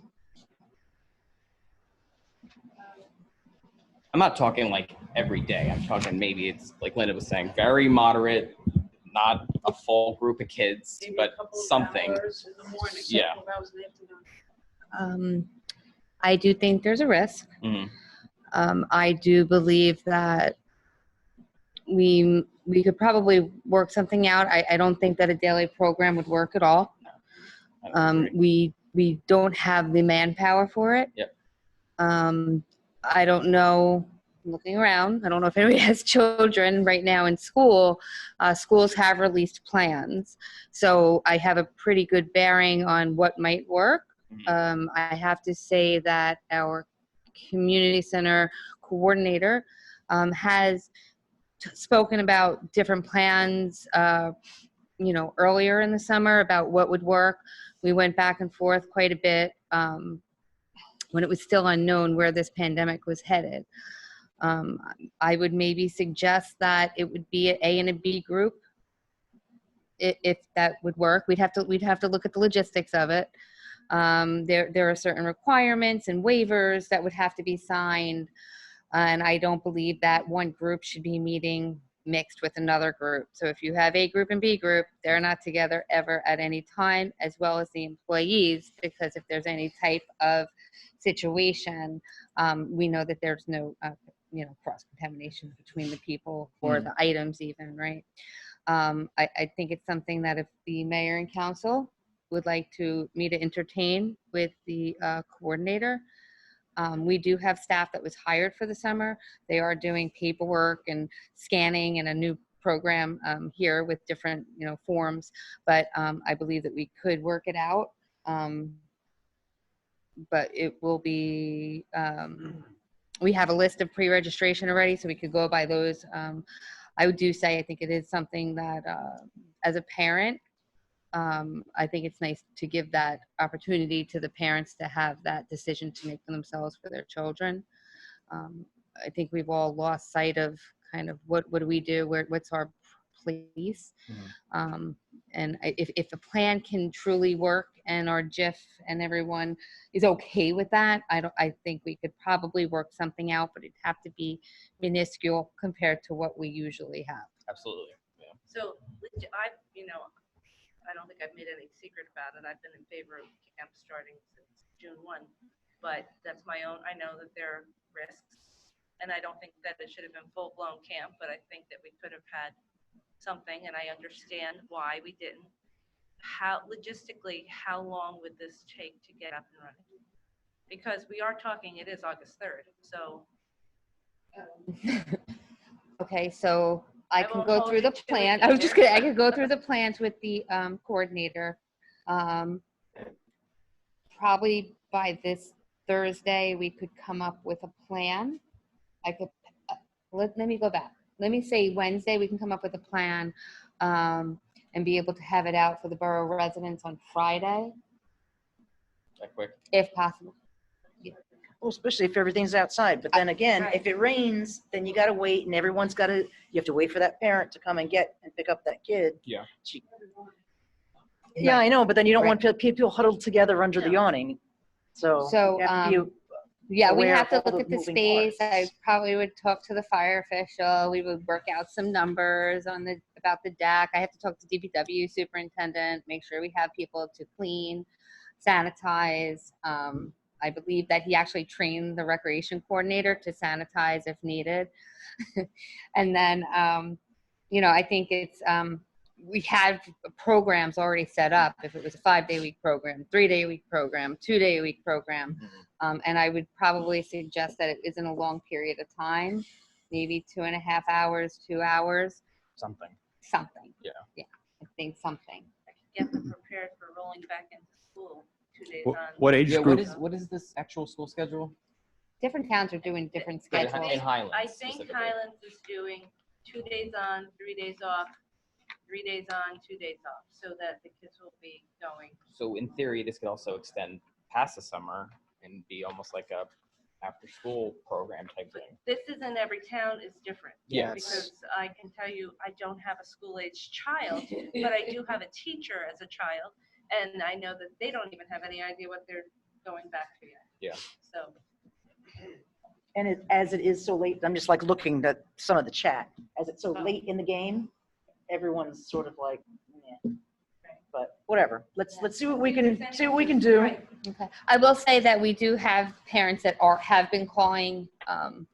The coordinator has, contacted me. So I'm sure that if we offered something, there'd be a few people that would go. There might also be, it's so late, might not be a lot of interest. So that way we won't even have that problem. And exactly. So we don't know. Again, numbers are rising. We just have to be prudent. Okay. Michelle, No problem. back to you, Michelle. Thank you. Next on the agenda, we have the public portion. And before we begin, I would just like to read a statement. Please wait to be acknowledged by the mayor before speaking. Please state your name and address for the record before making your statement. And there is a 3-minute time limit for your comments. Thank you.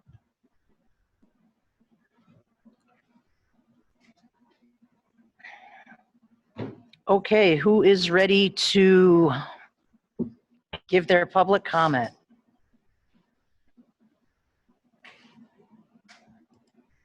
I'm always ready, but I'll wait my turn. There you are. Actually, I have too many things to address this evening, so I think I'm going to leave them go until the 19th because they're not going to affect anything at this point in time. Okay.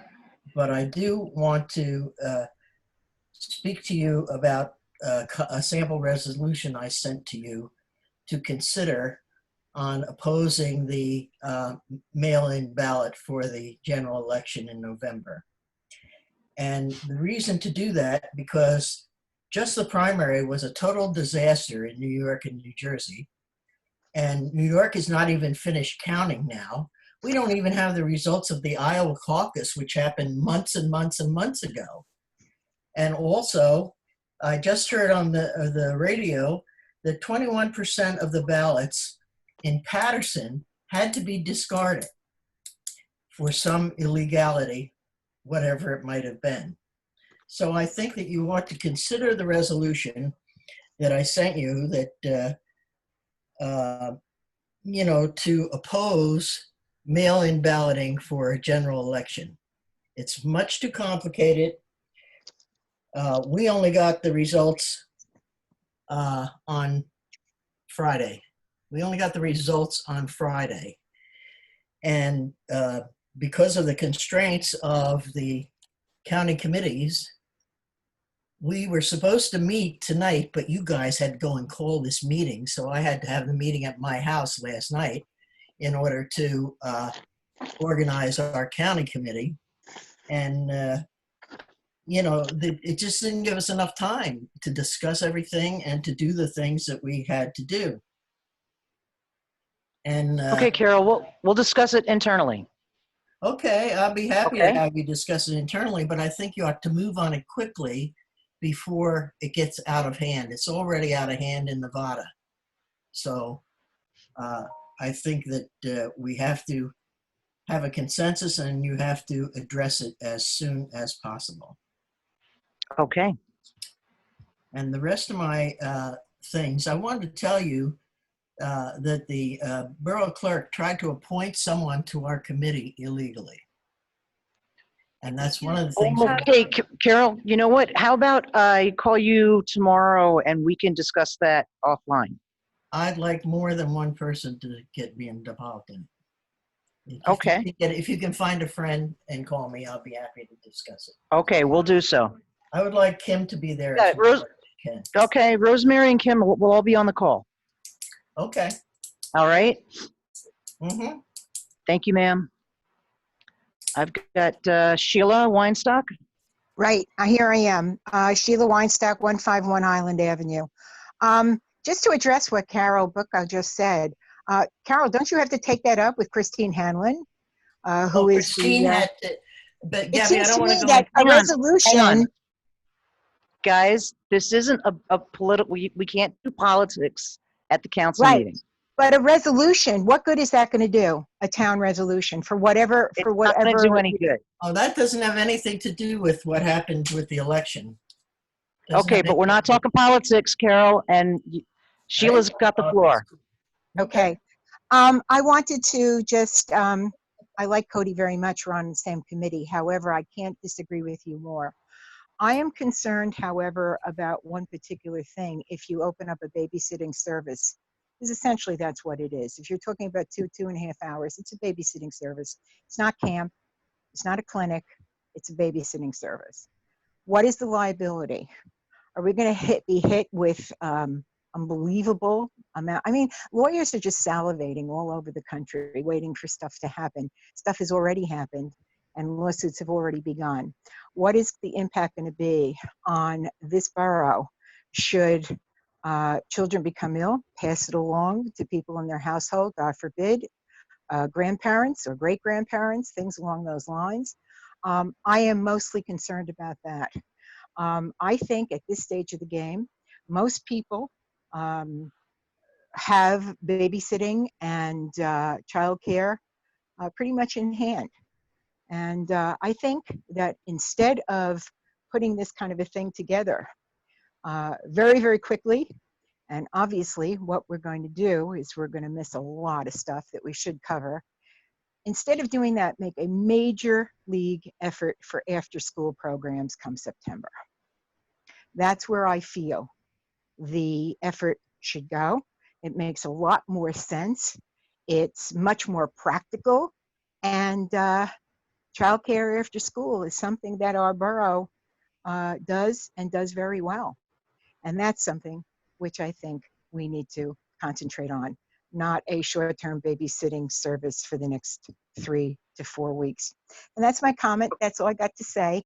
And Thank you, great Sheila. meeting tonight. Thank you.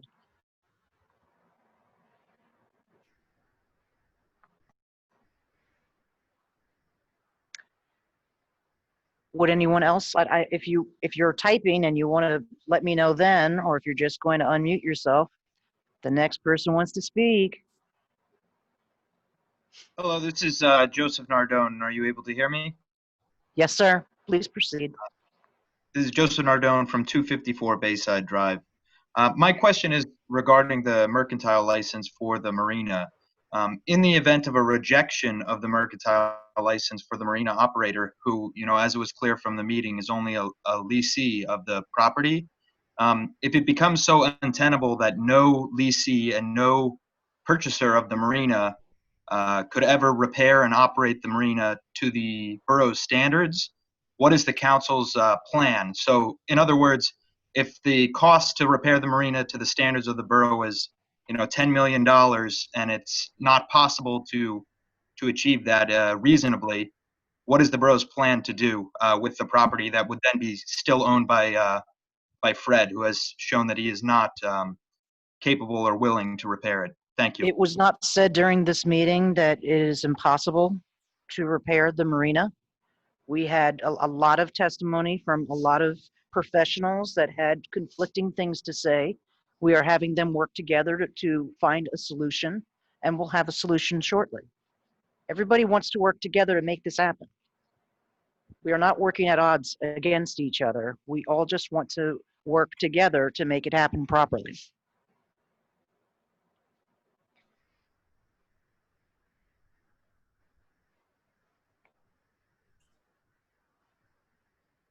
Thank you. Okay, thank you, Joseph. Does anyone else have a comment? Carolyn, hello, it's Anya. Can you hear me? Yes, I can. Hi. So I just want to also talk about Captain's Cove Marina. So my ultimate position is I would love it to be. Hang on, Anya, can you just state your full name and address for the record? Oh, yes, sorry. Anya Djurjevic, 23 Washington Avenue, Highlands. So for those of you who don't know where that is, my house was in the background of pictures repair B and C. So about half to 2/3 of the way back from the water along Washington Avenue. So I think like many other of my neighbours, we all really want this to be a working marina again. So that's our ultimate, we all have the same ultimate goal. I think what we have to do is make sure that the repair works are sufficiently carried out to be safe. And I think sometimes there's a risk that a Band-Aid, if it's granted, never quite gets undone if it goes wrong. So I just really would like the quality of the work to be good enough, more for my neighbours on the other side of the marina. Washington Avenue's been quite good recently.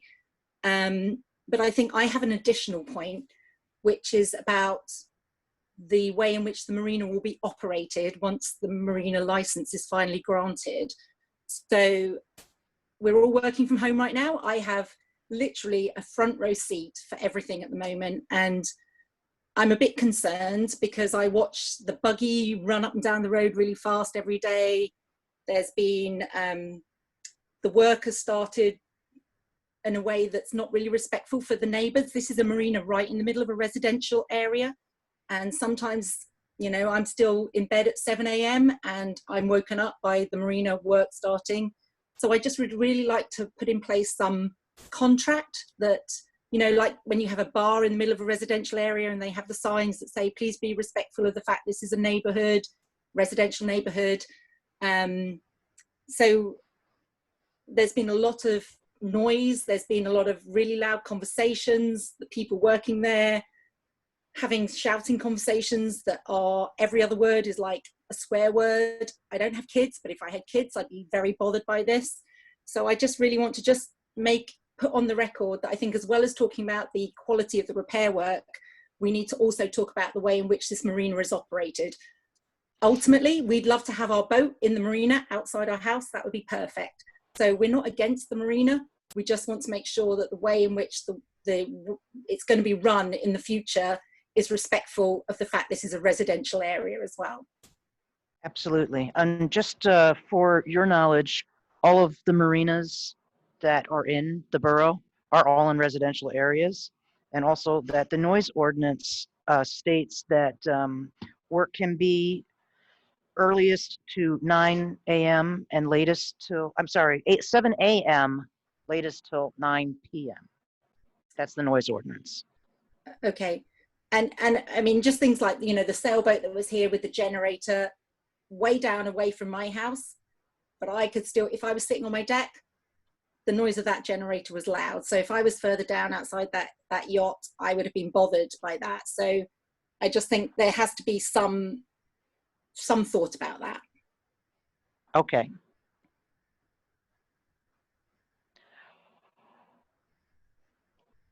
Does anyone else have a comment? Hi, Or a Tricia. question? I do. Tricia Rivera, Waterwitch Avenue. Can you hear me? Yes. Okay. Just quickly, I've sent you a lot of pictures and videos, a lot of documentation of what that marina looks like, along with the petition from people around here that do not want to, they want a marina, they want it fixed, they don't want to wait till it is, I mean, we've been through this before. It's like a temporary mercantile license, then a temporary mercantile license, and then weather permitting, and then it never gets done. Another year goes by. So we really need to take care of this now. This is our opportunity. I wish nothing but the best, but this is our opportunity to get it right. Thank you. Thank you. Does anyone else have a comment? Mayor Brian? Yes, sir. Chris Francie? Can you hear me? I can, 35 Fifth Street. 36 Fifth Street? 36, you're Shame right. on you. Shame on you. So sorry. Just a quick comment, having listened to all of the meeting, CME and Mr. Perini's experts and the lawyer, it seems to me one of the ways out is you can't expect Doug to render an opinion that it's okay to operate, all right, because there's only a slow degree of collapse as Kenny proposed. I mean, Doug is protecting the town at this point. Seems to me you need a third engineer, all right, who can have some degree of knocking their heads together, and then Mr. Perini put up a bond. He put up a bond for the street opening, put up a bond for all of the potential damages going on, and then let him get on with it. It's not unreasonable to have the marina open. It's not, and everybody agrees, all right. But Doug, Doug, We need to first get over this business where one person says it's catastrophic and the other person says it's not. The two engineers are going to get together and they're going to finalize that out. Then yes, absolutely, we could make a conditional mercantile license that says you need to put in a bond for X amount of dollars. And we can certainly do that. We did that before. Well, I'm not saying conditional. It's a mercantile license. Cody's absolutely right. At this point, a conditional mercantile license is just avoiding the issue. It's a mercantile license with Conditions. With the condition of getting the bond. I hear what you're saying. All I'm saying is you can't expect Doug to agree that it's okay to put town property at risk. That's not fair. I would never ask him to do that. Well, that's what we are. No, I that's not asked what him we're to doing. say and outline specific things that he wants to see as part of the plans that perhaps Mr. Perini was not aware of or does not have the detail of. That's what we asked Doug to do. I understand, all right? But at the end of the process, Kenny's point is valid. At this point, it's a slow-moving avalanche. You're going to see what's happening. You get out of the way. There's no real risk to life. There's a risk to property, maybe, but it's still slow.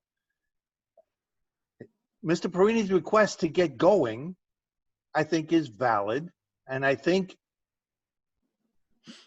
with sufficient protections, all right, in terms of, I mean, a heavy bond. I'm talking, somebody mentioned $10 million. Okay, $10 million bond. You don't complete X by Y, we're going to call a bond. Yes, Chris, we agree. We all agree. And thank you for your time, guys. It's a long Absolutely. meeting. I Thank didn't you. mean to add to Thanks, it. Chris. Thanks, Thank you. Chris. Thanks, guys. Carolyn, it's Anya again, sorry. And I think this is where I come back to behaviours, because I think the engineering piece is a very sort of technical thing. If there's a temporary grant of a license and he rents out the boats, which I've rented boats out from Oceanic Marina before, great thing to have. There's no bathrooms, there's no trash recycling, anything like that. So I think we just need to be really mindful of We will what be, people Anya. going We to will, do. Anya, we really thank you. And I can chat with you about this more tomorrow offline because I just Okay. need to let everybody have a chance. Okay. Okay? And with that, is there anyone else? Or can we all go to bed now? Okay, there you go. And with that, I'd like to make a motion I'll to second. close the meeting. You got it. Seconded. She made the motion. I seconded. And we all said aye. We all said Aye. aye. Aye. Aye, aye, aye, aye. Good night, everyone. Thank you so much.